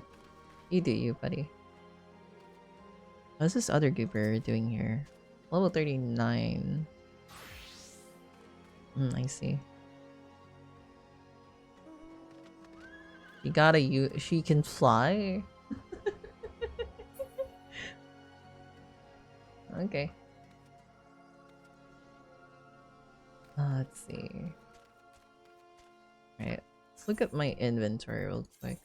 I already got my best gear here. The best I could do. And then, effects potency. Effects magic potency, FL's healer. Oh, so mind is for healers. Magic potency is for DPS. Okay. Effects physical damage dealt. What's strength too? Effects physical damage dealt by gladiators. Never really checked here, huh? Termination. Effects amount of damage dealt by both physical and magic attacks as well as the amount of HP restored. Oh look, it's a friend. Show off.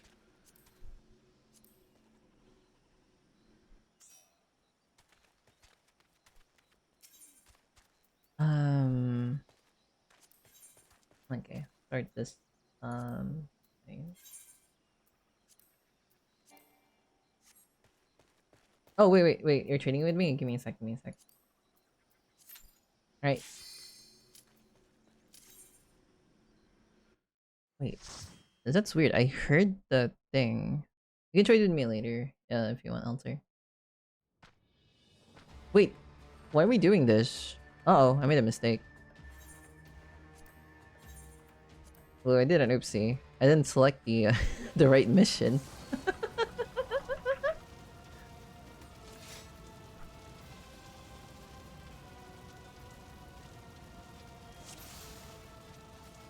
Alright, who's tanking?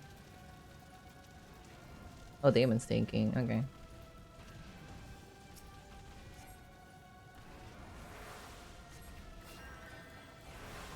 That was weird. I feel like I heard the alert outside of the game. Oh, I'm healing the wrong person. Whoopsies. There you go. That would've been silly.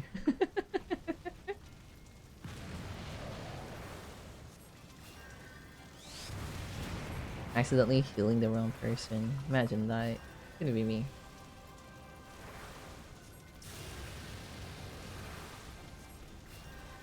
Surrender thyself in the fires of judgment. What if no? What if I don't do that? You got 2 limited break bars. You can just focus on Ifrit then. You don't need to get the spike. Or get the... I can't believe I said spike. This is what Valorant does to you fellas.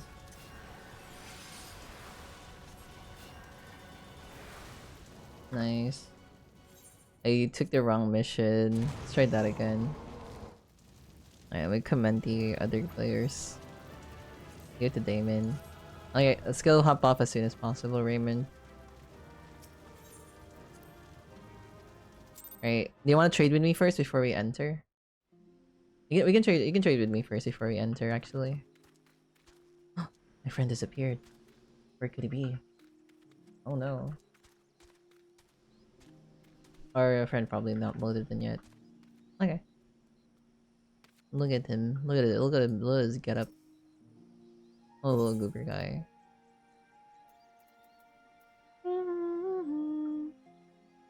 Let's... Okay, how do I use this then? Is this just a, is it like a weapon? Let's see.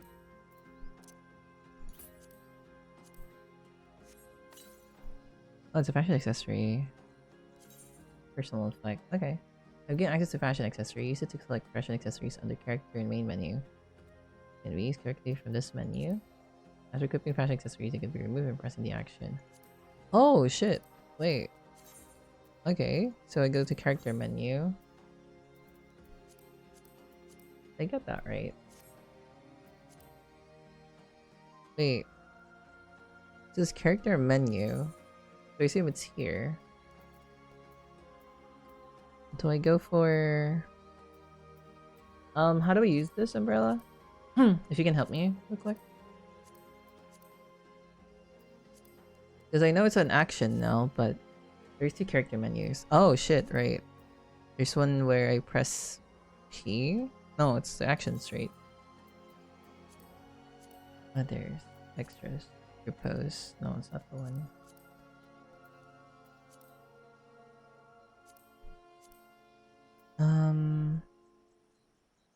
There are two character menus. So, fashion accessories, there we go.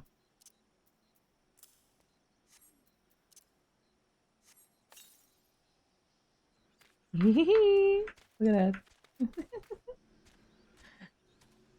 Oh wow, this umbrella fits my fashion actually. Hell yeah, look at this.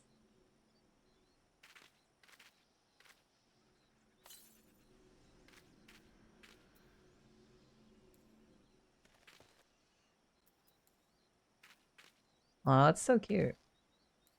Thank you for this. Actually fits my fashion so well. I like this.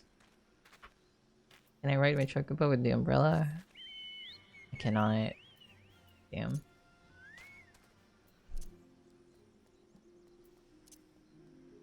I wonder if we can sync. I wonder if we can sync our dance together.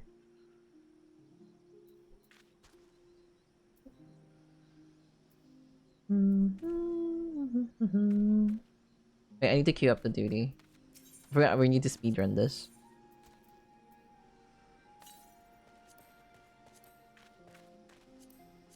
Wait, why can I not select this? Other party recruiting. Oh shit. Wait, there you go. There you go. Here, select. Yeah. Right, we'll do the solo dance. Look at him. Look at her go.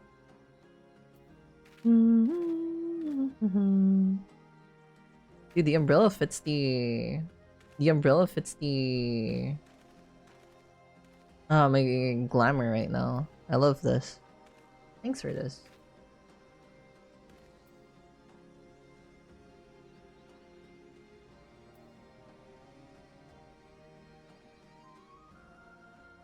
I thought it was a bird looking. I thought it was somebody looking. It turns out it was a chocobo.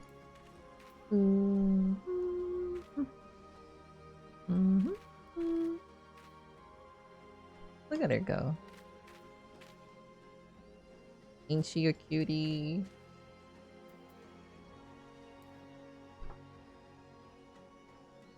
I remember I have to like change the hair color at some point. Oop. Oop. How do you usually get these umbrellas?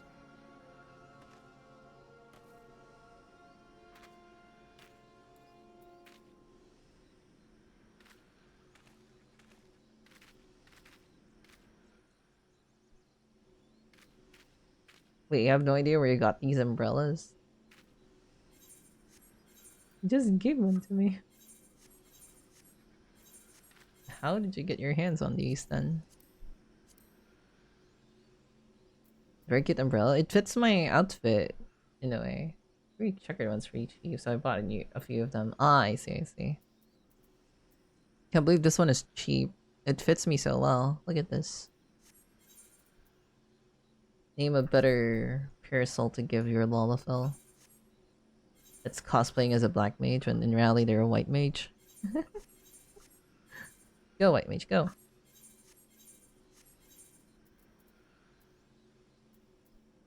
Right. Let's see.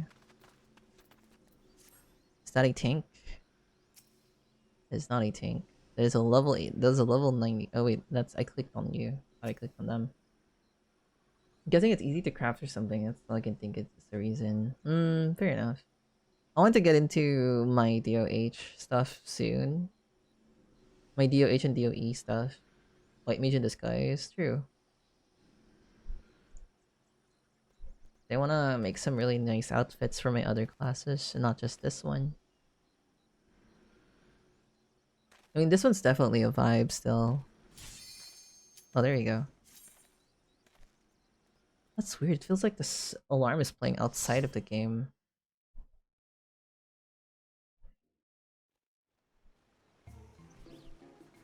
Yeah, I'm just gonna go through like the cutscene because it's my first time. I want to go through the cutscenes first.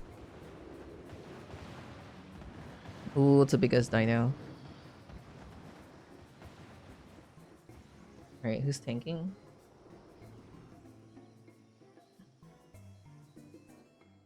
Oops. Okay, found our tank. I have access to... I only have access to cure 1.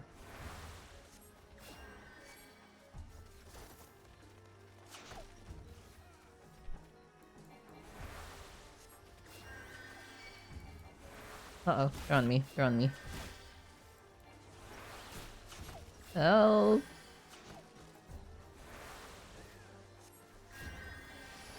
I can ask. I have access to cure 2 actually. Okay.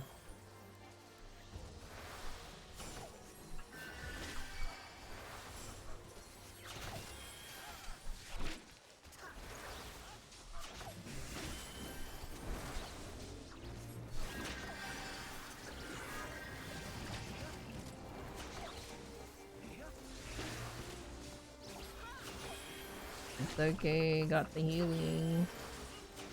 Please don't die. No, I'll just focus heal the goober. Gonna run out of mana soon.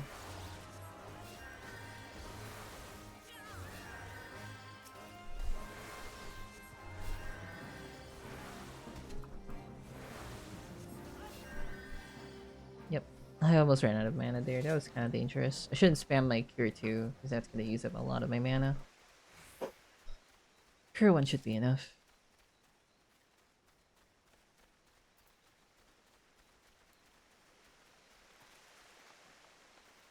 Decline. This place is gonna be kind of confusing to navigate around. They should probably just like learn from them.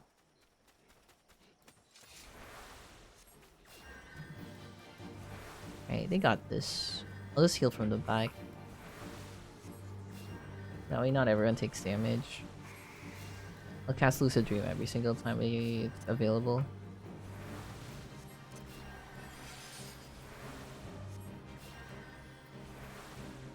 Oh, they have a status effect. Isura.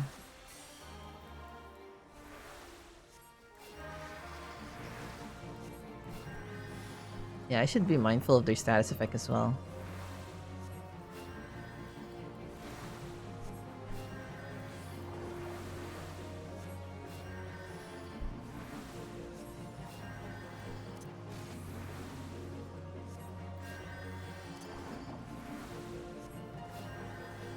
There you go.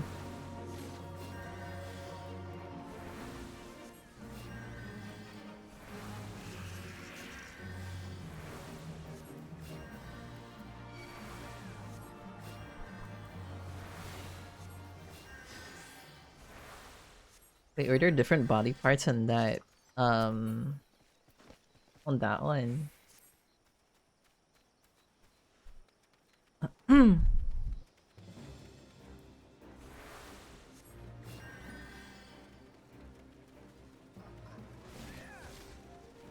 Okay, let's wait for He's too far away, too far away, too far away. Got you, buddy. Okay, it was dangerously low there. It's a good thing I have Swift Cast.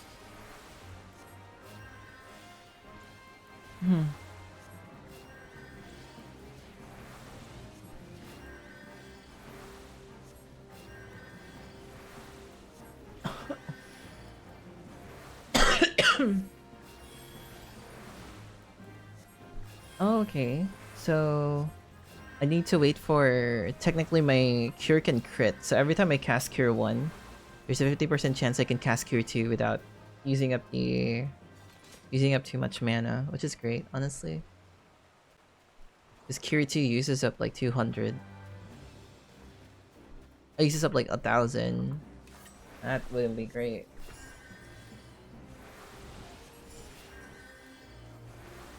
You're basically letting it crit.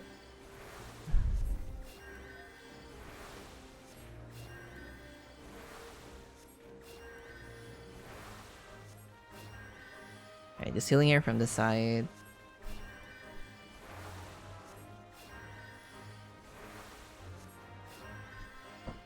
Alright, let's go.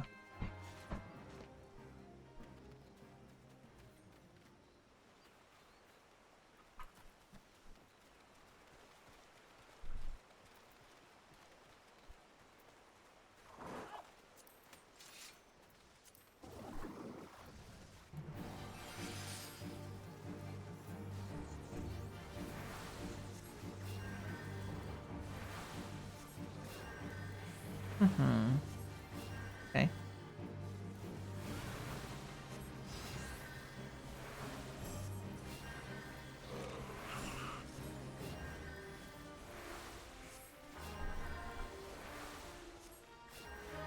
A lot of dinosaurs here.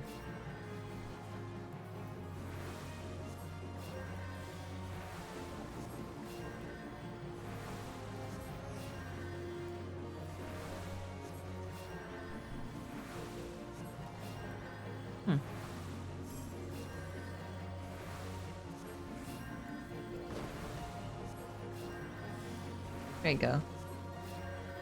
Wait, I thought somebody spawned behind me. I kinda got scared there.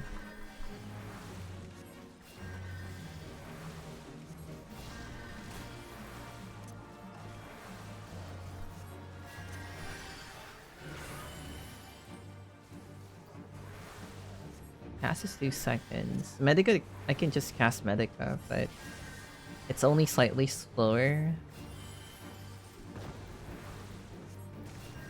Like a whole half second slower than just casting Cure 1.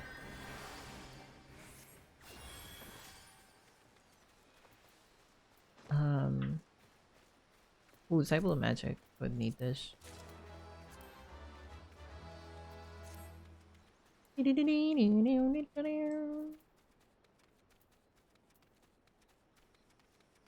I'm not a machinist, but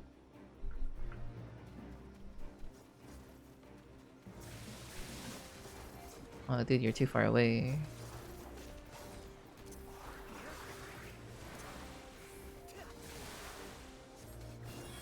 Dude, you're too far away. I'm kinda scared.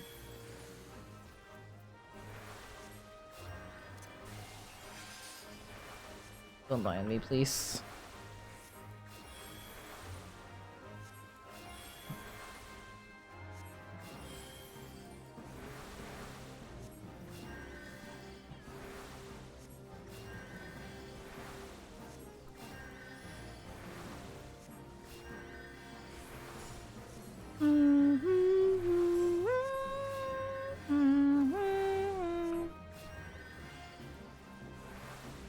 I should probably keep myself very close to the fucking tank, because that was kind of scary. Tank almost died there for a couple times. Okay, start healing.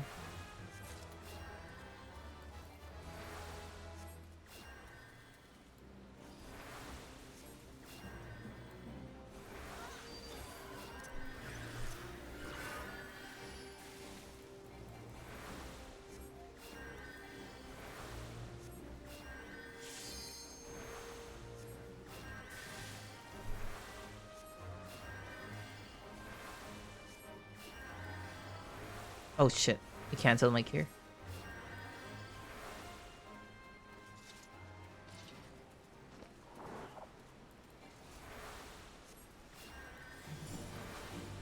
Okay.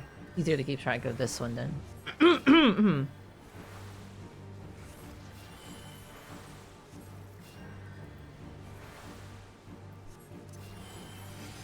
I cast Lucid Dream. I cast my air. Why not?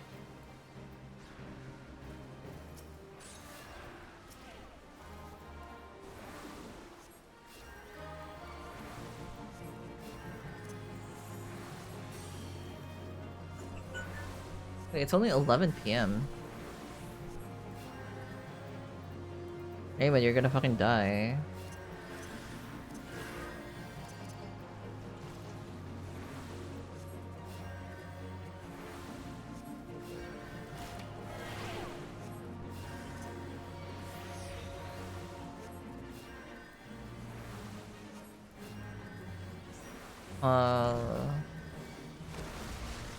Oh my god.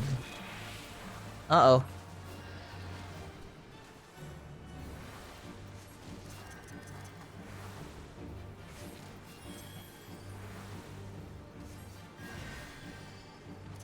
Dude, that was scary.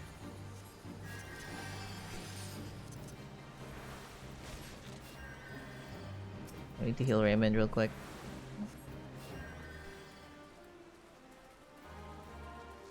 I got you, I got you.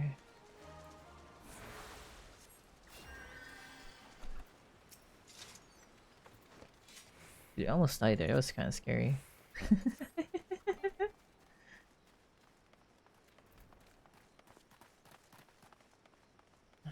I need to start healing.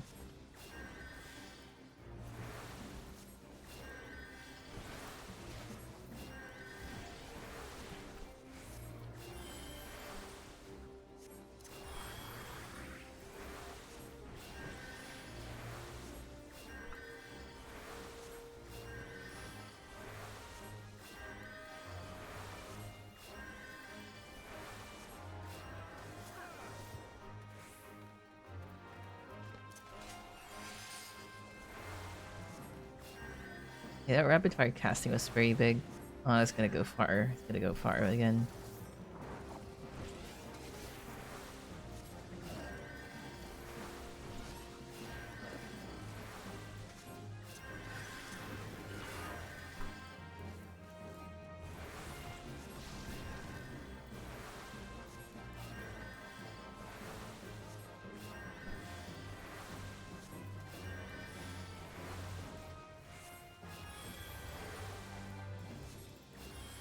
Oh, it's dark now. Okay.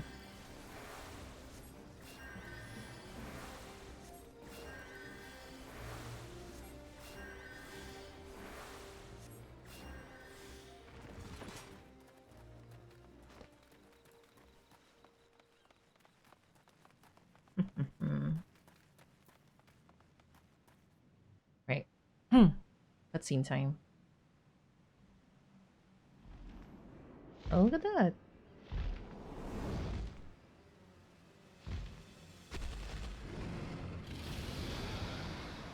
Oh, we're actually gonna fight him now.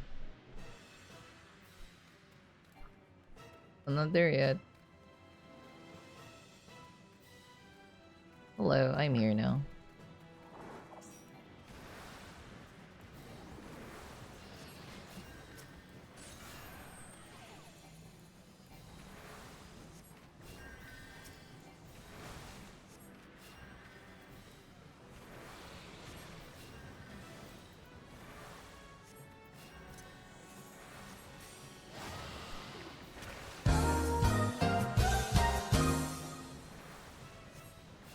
I need to cast the— oh no, I'm just fine. Oh god.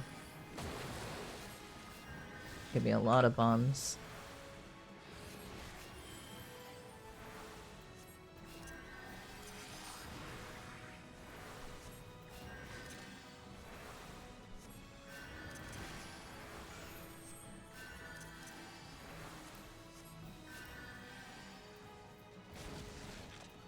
Oh god.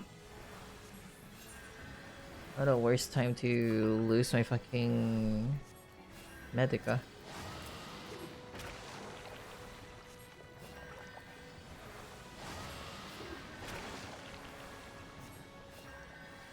Oh god.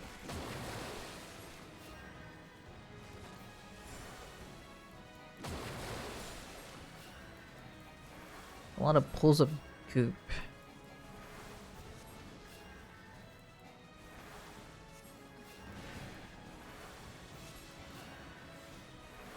An epic looking lizard. I like that. Also, I know it's a dino, not a lizard. Or a dragon, rather, not a lizard. But it's the same thing. Oh yeah, look at that.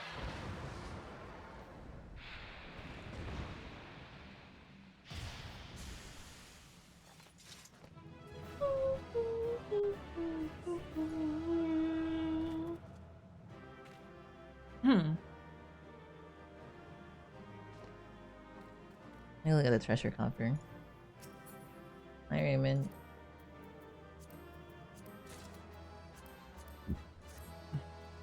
Right.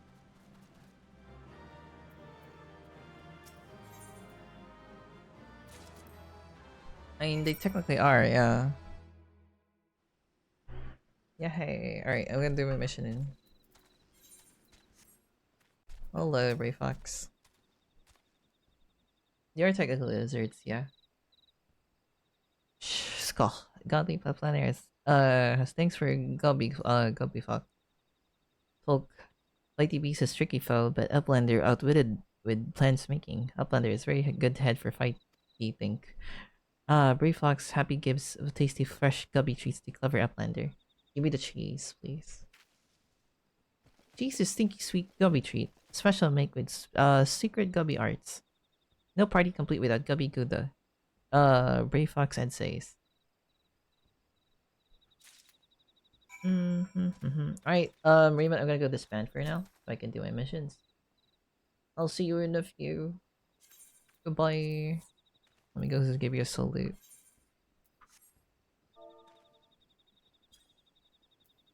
Oh, wait. I think I typed it with all caps.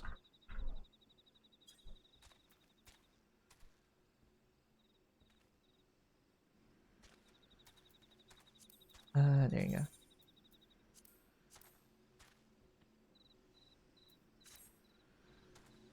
Alright, I'm gonna hit.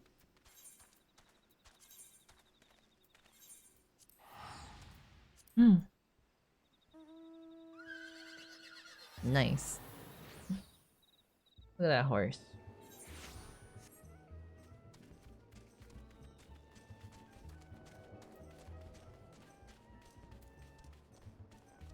I'll put this over here.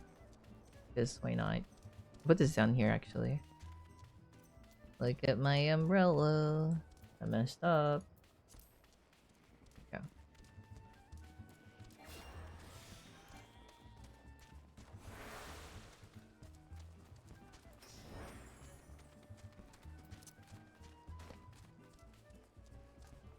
Nice happy to see you. Thank you. Nice happy to see you. Oh, they're playing fireworks over there. Wonder if they're doing like a show. I wonder if people are doing a show over there. I figured they are. Having some silly fun times over there. I can't resolve Blade Fossil problem. Yeah. Heck yeah, we did. By the gods, the unholy stench. This is definitely goblin cheese. Judging from the smell, it should be quite flavorful. How is it made? It's best you remain ignorant of such things. Still remember when I learned what kind of milk to use. Gee, I wonder what kind of milk they use for their cheese, huh? Ain't that something that makes you quite curious? Bravo, Ethan. Thanks to you, our guest shall be honored with a marvelous banquet. But good is the exotic fish that like fully exquisite aperitif. Luckily, I noticed a person to ask. Make your way to Wineport and seek out Shamani Lamani, another former member of the company. All you have to do is give him this order slip and he'll take care of the rest. Oh, if you're wondering if this is merely a ploy to test your patience, I assure you I do actually need that wine. While you're here, give Shamani money, Marion. I was about to say, I feel like you're just putting me through like random bullshit, but hey, you know what? Not like I got nothing better to do. Like, I don't really need to save the world or anything. I already got the teleport here anyways. Bye!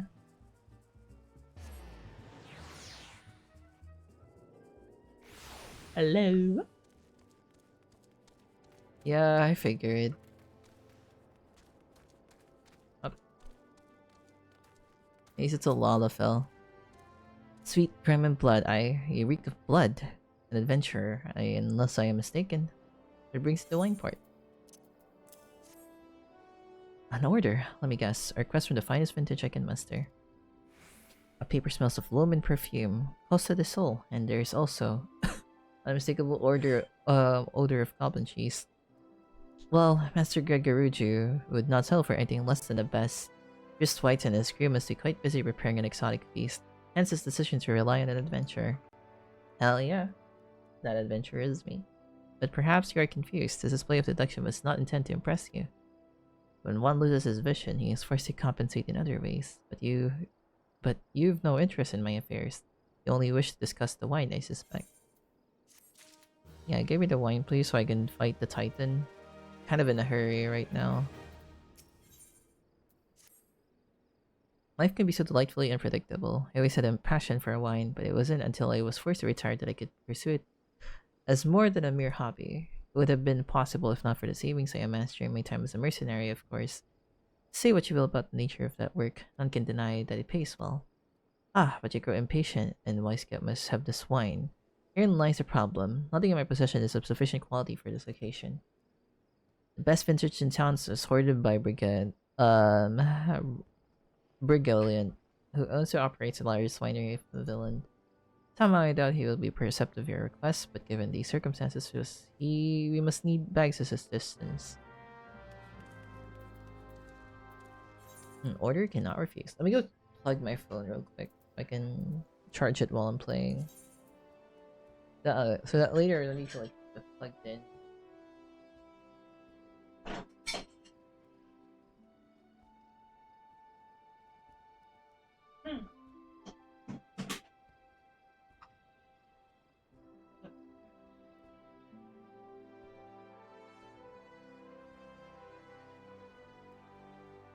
Hell yeah, there you go.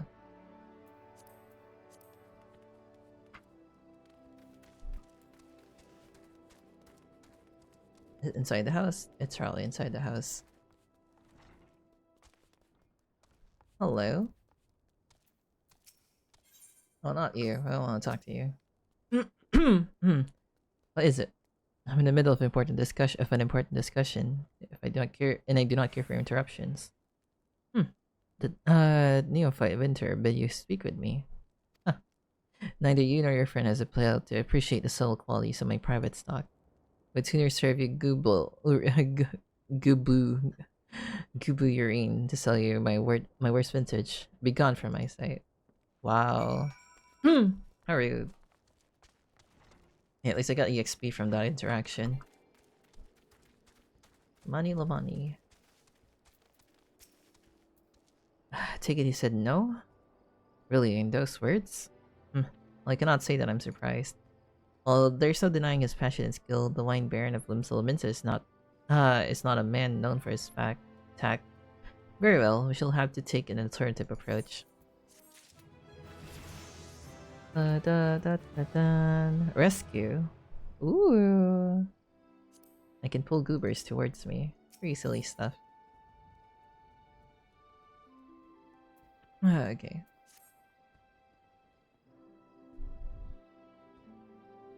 There's a chance, however small, that another resident of Wineport can furnish us a suitable wine. If I had become several years ago, I guarantee this would not be a problem. Alas, the quality of our product has declined significantly in recent years.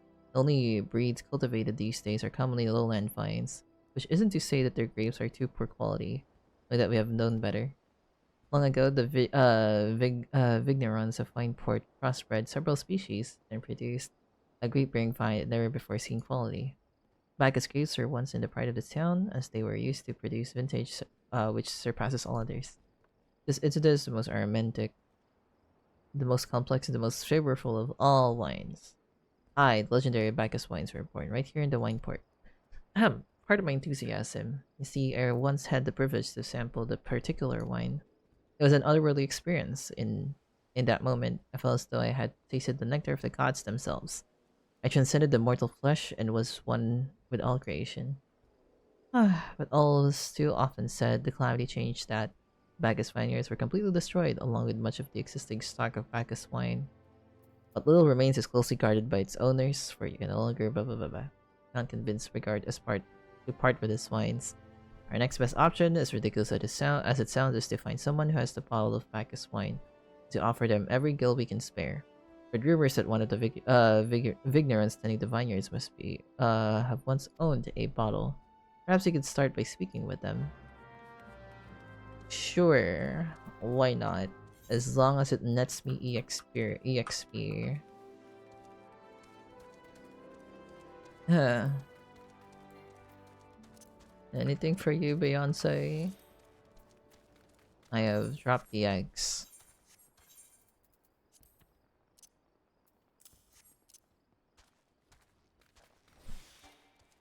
I just bought 2 minions for you?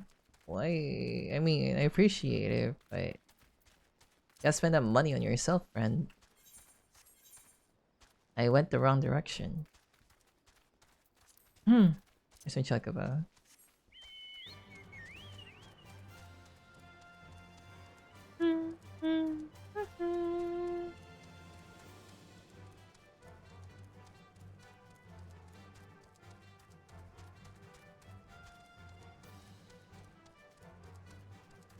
I completely forgot about Toontown. Honestly, me too. I feel bad. We started a guild and everything. Kinda got too fixated on doing Final Fantasy stuff plus my commissions. I think it's because we also felt a bit like burnt out and we were doing that one factory and it kept crashing. So I figured, they should probably just fix this first before we start playing. And we never continued playing afterwards. Only really mentions with Gil anyways. I see. What, do I have Bacchus wine? I wish. I never had the chance to try it myself. Sorry friend, but you're... okay, sure. Guess he doesn't have the wine. Oh, this place is closed off.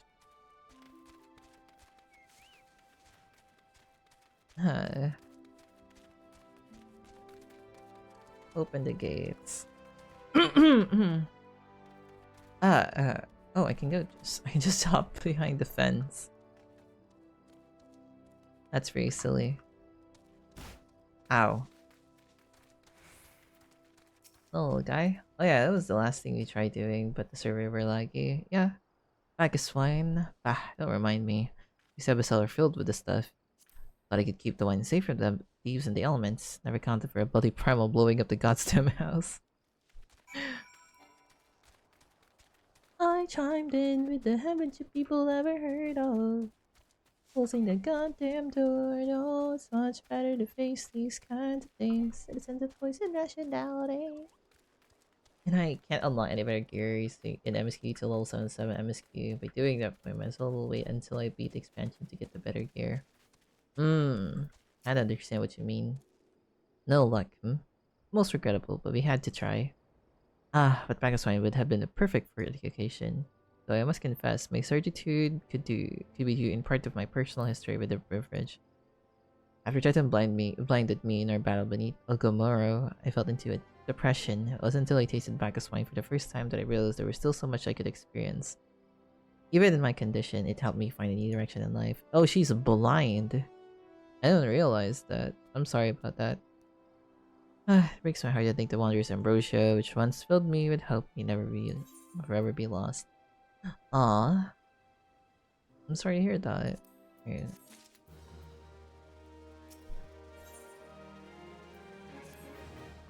Must say, this toxic Bacchus wine has made me rather nostalgic. Indeed, there's much I miss about my life with the company of heroes. After everything the captain has done for me, I could not disappoint him. I have no fear. I swear that I shall find a suitable wine for the banquet, though we need something to think of a solution. In the meantime, I have a favor I would ask of you. 2 years ago, the deepest depths of my despair, I stumbled across the Vilbrand of the Vagabond Trunk. As a vagabond trunk, I suspect I was looking for a place to die because it was nearly found one not far from here. There was this man named Tress, took me in and nursed me back to health. And it was he who gave me the first taste of Bacchus wine, which helped me find a way to a new calling. This wine is my own original creation. It would be most grateful if you deliver it to him in my stead. Just sometimes work with the Raincatcher gully docks, so perhaps Risk can tell you where to find him.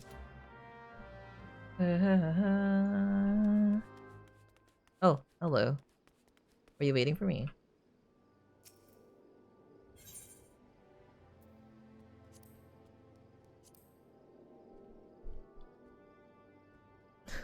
Ready to shoot your buttocks in the hardest of places. Thank you for these fashion items. I appreciate it. Runs away, does not elaborate.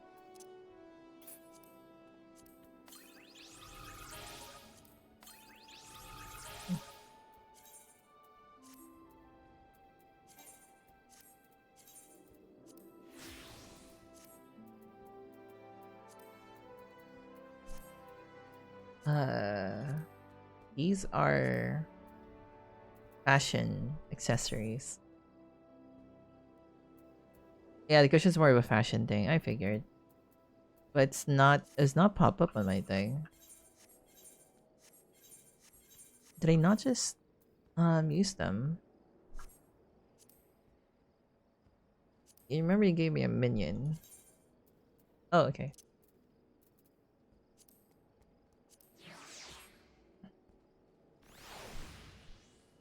Oh.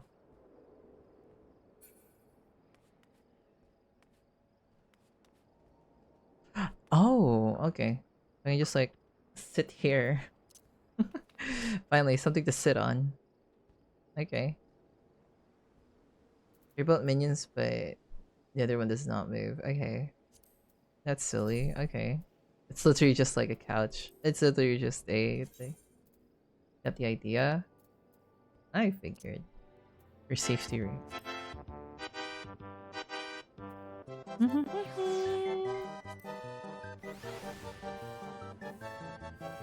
I got the magic broom. That's so nice. Oh, thank you for the headband. They appreciate it. Okay. Only it's like from a very minions. These two must be favorited. Okay, add the broom to my favorites. Add the dust bunny to my favorites. Well, I'll even add the slime to my favorites. And the dodo. And this one as well. And this one as well. Look at him. Why is he sweeping so fast?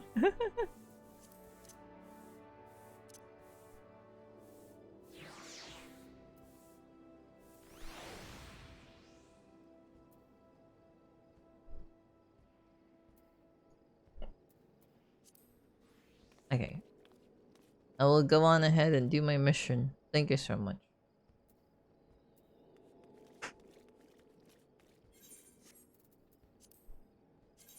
Let's go grab the dust bunny again. It's still we have the dust bunny and then we have the dust bunny and then we have the fucking broom, which I thought was pretty silly. Oh, they have like footprints here. That's pretty nice. How you doing, Bit, by the way? Hope you're doing well.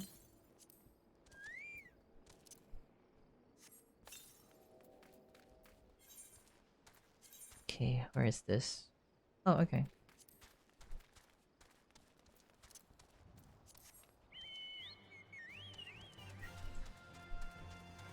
Bum ba-dum bum ba-dum bum bum.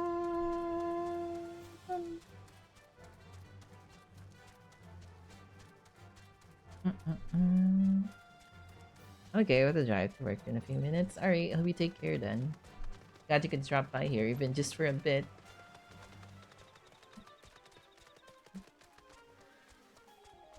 Hello? Dressed? Oh, you mean the hermit? I tossed him a few gil when he needed an extra pair of hands. He doesn't talk about himself, and I'm sure the bells don't ask. The man's got a face with scars like that. You best leave them well enough alone. I say if you mind to find him, though, and head southwest in the severed string. Okay then. Sure.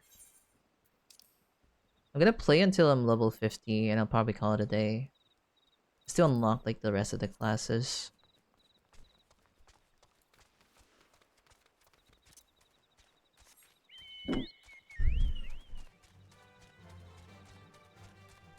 Probably get to level 20 soon, level 50 soonish. It's a gaboo. Look at that. Oh, gaboo. Very harmless. Very harmless gaboo. Just wanted trends. Look at another harmless gaboo. Look at that ass cheek. Well, the ass cheek maybe. It's detailed as fuck.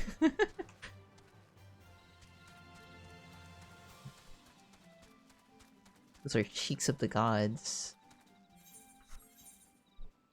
I tell you what. A lot of gooboos here. They're all just chilling and vibing over here. Oh no, I fate. I'm over leveled.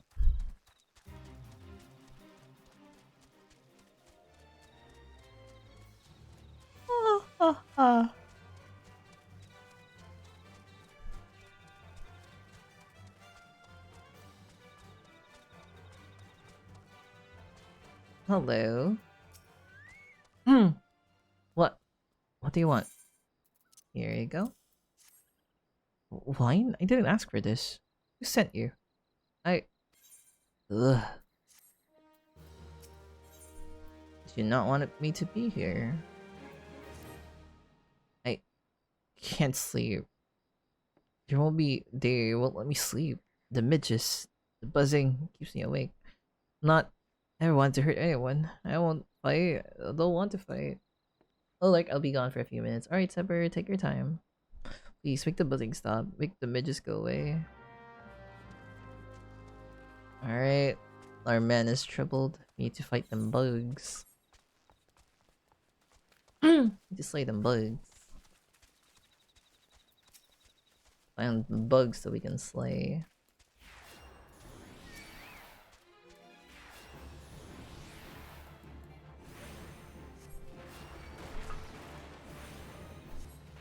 Oh, they're pretty tanky bugs, holy shit.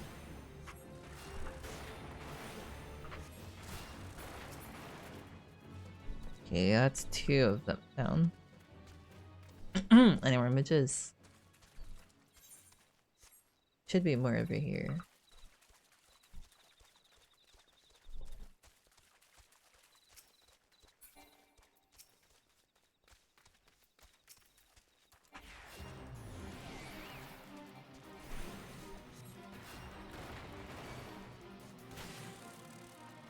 Oh wow, I got interrupted. How dare he?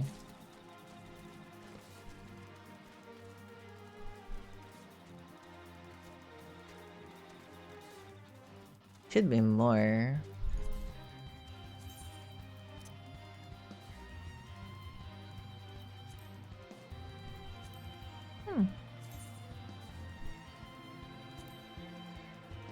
Okay, it doesn't have SP. Where's more midges? Man is crying because there was too many midges. I need to help him. I need to find him more midges. Oh, found more midge. Uh-oh. Why are you attacking me? Oh, you're not a midge.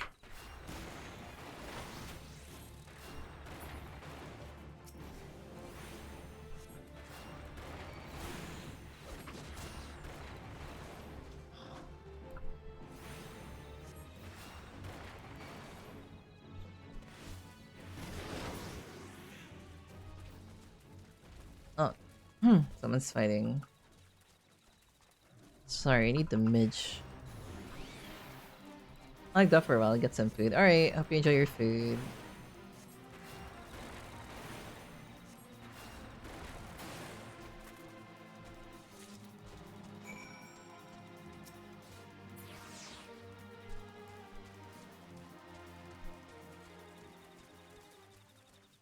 It's okay, Dressed. I killed them. I cleared them all.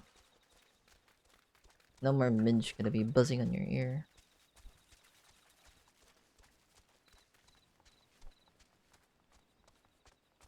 Hello. It's not allowed anymore. Did you do that?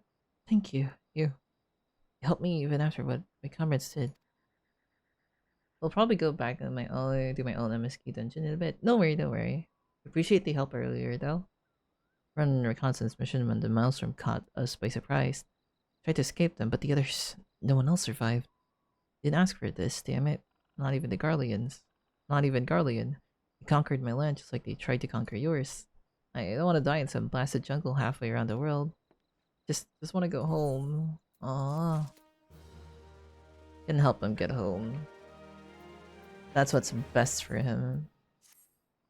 I wish to thank Shamani for the wine. That was overly kind. I would love to be willing. Would you be willing to bring the gift back to him? Sure. Yeah, I was surprised. I was doing the damage I was doing. I was surprised I was doing the damage I was doing with the sink. Like, surprise good, surprise bad. Like, were you expecting you should be doing less, or are you expecting you were to do more? I have 3 shells out here. Please, take me to Shamani for me. I'm glad he moved on with this life. I hope one day I do the same. Just really wants to, like, you know, live his life. That's fair. I was expecting to do less. Huh. I see. Okay, where to? Oh, yeah, we're just in joining a growing casual free company. Who are you? How did you find me?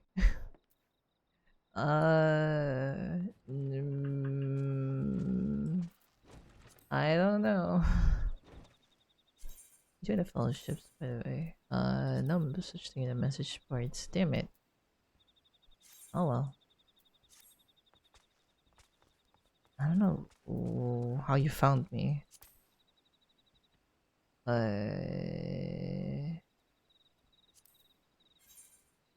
Oh. That's a funky looking adventure plate. Okay, where to? Like palm tree wines. Oh, do I need to scavenge? Do I need to open up my... Oh wait, it's already here.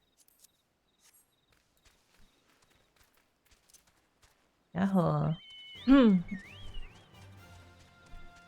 my god, it's a gigatoad. Meow meow meow meow meow meow meow meow meow meow meow meow meow meow meow meow meow.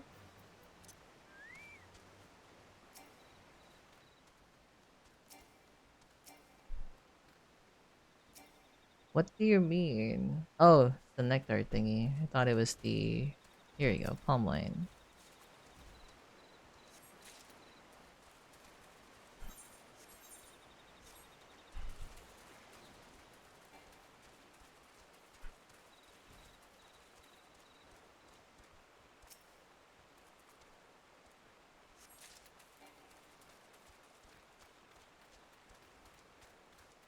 Can you hear the silence? Can you hear the dark? Okay. These metal scars don't look like they're fading. Don't look like they're ever gone away. They ain't never gonna change. Dude, I used to love singing that song. It's just a vibe. I just remember that song because the name of the mission is Battle Scars. These battle scars don't look like they're fading. Don't look like they're ever gone away. They ain't never gonna change. Oh, wait. Should deliver to Shamani instead. What am I doing here? Shamani! Got some gifts for you. You have entered a sanctuary. A sanctuary. Hup. Hello. Ah, it's been some time, Ethan. What news do you have of interest? Here's palm wine. Ah, yes, our colleague did have some knowledge of winemaking. A simplistic but nevertheless effective method to utilize the natural properties of palm sap. So Gab to enjoy this batch before it spoils. Oh, you're not so different, Trust and I. Two men who have long struggled not to let our scars define us. However, he has been alone in his thoughts for far too long. It's past time I paid him a visit. Thank you for looking after him, Mason. I should go give him a visit. He's been wilding recently. Okay, was a very good year. Oh, sorry, Shamani.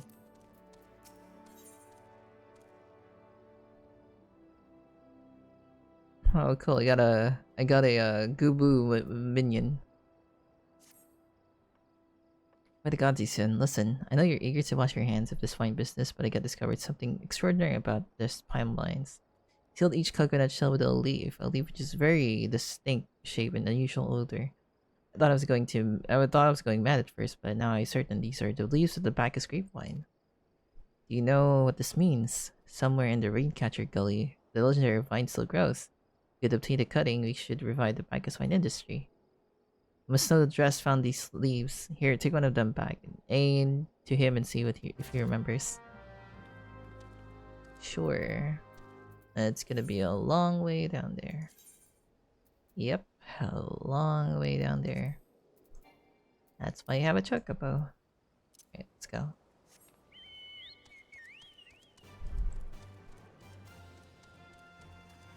Bum ba dum bum ba dum bum bum. So yeah, I guess this is the prime ARR experience. You get to roam around, do some quick missions, maybe do some combat here and there, but just roam around, do some quick missions, do some quick errands for certain characters that you don't really care about. Characters you just met and stuff.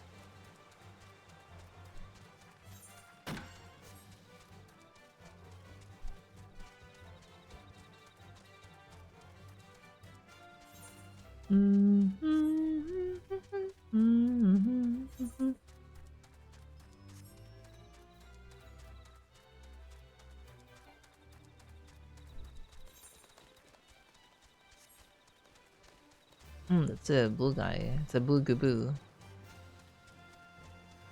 Bum ba dum bum ba dum bum bum.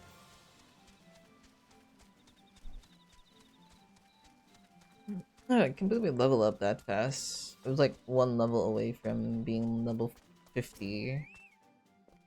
After why is there a crotch shot? I do not like this. Excuse me. Oh, hello again. What is this? It's just a leaf, isn't it? Chose it because it was pretty. Didn't know it was rare. Found them near the Juggernaut that's out, but I didn't see any grapes there. Saw these Gubu tracks though. Maybe leaves came from the vine growing back in such beast. If you go looking for it, just be careful. Please be careful. Some Gubus are more territorial than others, and you may have to defend yourself. It's fine. I got myself. Don't worry about it.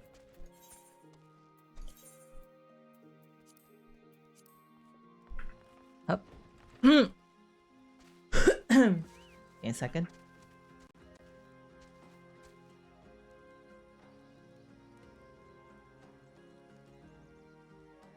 Alright, we're back. Sorry, I had to let out like a big cough for a bit. Raincatcher Gully.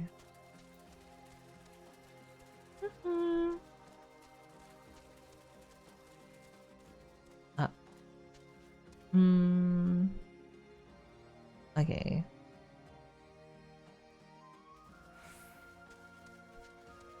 Where's that giant goober?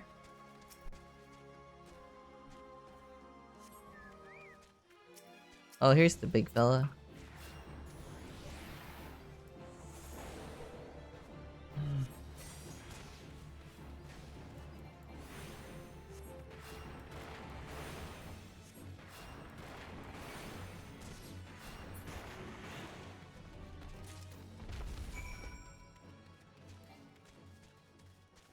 go deliver this shaman the money.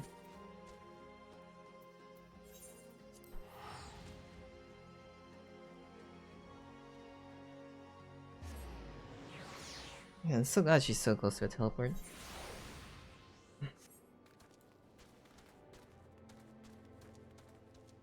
Hello. Here you go.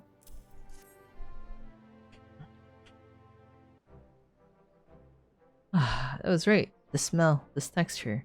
I held in my hands, a bacchus grape vine cutting. Come now, enough of this nonsense. I heard talk of your discovery, and I refuse to believe that common adventurer and novice winter would. Tells us my witness, it is a bacchus grapevine. Wherever did you find this fantastic specimen? Now you're talking smack about us. What? You would offer this to me? But why?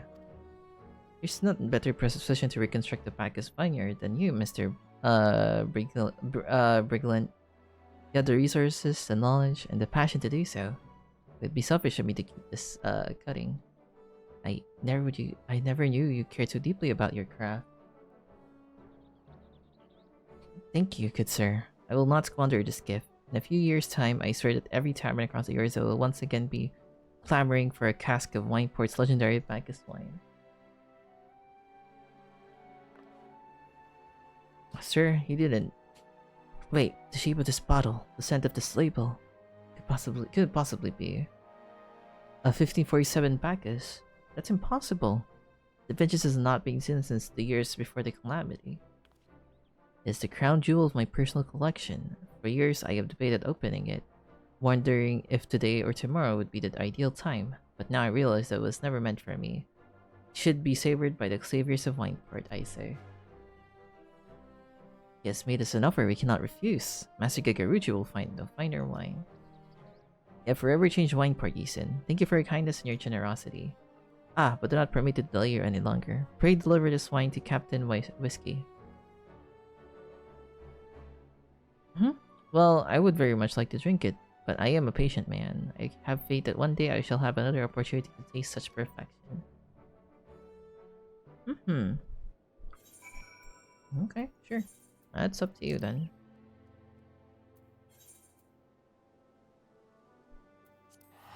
Okay, gonna get the Costa del Sol.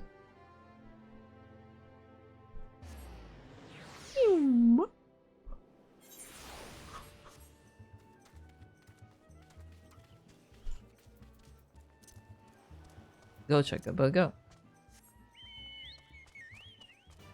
Oop, wrong direction. Hello. Oh, you still just waiting there sitting. Your prolonged absences begin to concern me. So, what of the wine I was asking you to bring? Here you go. Is that 7 taels of 1547 Bacchus? Even I know how rare that is. You have to admit, I didn't think you had it in you. But congratulations, he said. Thanks to you, this will be the most luxurious feast Costa del Sol has ever seen in years. Considering the length you went to, I hope your guest appreciates it. Speaking of which, your associates arrived a short little while ago. He appears to be growing somewhat impatient. Perhaps you could tell her that the banquet is about to begin.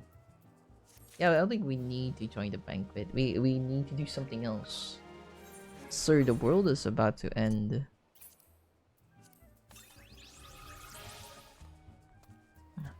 Ayeshtala.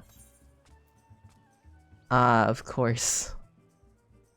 Why am I not surprised? You have the look of a woman who's been to 7 hells and back. Yeah. Been an errand gal for these goobers. As a guest, that I guess should be expected to supply the victuals of the banquet held in her honor. As while the shadows of the titan looms over us all, it beggars belief. Also, welcome back, Sever. Can only applaud your stoicism. They've been able asked to endure such ignominy. I fear I should have accepted my lot with less grace.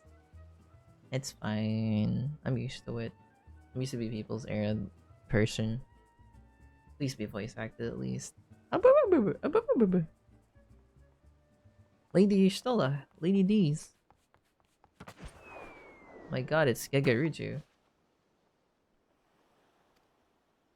1,000 pardons of this extreme discourtesy. I was wholly unaware of your true identity, madam. Had I known, I would have never permitted my man to subject you to such unspeakable ordeals. I would like just jumped and like sat down the floor like that. That hurts.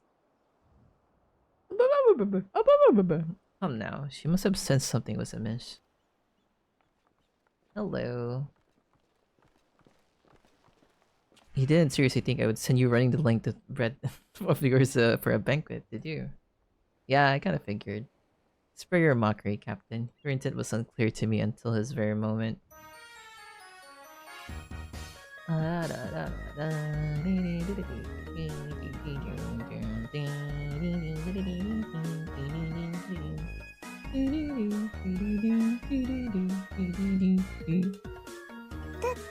my god, it's a duck raid. Hi Akara. Welcome to the parlor. Welcome raiders to the parlor. Hi, I am Sunday. I go by Shide. Right now we're playing through ARR in Final Fantasy XIV.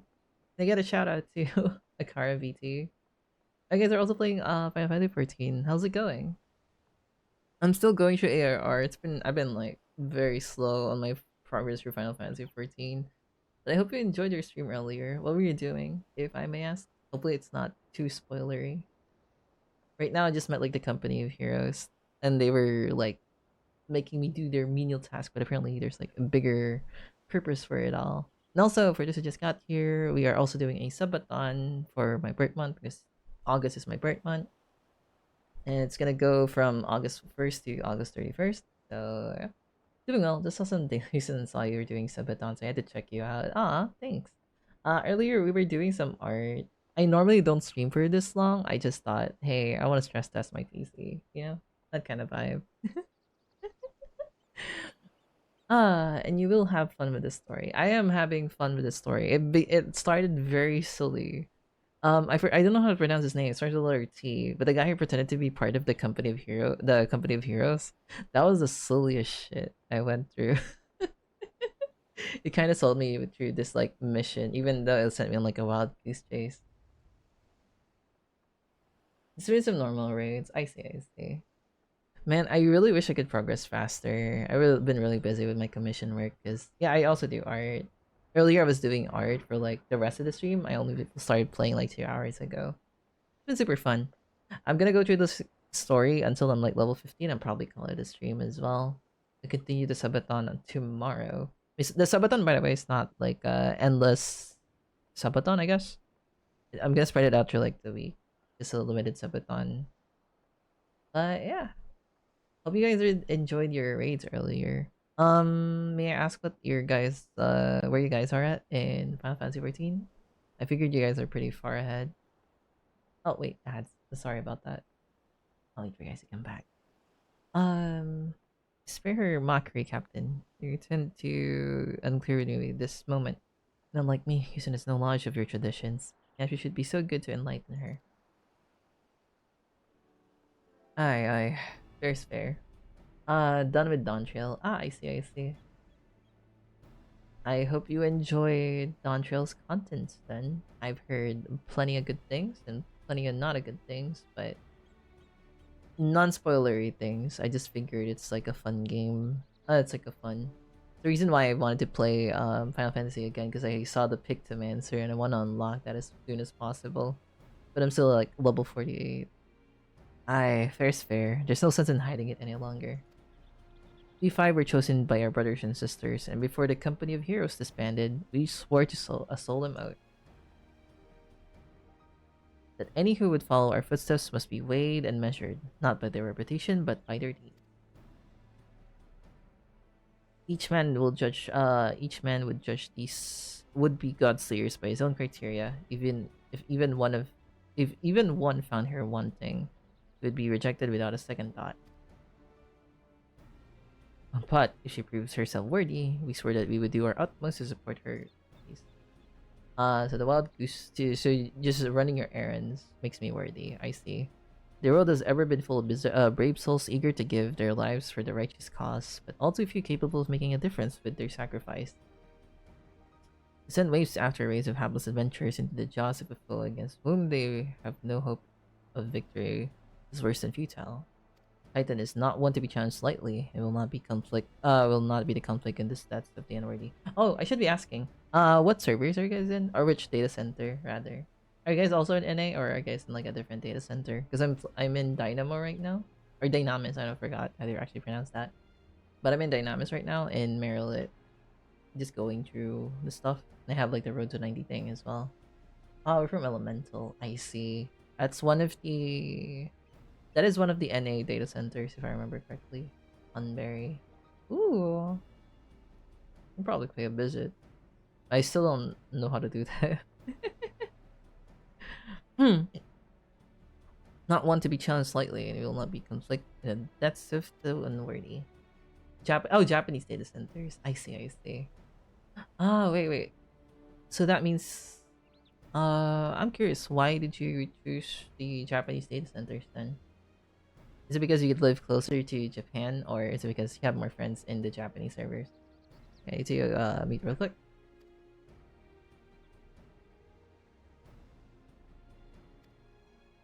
Ah, I see. That makes sense. I'm also from Asia. Sort of the tags are obvious, but I just have a lot of friends who play on NA, and I kind of figured, yeah, you know what, playing on NA is kind of, funky. I want to try that too. The lag isn't too bad, but I kind of fear that when I get to those like later contents, it's gonna be very, very difficult. Which Asia? We don't ask that. I mean, Miss Marikit, it sounds familiar. It's like a Filipino thing. Marikit means... Actually, I forgot what Marikit means in Filipino. I would just assume you're Filipino or not. Miss Marikit is like a Filipino like adjective. Her skills are undeniable. She's taught her play as relentless as any child of the sands, and struck with precision when the opportunity presented itself. I just realized what your name is. I assume it's Filipino. Yes, Marikit is beautiful in Tagalog. I see. Miss Beautiful. Not knowing what the word actually means kind of just sounds like a cute name, but knowing now that it actually means beautiful, or remembering that it means beautiful, calling yourself Miss Beautiful is very narcissistic, don't you think? I dig it. I like that. Like calling yourself Mr. Guapo or something like that. Sir Guapo. Sir Guaps. To an adventurer these days care only for the fortune and glories, and however, as a kind of generous soul, I am certain that she has no shortage of loyal allies who will gladly fight at her side. How long have you been playing Final Fantasy? Because I only started like a month ago. Gosh. Woolly Uplander, a Talonland Planesmaker. Trixie Foes for Mighty Rockman. My main character is Marikit Pala. Beautiful, Lala is...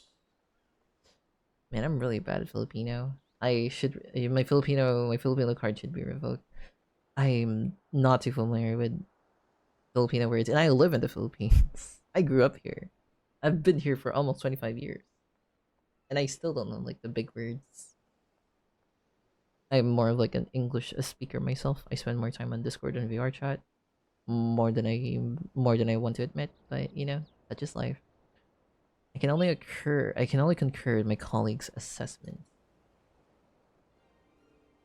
We find with the company of heroes hereby judge you a worthy challenger. Cast down the Lord of Crag Season D's and write a chapter in the history of Erza. Finally, I can do the dungeon. Holy shit. Took them long enough. With the formalities out of the way, let the festivities begin. Summon the dancers. Pour the wine. Lala is Star. Ah, I see. So, Beautiful Star. It's actually a really cute name. Like, it's like a good name. Can't think of like more like really beautiful words in like Filipino.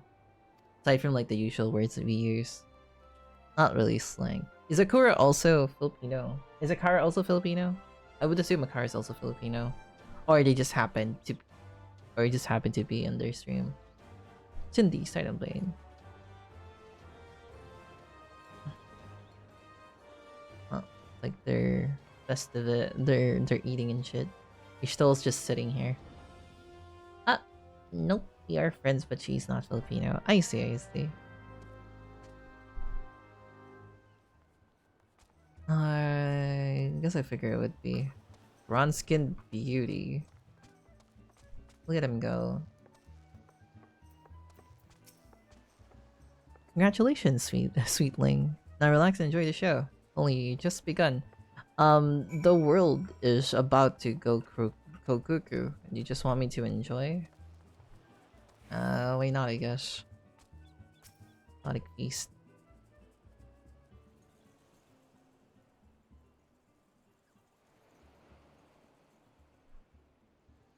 Oh no, this is actually making me hungry. Oh look, it's bibingka.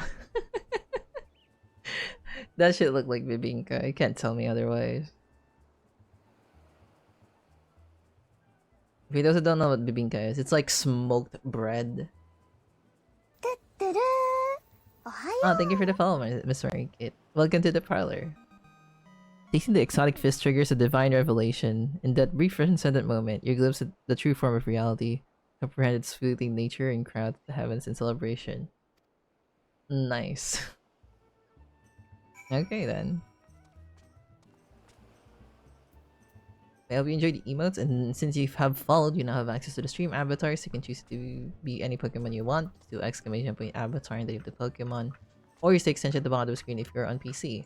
Also, tomorrow we'll be doing a exclusive Discord stream. We'll be doing a we'll be playing Class of 09 on the Discord server, and it's gonna be like an exclusive stream though for like subs and stuff. Still, join the server if you wish to hang out. We do have like a dedicated server channel over there for the Final Fantasy stuff, as well as among other things. And if you do art as well, we would love to see you there, because we love seeing people art in the community. When you face the Lord of Crags, think not of the elements. Yours are anything beyond the chamber. Anything beyond his chamber. Think only of the men and women by your side. Fight for them, and they will fight for you. Remember that no great victory is ever achieved alone. Very true.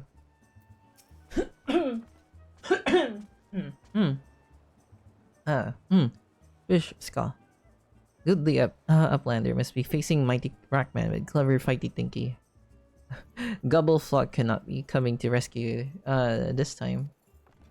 It's okay, don't worry about me. I'm a big girl, I can handle this. He's whoring around again. Look at him. Being a massive whore. You sin. You brave fool. I promise you that when you meet the Titan, you look him in the eye and tell him Lendonel sent his regards. I'm busy whoring around. I cannot help you. You're a veteran of countless battles, Ethan. This is but one more. Trust in your experience and you will prevail. Very off topic, but would this group be considered a subtype of a furry? It's like scaly or reptiles? I don't think so. There's a significant, like, I think there's a specific group of, it's a specific creature type, because it's considered like a food sona or something. I'm not sure if that's what it's actually called, but you know how like people are like, oh, I am a cookie inspired creature. Oh, look at me, I'm an ice cream inspired creature person. But I'm not really like Base Sunday is not really a furry. So there's like a distinction, I guess you could say. You stole, I think we're ready. Are you voice acted? No, you're not. You're kind to indulge them, Ethan. This banquet is as much for the fuck. I do not deny that they mean well, but now is scarcely the time for celebration. Though they have all but pronounced you to the victor, the battle with the Titan has yet to begin. The hour has come for the good captain to make good of this promise. We must speak with him again. That's complete.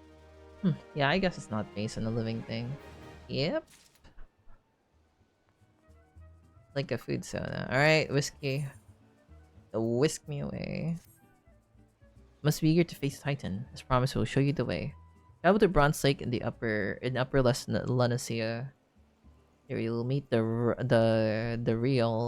another man who once served the company.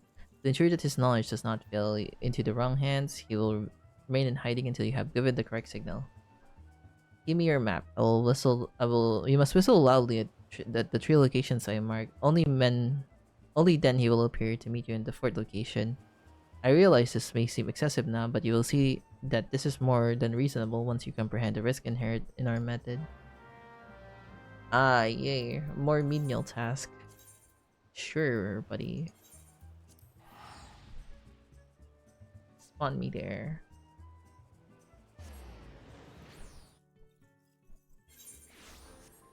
Alright, time to whistle. So we go at the bottom here. Yahoo! Alright, yeah, whistle 1.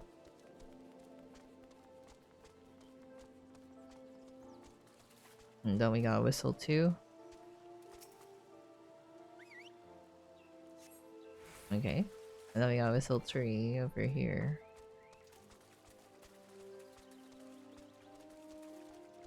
It's over here, okay. Whoop. Why you ask though? Any particular reason why you asked that question? Or just like silly conversation stuff? Oh, it's all the way at the bottom over there. Okay. Up.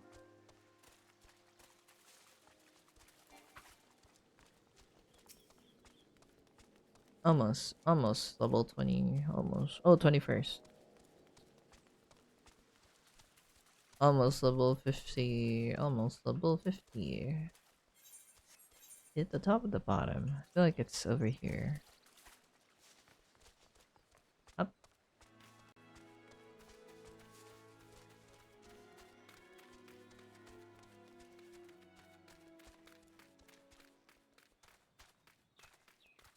I made an oopsie. This is not where I'm supposed to go.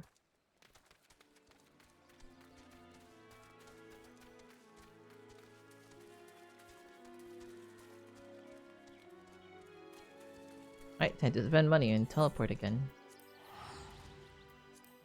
Because I'm too lazy to travel.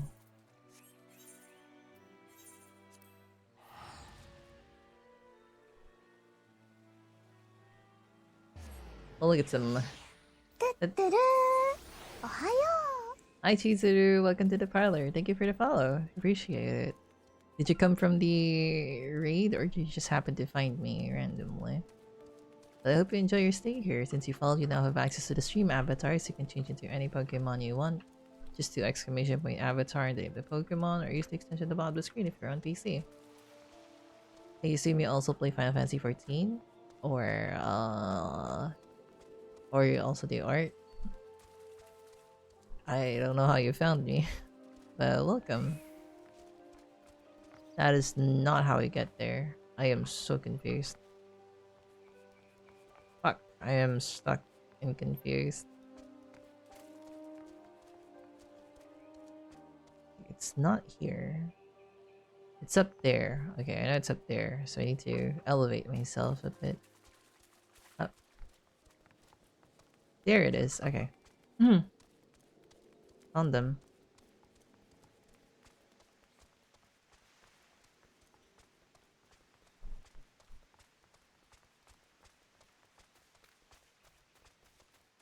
Hello, real. Greetings, lass. Might you be the one, the captain who said you'd be calling? I thought so. Pay attention, because because I ain't gonna explain myself twice.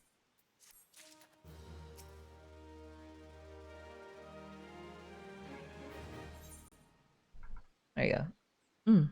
Nice. Alright, let's go do dungeon. Finally.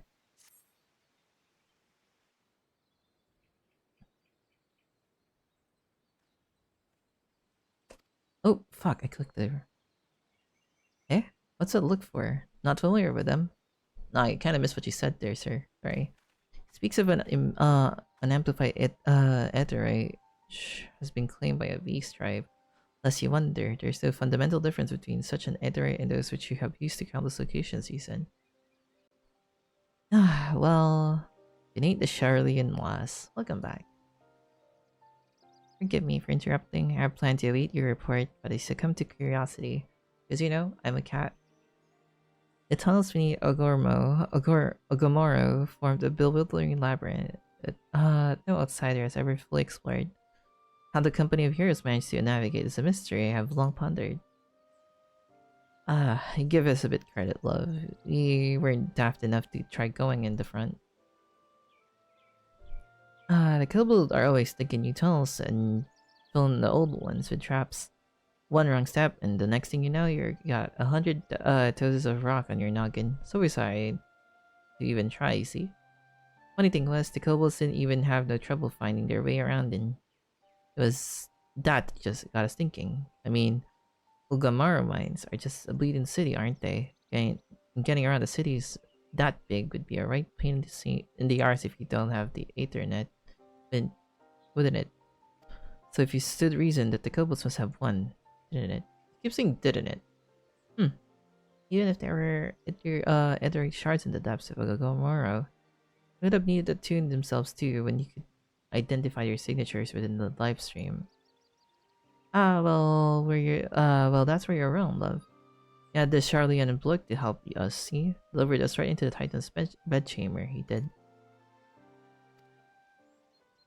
I skipped the message. Did he now? Locating a beacon in the absence of the known signature might be possible if the Aetherites in question happen to be. Yes, but in order to guide a traveler to said beacon safely, a second party would be required to. Yeah, Ishtala. It is possible in theory at least, yet I cannot be certain until I try. Plainly, all will depend upon whether or not I am worth my salt.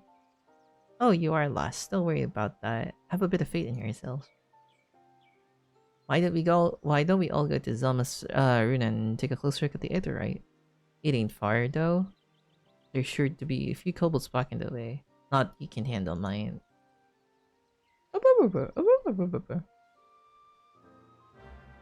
Is it dungeon time? Almost dungeon time. I can feel it. Alright, where's the dungeon? Take me to the dungeon.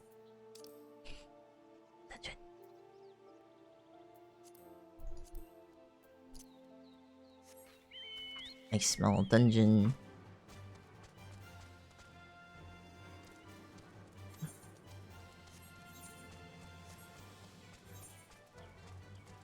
Aye.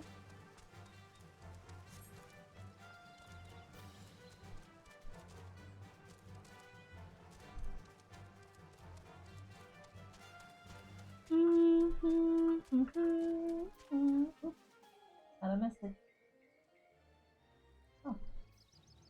Oh yeah.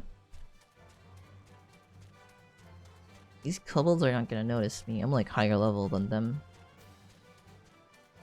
Yeah, just stare at me. I ain't gonna touch shit. Oh, here they are. Nice. Hello. Interacting. Okay, let's see how it goes.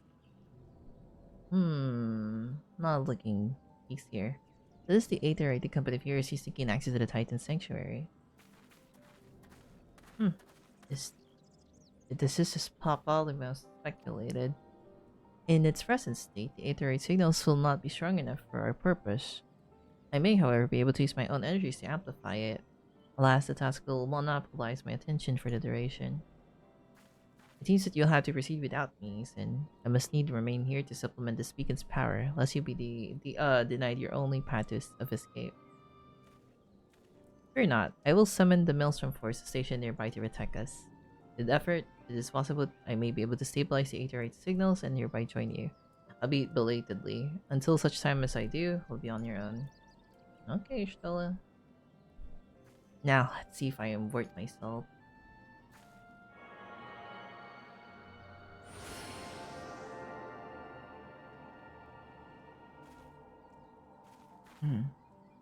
I've located another beacon, one far below the mountain. I only speculate as to what you will find there, so you're not in your preparation. Okay. The navel, now accessible. Alright, let's go look for some goobers. The naval. Alright. We just need a defender and 2 goobers. Yeah, I can feel it. We're almost at level 90. We're almost at level 50. We get to unlock the rest of the classes. And then we can call it a stream. Bum ba-dum bum ba-dum bum bum. Bum ba-da ba ba ba bum. Alright, need to eat my egg. There you go.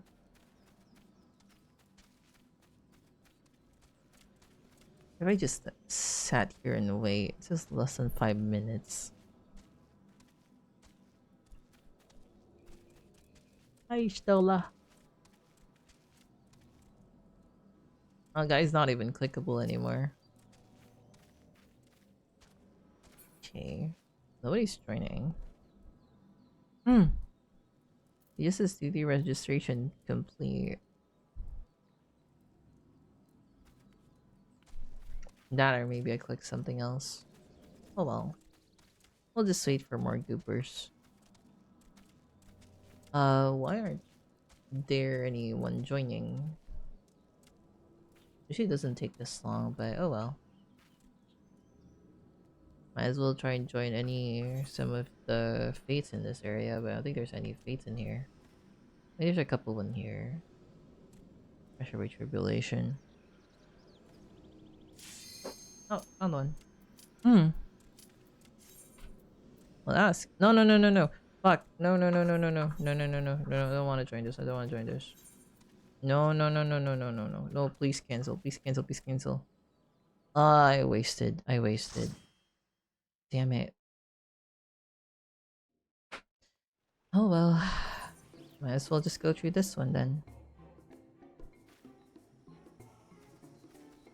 Alright, who am I guarding this time?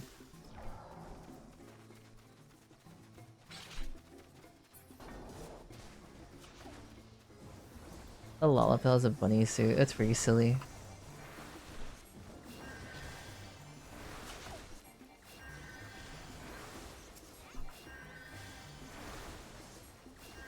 I wasn't healing the tank. That was my bad.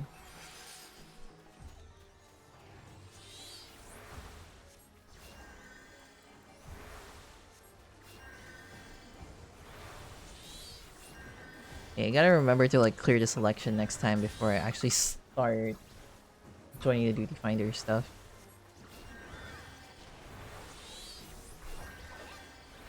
Uh-oh.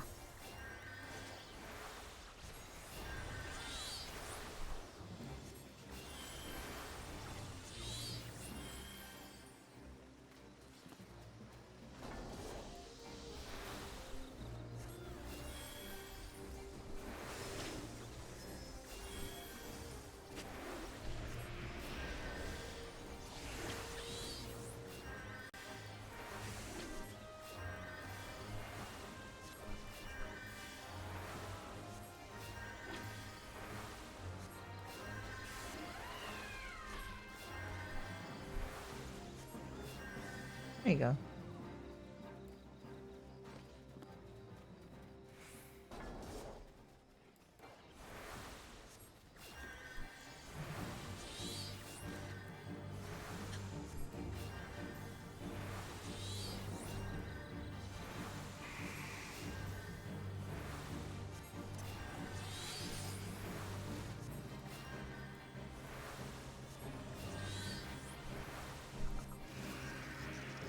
Alright, DPS is not that great.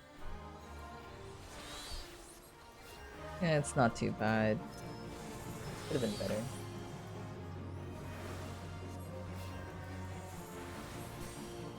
Oh, well poison on him.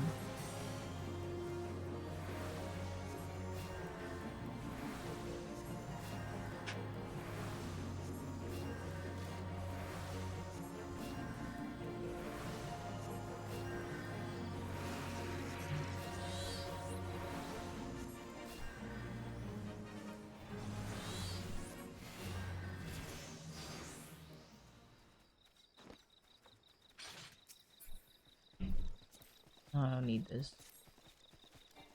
I'm not even running Black Mage.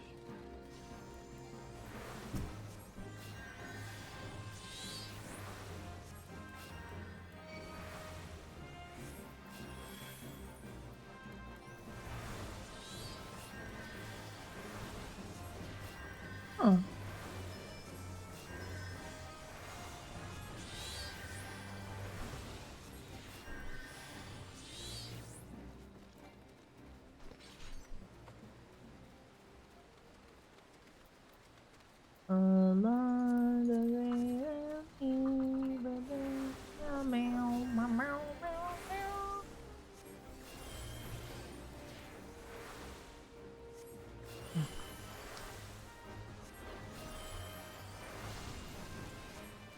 Oh, I'm running out of mana again. Using the Cure 2 on inherently. That's a big oopsie on my part.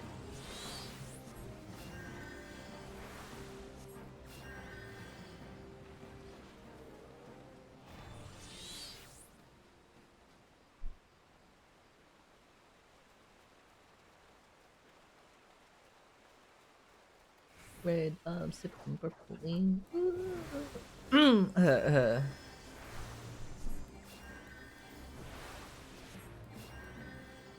Holy shit.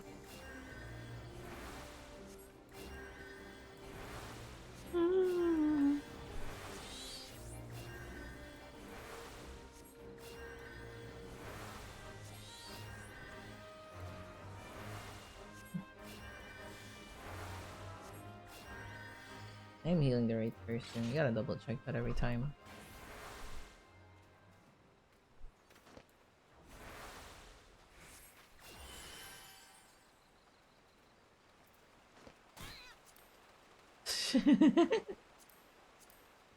That sounded painful.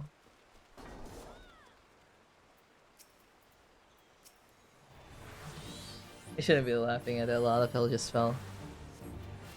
I guess you could say the Lalafell.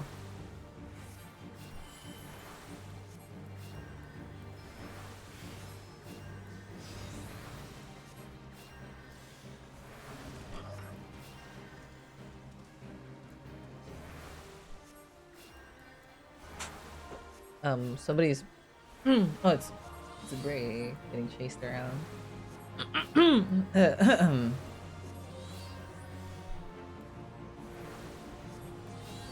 Her fastness is said. Could be another region here. You can feel it.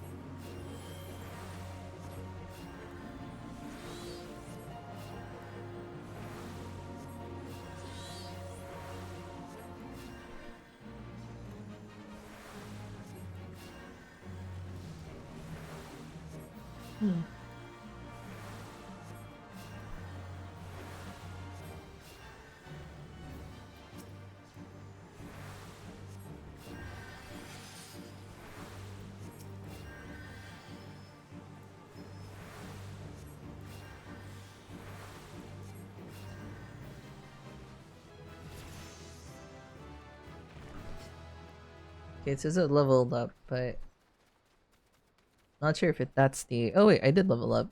So I am now 30.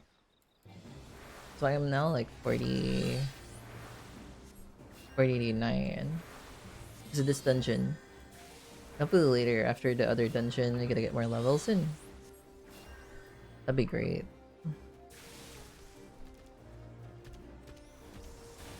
It's going in too deep.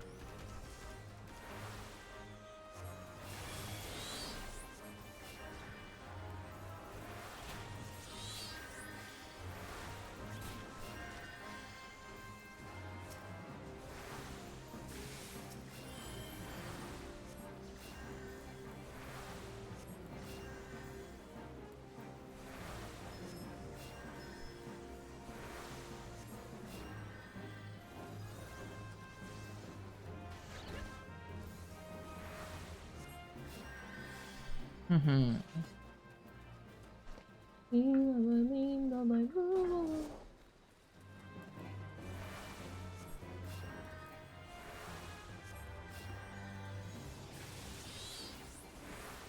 Nice.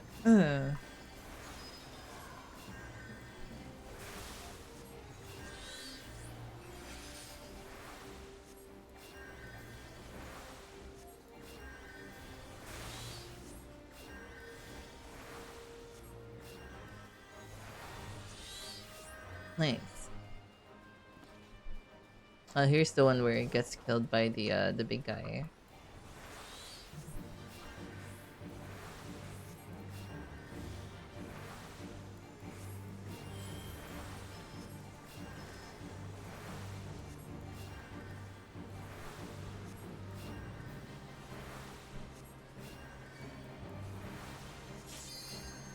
Well, I'm being targeted.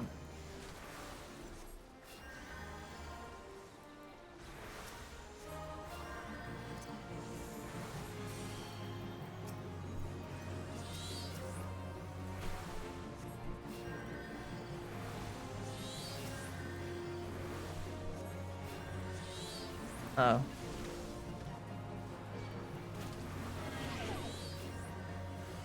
Ah, stuck.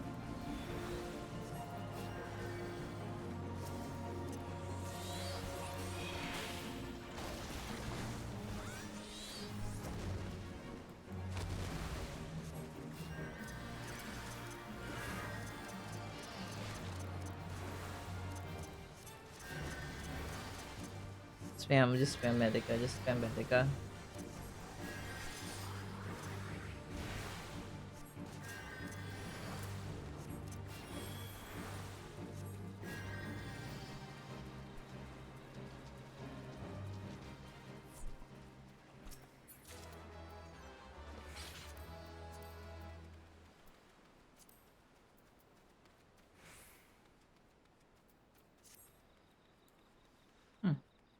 You're almost done.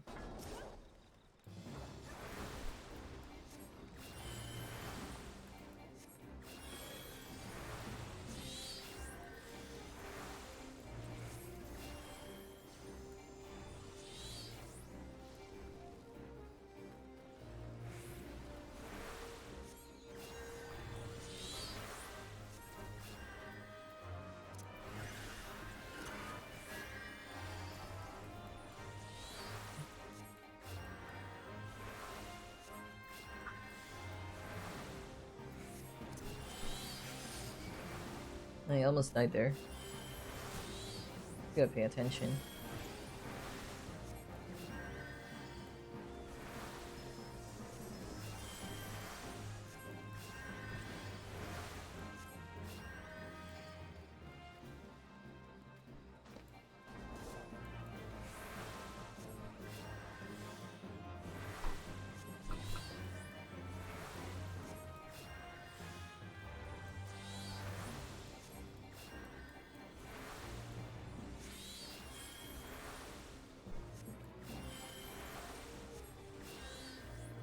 There you go.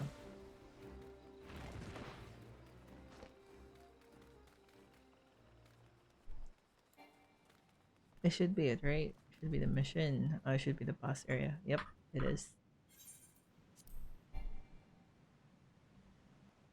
Okay, let's go.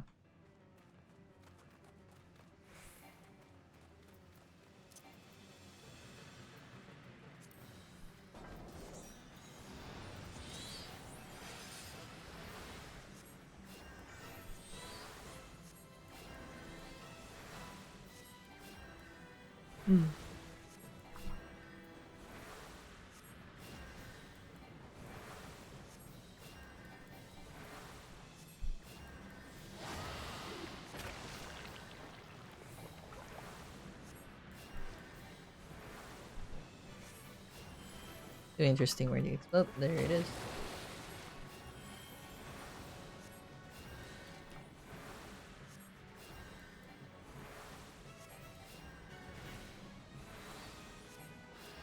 Getting EP? Mayhaps, but I gotta do one more mission so I can be level 50. I call it a stream done. You be available later, Mel. The usual.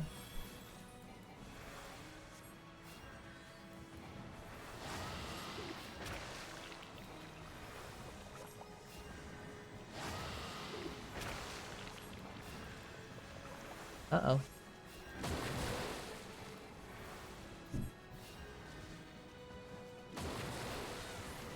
That's not good.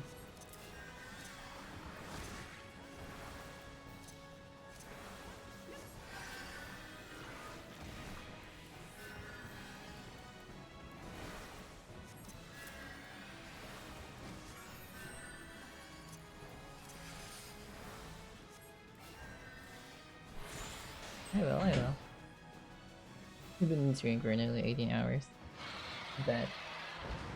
Just one more dungeon.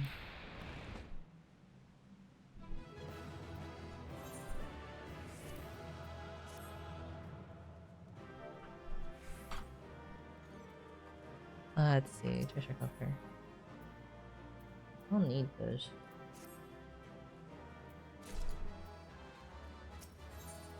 I know no one's taking it, so I'll go take it. Sure, why not? Right. Let's actually do this dungeon instead.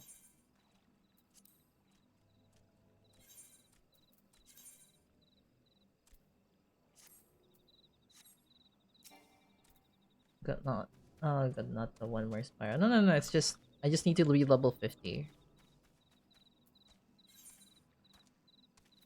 I just need to be level 50. Just to level 50.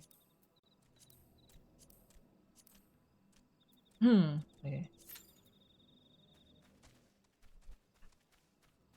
Gotta go back home.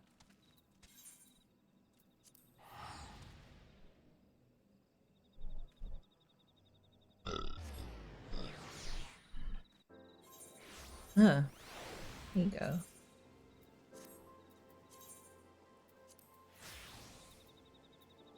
There you go. I'm almost level 50. Just probably one more dungeon run. And then a couple more missions. We should be fine. Just want to be level 50 to unlock the other classes. I'm not sure which ones though. But any of these here. Probably... How do I check for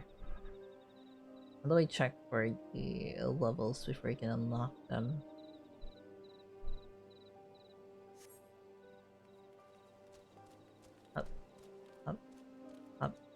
Up. I go look up the classes so you can unlock at level 50.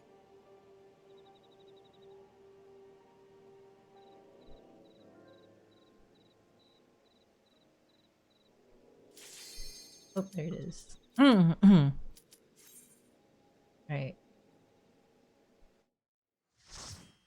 Late party. Is this a long dungeon? Or it's just a boss? I figure it's just a boss. Yeah, it's probably just a boss. Ah, look at an overdweller. Yes, an invader from the above. These are Aetherites against us. He has defiled Titan's sacred sanctuary. Trespass, violated, defiled. Overdweller must leave. Overdweller must fly. I don't know how to fly. Brothers and sisters, fear her not. Her fate shall be decided by the Lord of the Crags. Hear me, Overdweller. You and your treacherous brethren must be held accountable for breaking of the covenant. So be the first to face a judgment when the Limsa and her outbreakers, liars, betrayers, and outbreakers. Oh, great father, Lord Crags, Titan, we summon you. Titan, we summon you. Oh, great father, Lord Crags, Titan, we summon you. Oh shit, it's rockin' music.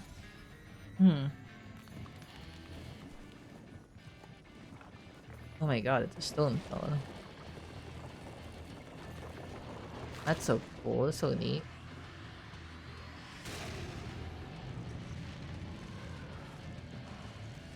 Oh, he looks dope. He is come, Lord of the Crags, Titan is come. Overdweller, art thou deaf to their weeping?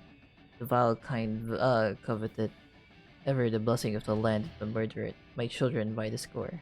All in service to greed, such sins are beyond pardon. Ah, but I'm not the first to suffer by defiance. Thou didst bring Ifrit low. Godless Overdweller, thy myriad heresies shall not go unpunished. Upon thee shall I wreak the treble vengeance. Okay.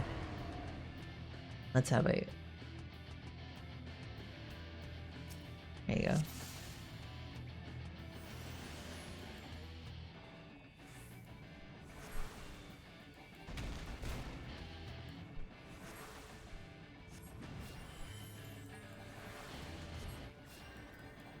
I have most of my abilities ready, which is great. 'Cause I'm 35.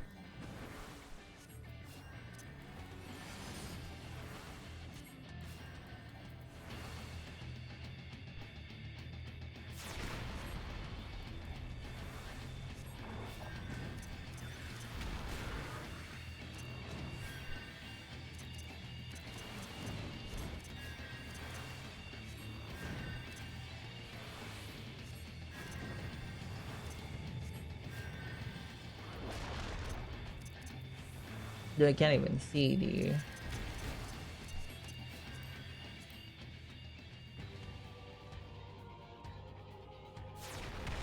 Oh shit, I'm dead.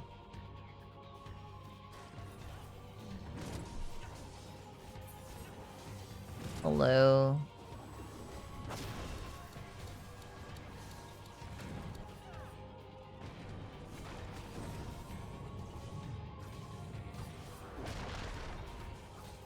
Okay, just give me a few moments, I'll be back.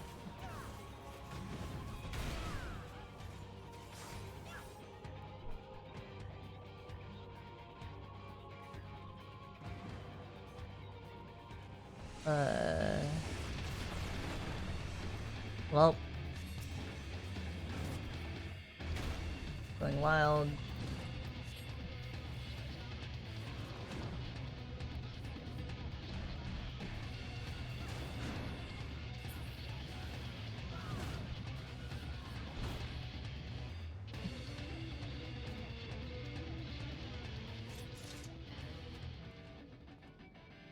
Wait, let's try that again. My bad. I got yeeted.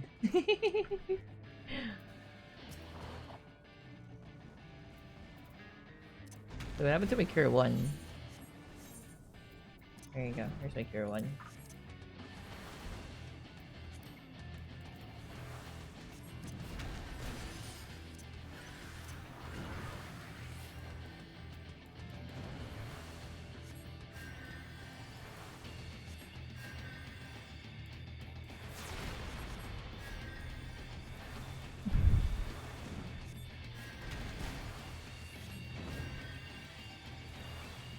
Oh, I have to cast Medica here. I'll fucking focus heal the... Okay, I'm gonna run out of medicine soon. I'll spam cast Medica later, once everyone's like in this state, right? Okay, then I'll spam cast Medica here.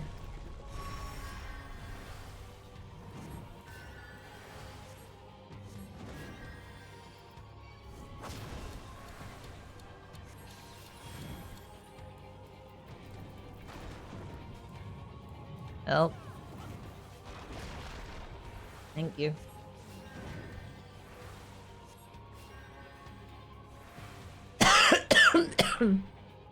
Oh, sorry.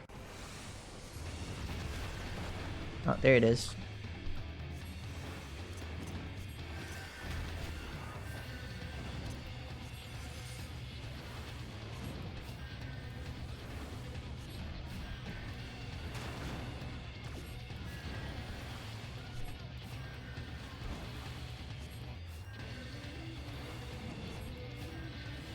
Why does it sound like JoJo music?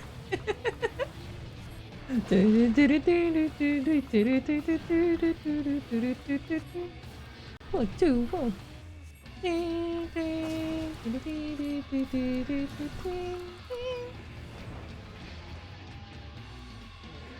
You hear it, right? It sounds like JoJo music for some reason. The Lord of Crag's great father dragon has fallen. Oh no. Hello, I am here. Give me the crystal. Hear, feel, think. Give me the gem.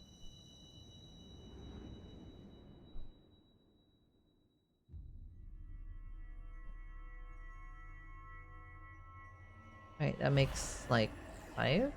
Oh, no, that makes 4. 1. Yeah, it makes 4. That means we have 2 left.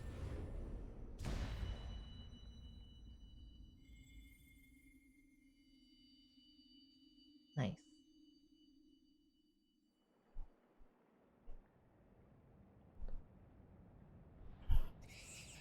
The crimes of the Overjewel shall never be forgiven, never be forgotten. No, no, never. I chips.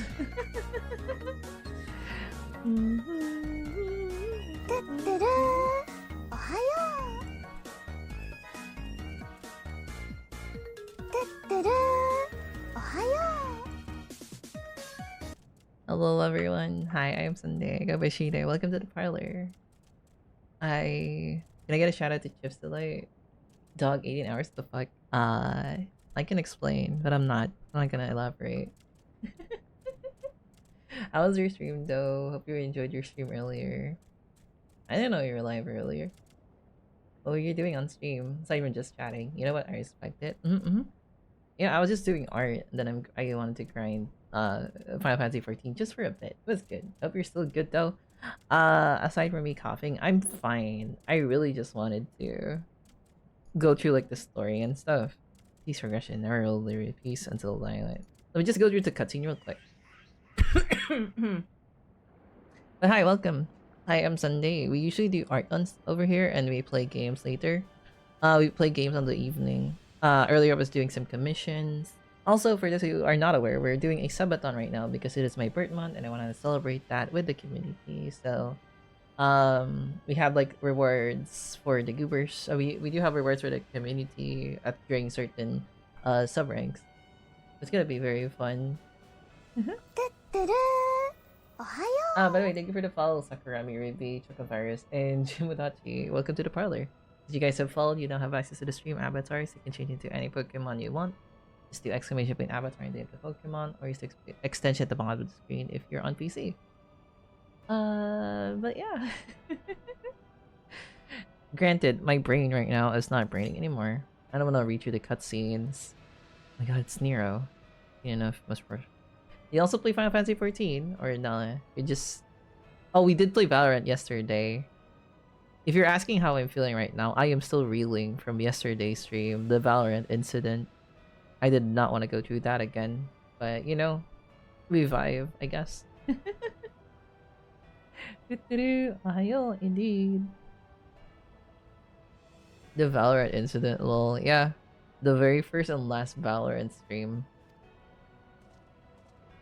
Just mine. Here's the so eloquent to put, would have been bested in the blink of an eye. Really subject the holy where's the... Oh, it's the Mask Man. Let's go. Because I don't play FPS games. I am very explicit about this. I do not play FPS games for the sole reason that I just can't aim. I'm very bad at aiming. There's like a ton of factors in there. Like, I have bad eyesight and I can't really play games like that properly, and I get very jumpy as well. And get very panicky. And I feel like there's a lot of things I need to learn when I play Valorant. On a later date though, we'll be playing some Fortnite, which I feel like it's gonna be way better in my opinion, because I don't really need to think about like builds and stuff. Or just like in general, I just like roam around, get some kills. I can sing my favorite song, Chug Chug, with you. And finally understood the reference, even though Tilted Towers is no longer a thing. Fool.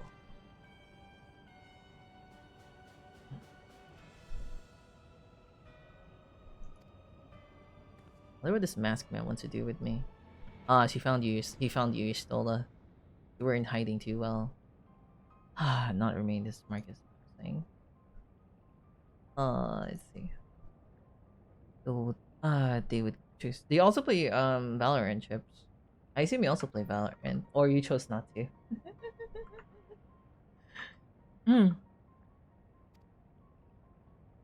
Going gold could they possibly share? No, I hate Valorant. Same. I just play League of Legends. I would have preferred playing League of Legends the entire day. Also, where you been? You're still, you're pretty late. I feared I might have arrived too late. Yeah. You had the magic well at hand. We died once, but it's mostly because I did not position myself well. And ended up getting pushed off the stage, which is pretty silly.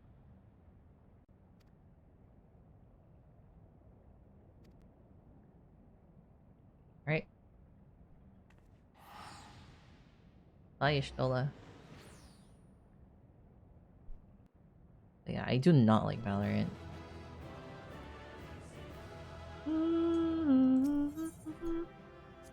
It's about games in general. Decent at Overwatch though. Ah, I see. I play Apex instead of I play Apex instead of I used to play Apex quite a bit, but not that good. I just play it because a friend of mine wanted to play a game with me. The only game company is good is Taiko. Ooh, a rhythm gamer. Apex mentioned. Apex mentioned indeed. You also play Apex, right? Yep. Of course you do. Of course you do. Alright, Ishtola, I'm gonna read your dialogue. Just a few more missions. And finally go to bed. Ishtola, please. Just bad at games in general. I mean, that's very fair too.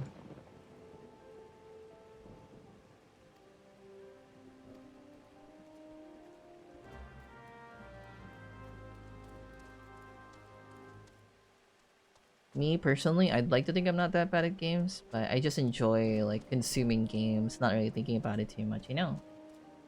Try not to touch MMOs either because I end up becoming really addicted to like FFRML. Well, you won't know if you get addicted if you don't try it, you know?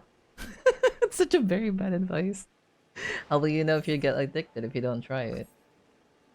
That sounds like a very horrible advice. Never listen to me. Don't listen to me. You could say that about any substance if I'm being honest with you. That sounds so horrible. I'm so sorry I said that. That's how people start smoking. I know. That's why I said it's such a bad thing to say. I didn't mean it. Don't listen to me. Not everyone who has a platform is worth listening to. Don't. I'm just gonna read the dialogue with my eyes. Just go through it very fast. Wait, real quick.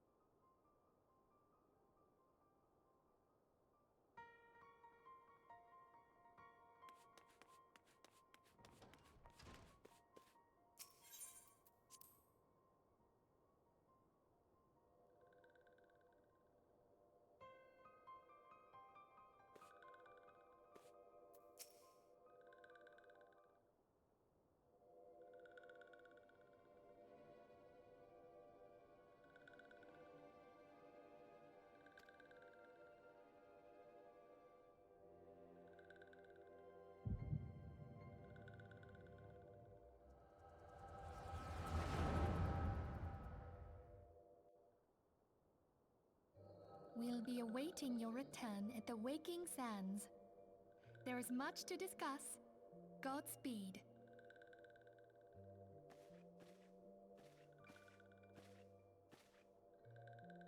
Thank heaven she is safe. Louis Soir, do you see? Your light shines brightly in this one, and in time, it will illuminate the realm once more. Oh!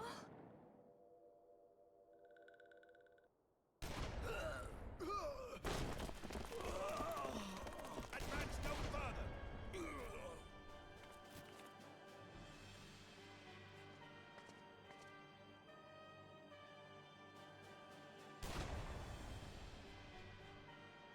We have come for the one who slayed Ifrit and Titan.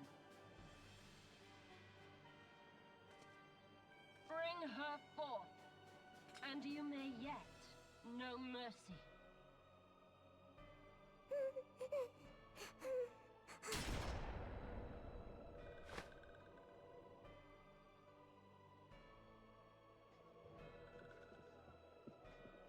Confound it.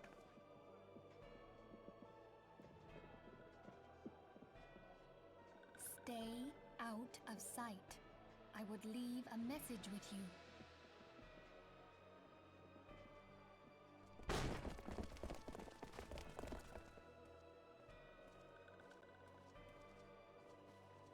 I surrender myself, on the condition you spare the innocents. Conditions? There speaks the Supreme Sire. I'll grant you have courage, but you would be better served by armor.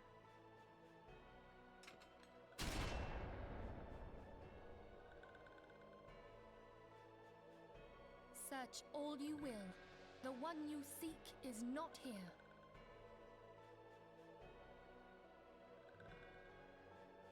So it would seem.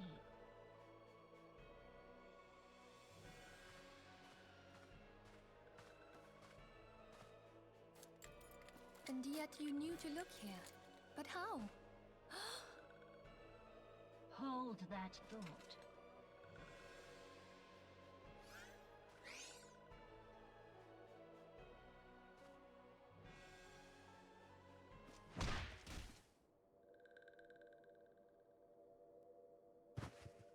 No! Conditions of surrender denied. Cease at once!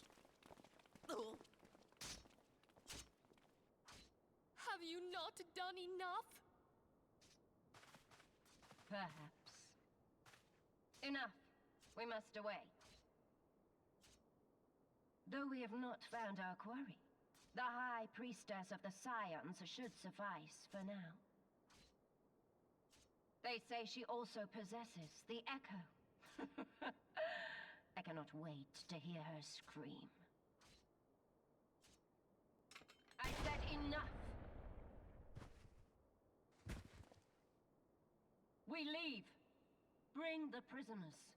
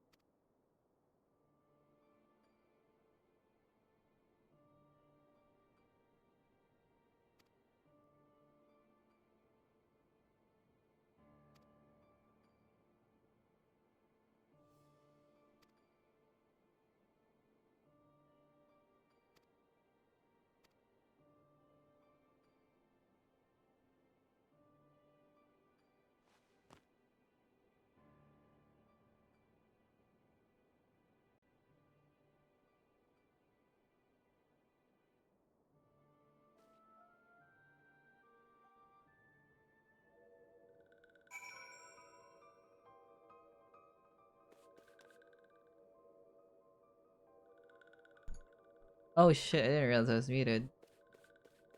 I was too immersed, I didn't even realize. I was Whoopsies. Was it for a while now? I didn't realize.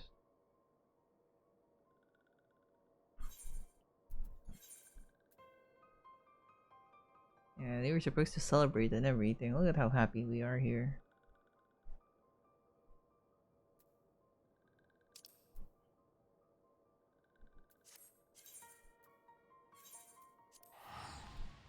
Mm-hmm. Well, there was a story going on too, so I mean, I figure it was fine.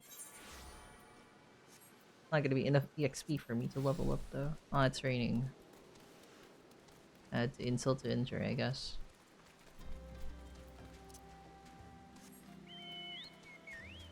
Dude, everyone we know and love is captured. What are we doing here? That's not the direction.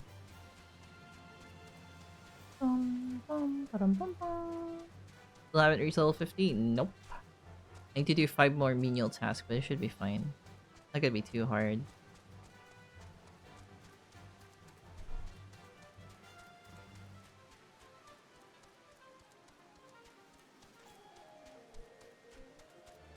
Up.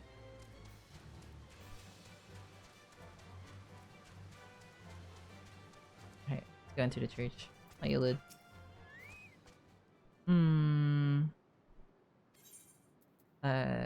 Forgive me for I have sinned. Roses, you speak freely here. We are friends of the Scions. I was about to say, forgive me, Father, for I have sinned. I have done it. I did a deed. How could this happen? There's probably a traitor among them. Could it was among those taken by the Garleans? See.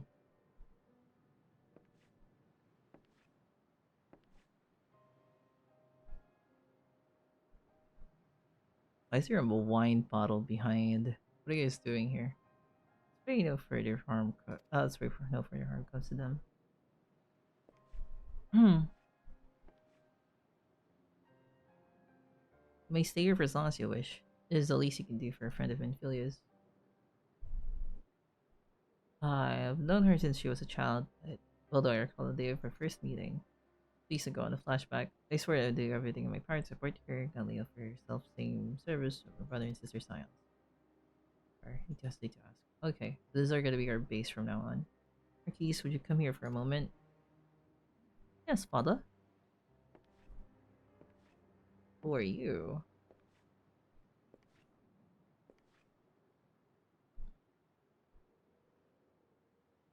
If you have our assistance, please speak to Marquise. He's a trifle shy, but I assure you he means well. Should explain Marquise is survivor at the Battle of Cartanu. Alas, his experience took quite a toll on his mind, had not taken him to our care, which surely be perished today. Marquise, I want you to look after Isin. Do you understand? Yes, father. Hello. Give me my XP, please. Thank you. Alright, a couple more missions. Okay, it's giving us a lot. Okay. Moment. There's a book in horror level front. Pocket Man. Tutorial. Something familiar about it. Just can't say. Perhaps think your device. Come with me. However, I like the proper tools to do so. As the journey to Camp Tripod to steep the game. He'll offer use a goldsmith to perhaps they could be the best people. By the way, I have times 2 EXP, so I will just need to do, I hope, most likely like a couple more, like 3 more maybe. That's accepted. 4 more, most likely.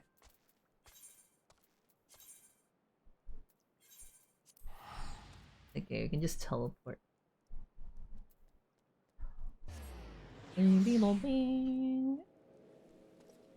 Plus, heck, it's my usual stream hours. What do you mean? It's not too bad, I'll be honest with you. Here you go. Those balls. I mean, yes. What an expression. Like saying Jesus is balls.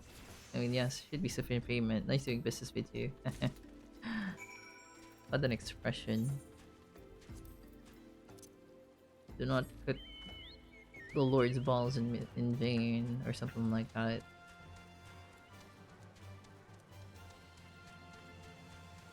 I don't know, man. It's like 1 AM. I don't know what I'm saying anymore. I just want to be level 50. How long have I been at it? I started like, what, 9 AM? 9 PM, sorry. Around 9 PM. It's already 12, so I'm at it for like almost 4 hours. Just fine. It was a steady pace. Have you brought the tools I requested? Yes.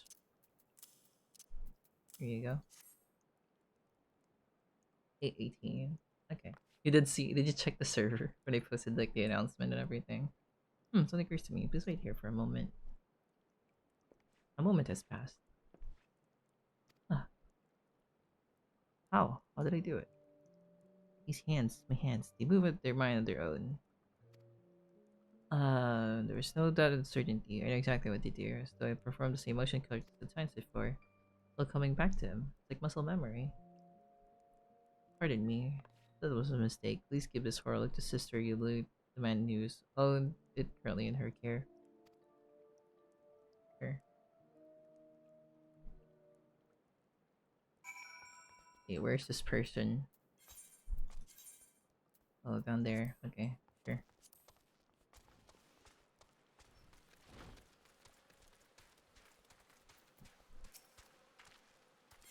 Here you go. However, I've seen your device. How dare you? The device is clear. Yeah, it's just more common Garlemald. Garlemald. Does this belong to the deceased? Oh dear, you don't suppose the owner might have been a Garlean spy. But perhaps more importantly, how did Marquis Frenchy repair this device? Used not for trades, but this is far beyond mending fences. Is he perhaps Garlean? Could be Garlean if we don't even know it. He could be the spy. I recognize, you know. Allow me to express my deepest condolences for those who lost in the lives of the attack. I apologize for the you received the work others understand how we're part of it. Sure. That works for me. Speak to the merchant side of walking stands. We have our teleport, but that's fine. Just walk. And we have the chocobo, he's traveling around is much faster.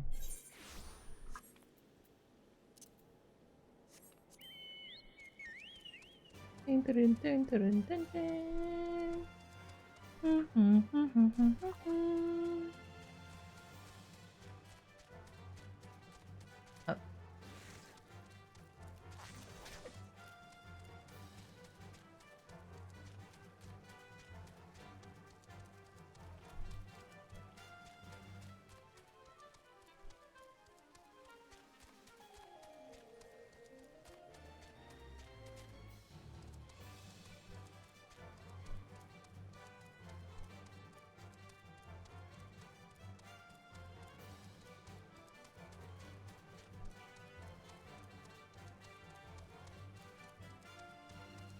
Alright, time to ask the merchants.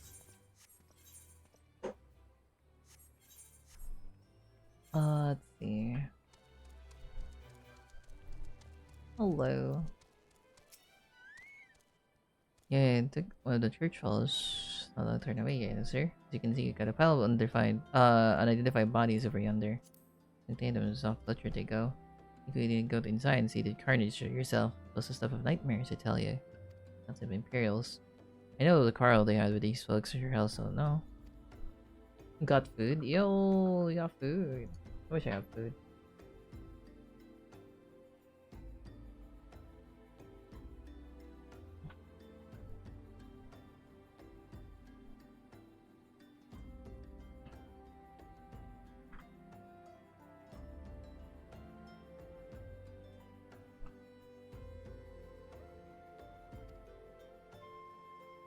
Any road. Well enough to load up, but seeing enemies outside are carrying all the others, mind you, I will cover those trolls. Oh, there he goes. Alright, let's talk to some more goobers.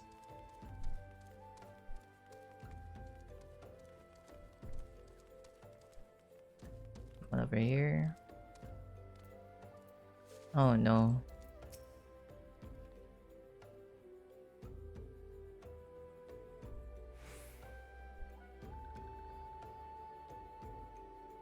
Oh, it's gonna take a while.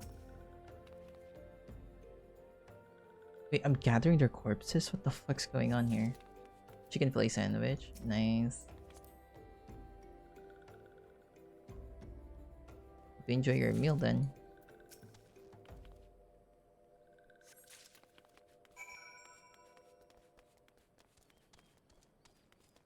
Hey, where's the carriage?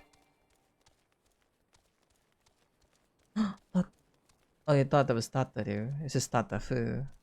Man, I almost got baited. I thought it was Tataru. I thought Tataru was safe. I was gonna cry. Oh, there's the carriage.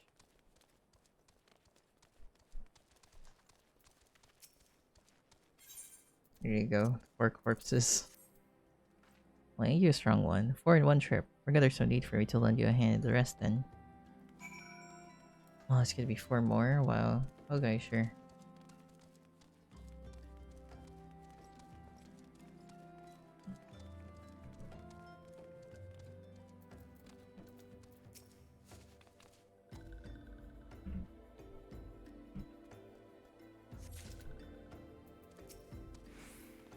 What if I can cast raise on one of them?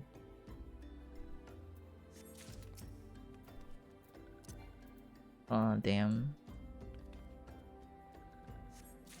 But I'm a white mage. Could I not have like tried and raise them? Also, I found it silly. The bigger body type, it's like slower and stuff. I thought that was like a cool, like a nifty little detail.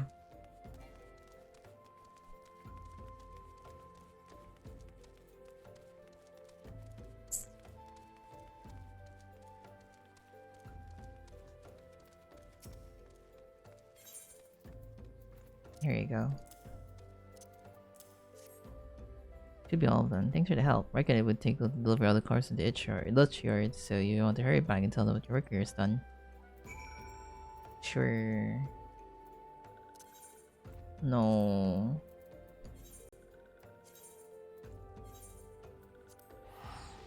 Right, we're almost done.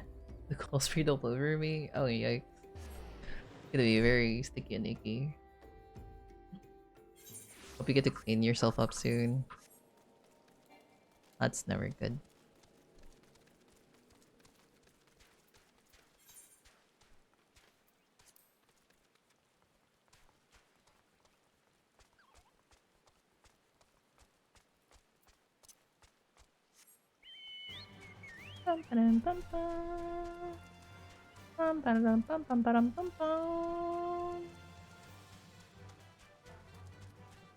Up, up.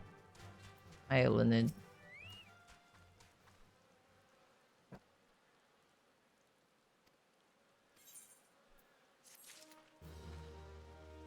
Ah, shoot. It's not gonna be enough.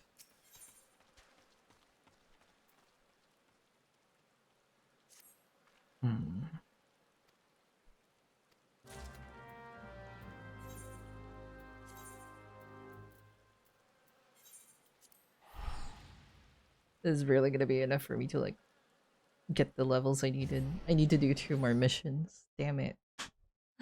Please be easy ones.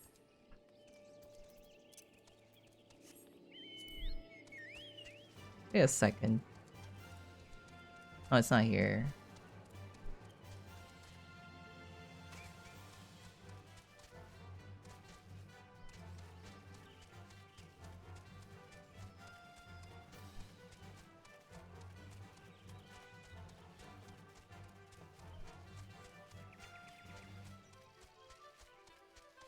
Hi, Kamixio.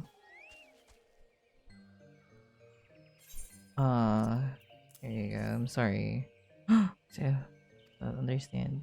Yeah, I don't understand either. Oh no, don't cry.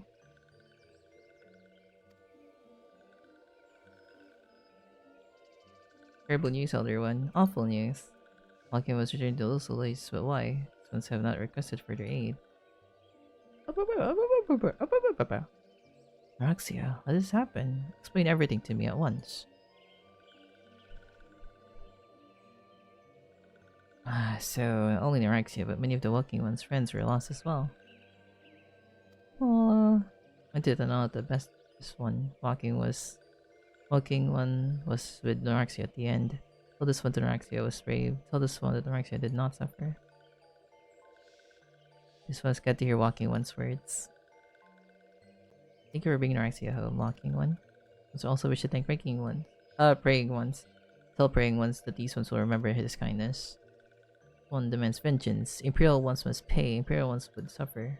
The time comes for Walking Ones to face Imperial ones. Do not forget these ones. These ones will not have Norexia's death. Avenge them for the flying goobers.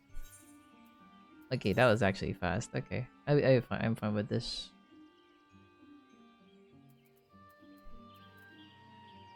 Okay, that was a quick mission. Not gonna lie. Not gonna be enough for me to level up completely though. I still need to do one more mission. Alright. Give me my chocobo. I'm almost done. I'm almost level 50. What's the name of that goober? It's like Pulls Clothes. Is that a Lalafell? Is that a Lalafell that's named Pulls Clothes? That's very silly.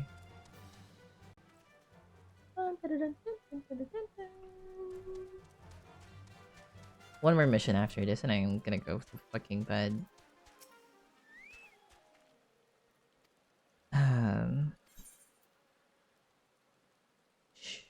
Sure, I'll take this.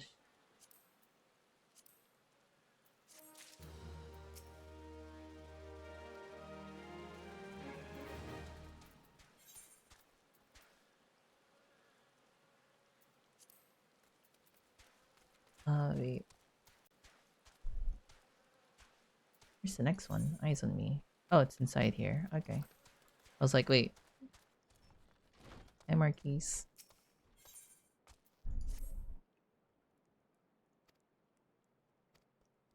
Oh, he feels like he's being watched. Okay, he'll help you with that. Okay, let's go to the yard. Almost. We almost got it.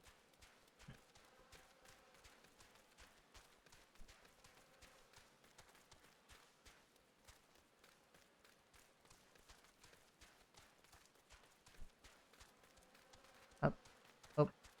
Up. Nope. Up. There you go.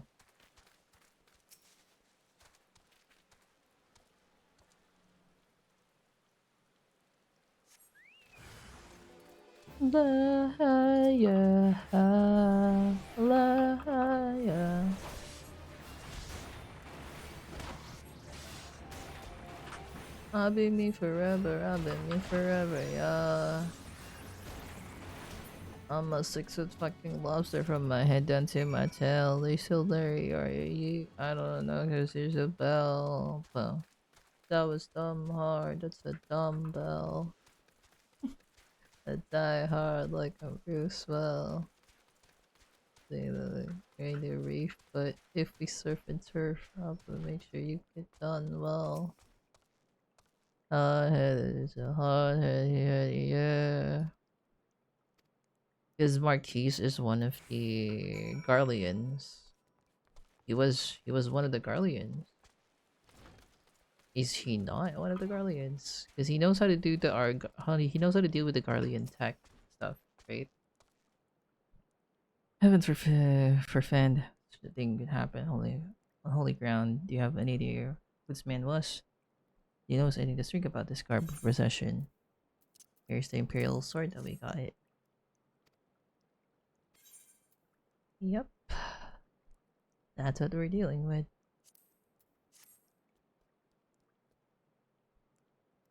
Alright, big cutscene. Alpha Nod, please.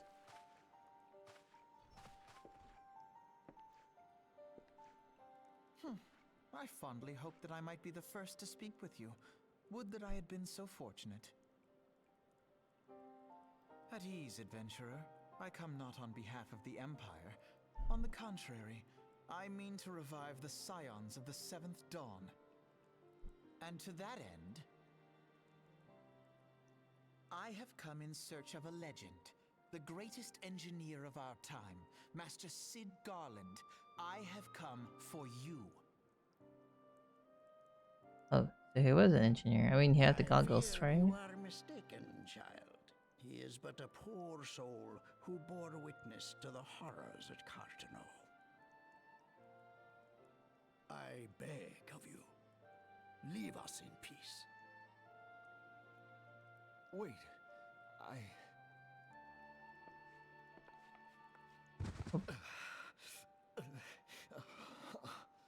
Trying Hear to- me, Sid. Eorzea needs you.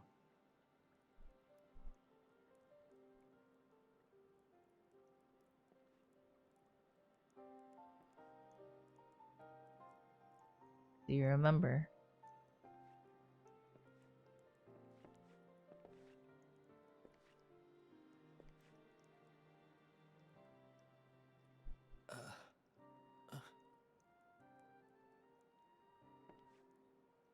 Oh, he do be. Okay, I thought he was upset. Here you go.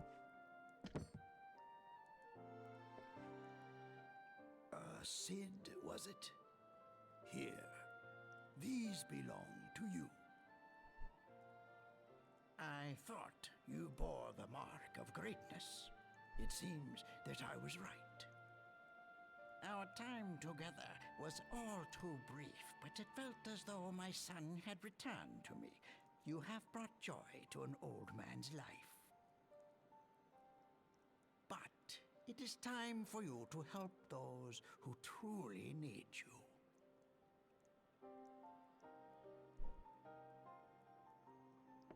I still not talking. He's level 19 Disciples of R in hands. He do be crafting. are you? Self a nod. He's everyone's favorite fanboy. Alfino Leveilleur, at your service.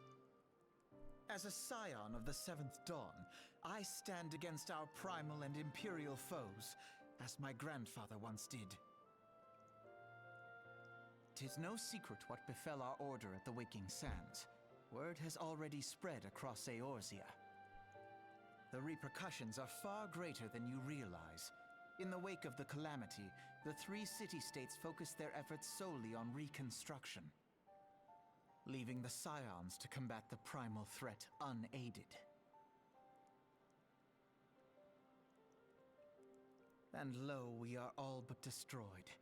Yet even as the nations mourn our demise and abandon what little hope they have left, we cannot forsake our duty, now least of all.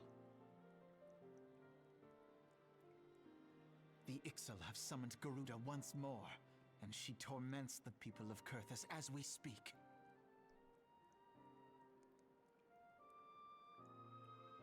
Her appetite for destruction far exceeds that of other primals.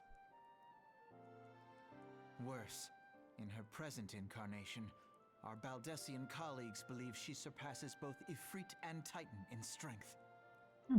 Yet, therein lies an opportunity.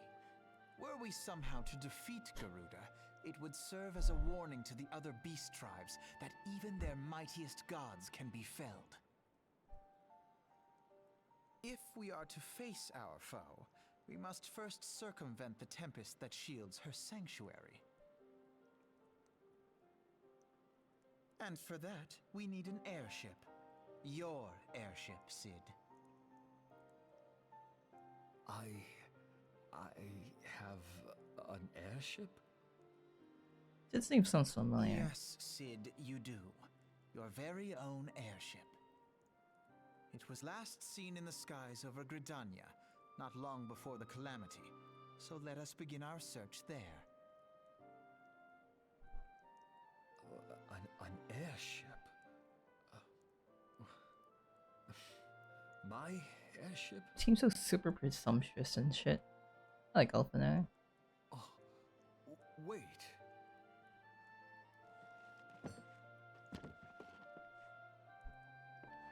It's gonna make an airship right here and then and there.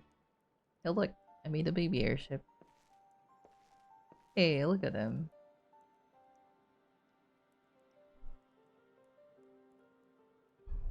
Come, let us put an end to the primals. Together, we will show the world that the Scions are still a force to be reckoned with.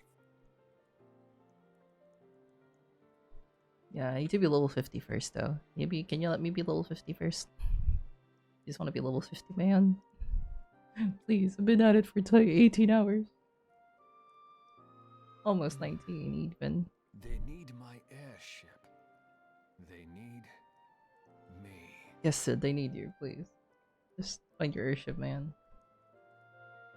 You may XP, please. Holy shit.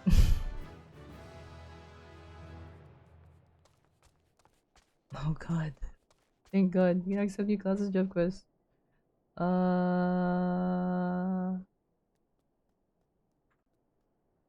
Okay, I need to look them up real fast. Give me a second, Skips. Okay, level 70. Or level 50. Okay. Final Fantasy 14. Level 50 classes. Level 50 for finishing a story. You have expressions.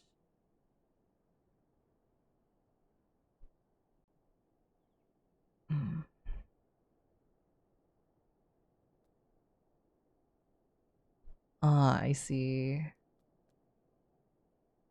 Some of them require me to reach Ishgard.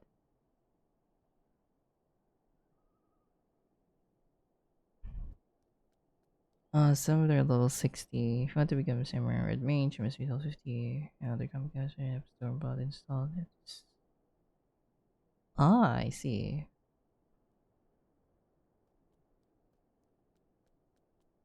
Okay, let me double check something real quick. Checking level 30. Dark tank, guard. Ah, I see. Okay, interesting. Okay.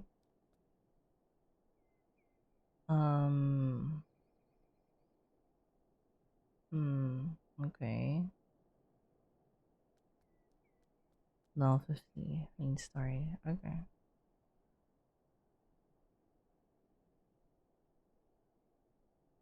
I won't even be able to like get some of the jobs here. Actually, I actually can get some of the jobs here.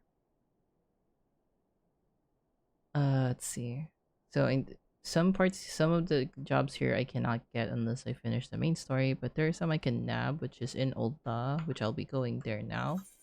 Fuck this quest right now. I'm gonna go to Ul'dah and get my class. Not call it a stream then. Bing. Alright, let's go grab our quest. Let's go grab our classes. So here's the samurai one, and the red mage one should be somewhere here. Finally be a samurai.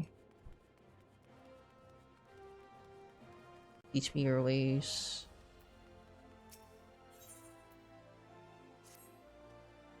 The ball. That's those balls.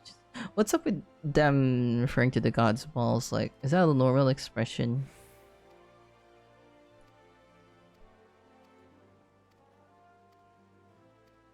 It's impossible. Zero man. Just teach me how to be a samurai, please. The map. Okay, sure. Let's just do this mission real quick.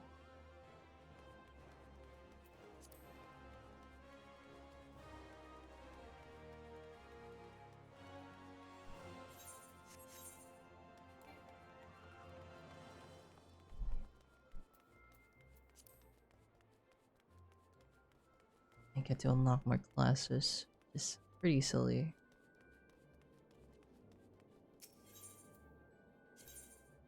Okay, where's the mission? Going on a mission, we're going on a mission. What's it gonna be? You're gonna get your mission, the mission, the mission, the brand new mission. I can't wait to see.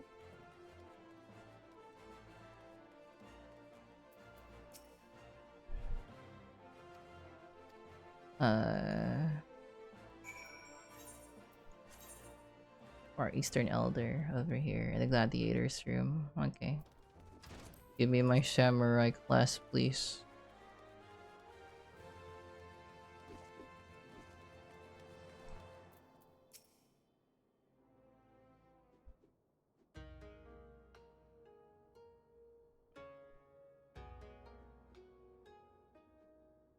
This aura, unusual, undoubtedly formidable. Dare I hope a worthy challenger has come. Well met, friend. I am Mososai, Samurai of Hingashi. Lest you wonder, Samurai swordsman of the Far East. Yet no one have the swords or wield unlikely those in this land. Katana they are called, and for our duel shall lend you such a blade, along with the stone, talisman, and the swords. Okay. Great.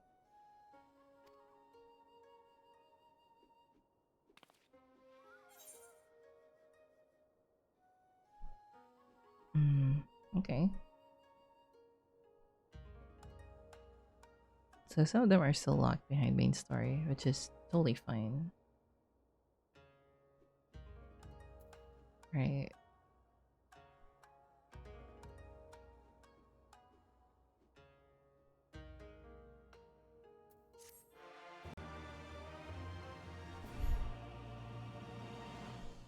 Hell yeah. I can be a samurai. Now, how do I... Oh, okay. Sure. If I go here... Now, how do I get my samurai? Oh shit, my inventory is like pretty big.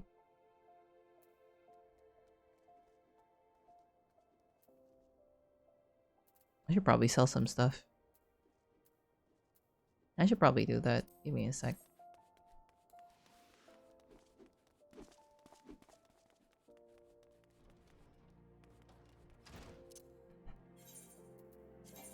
Okay. Okay.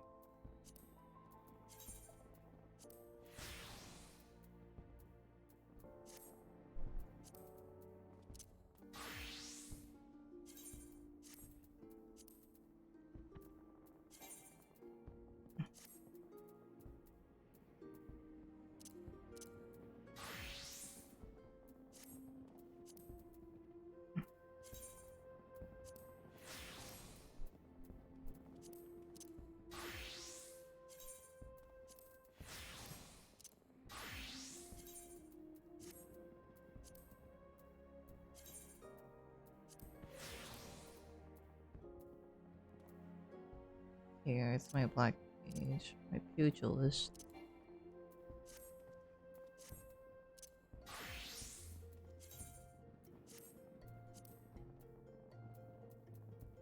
Wait, so if I go to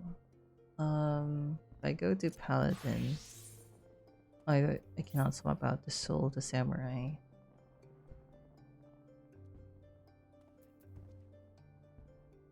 So how do I become a samurai then? Do I just equip the sword?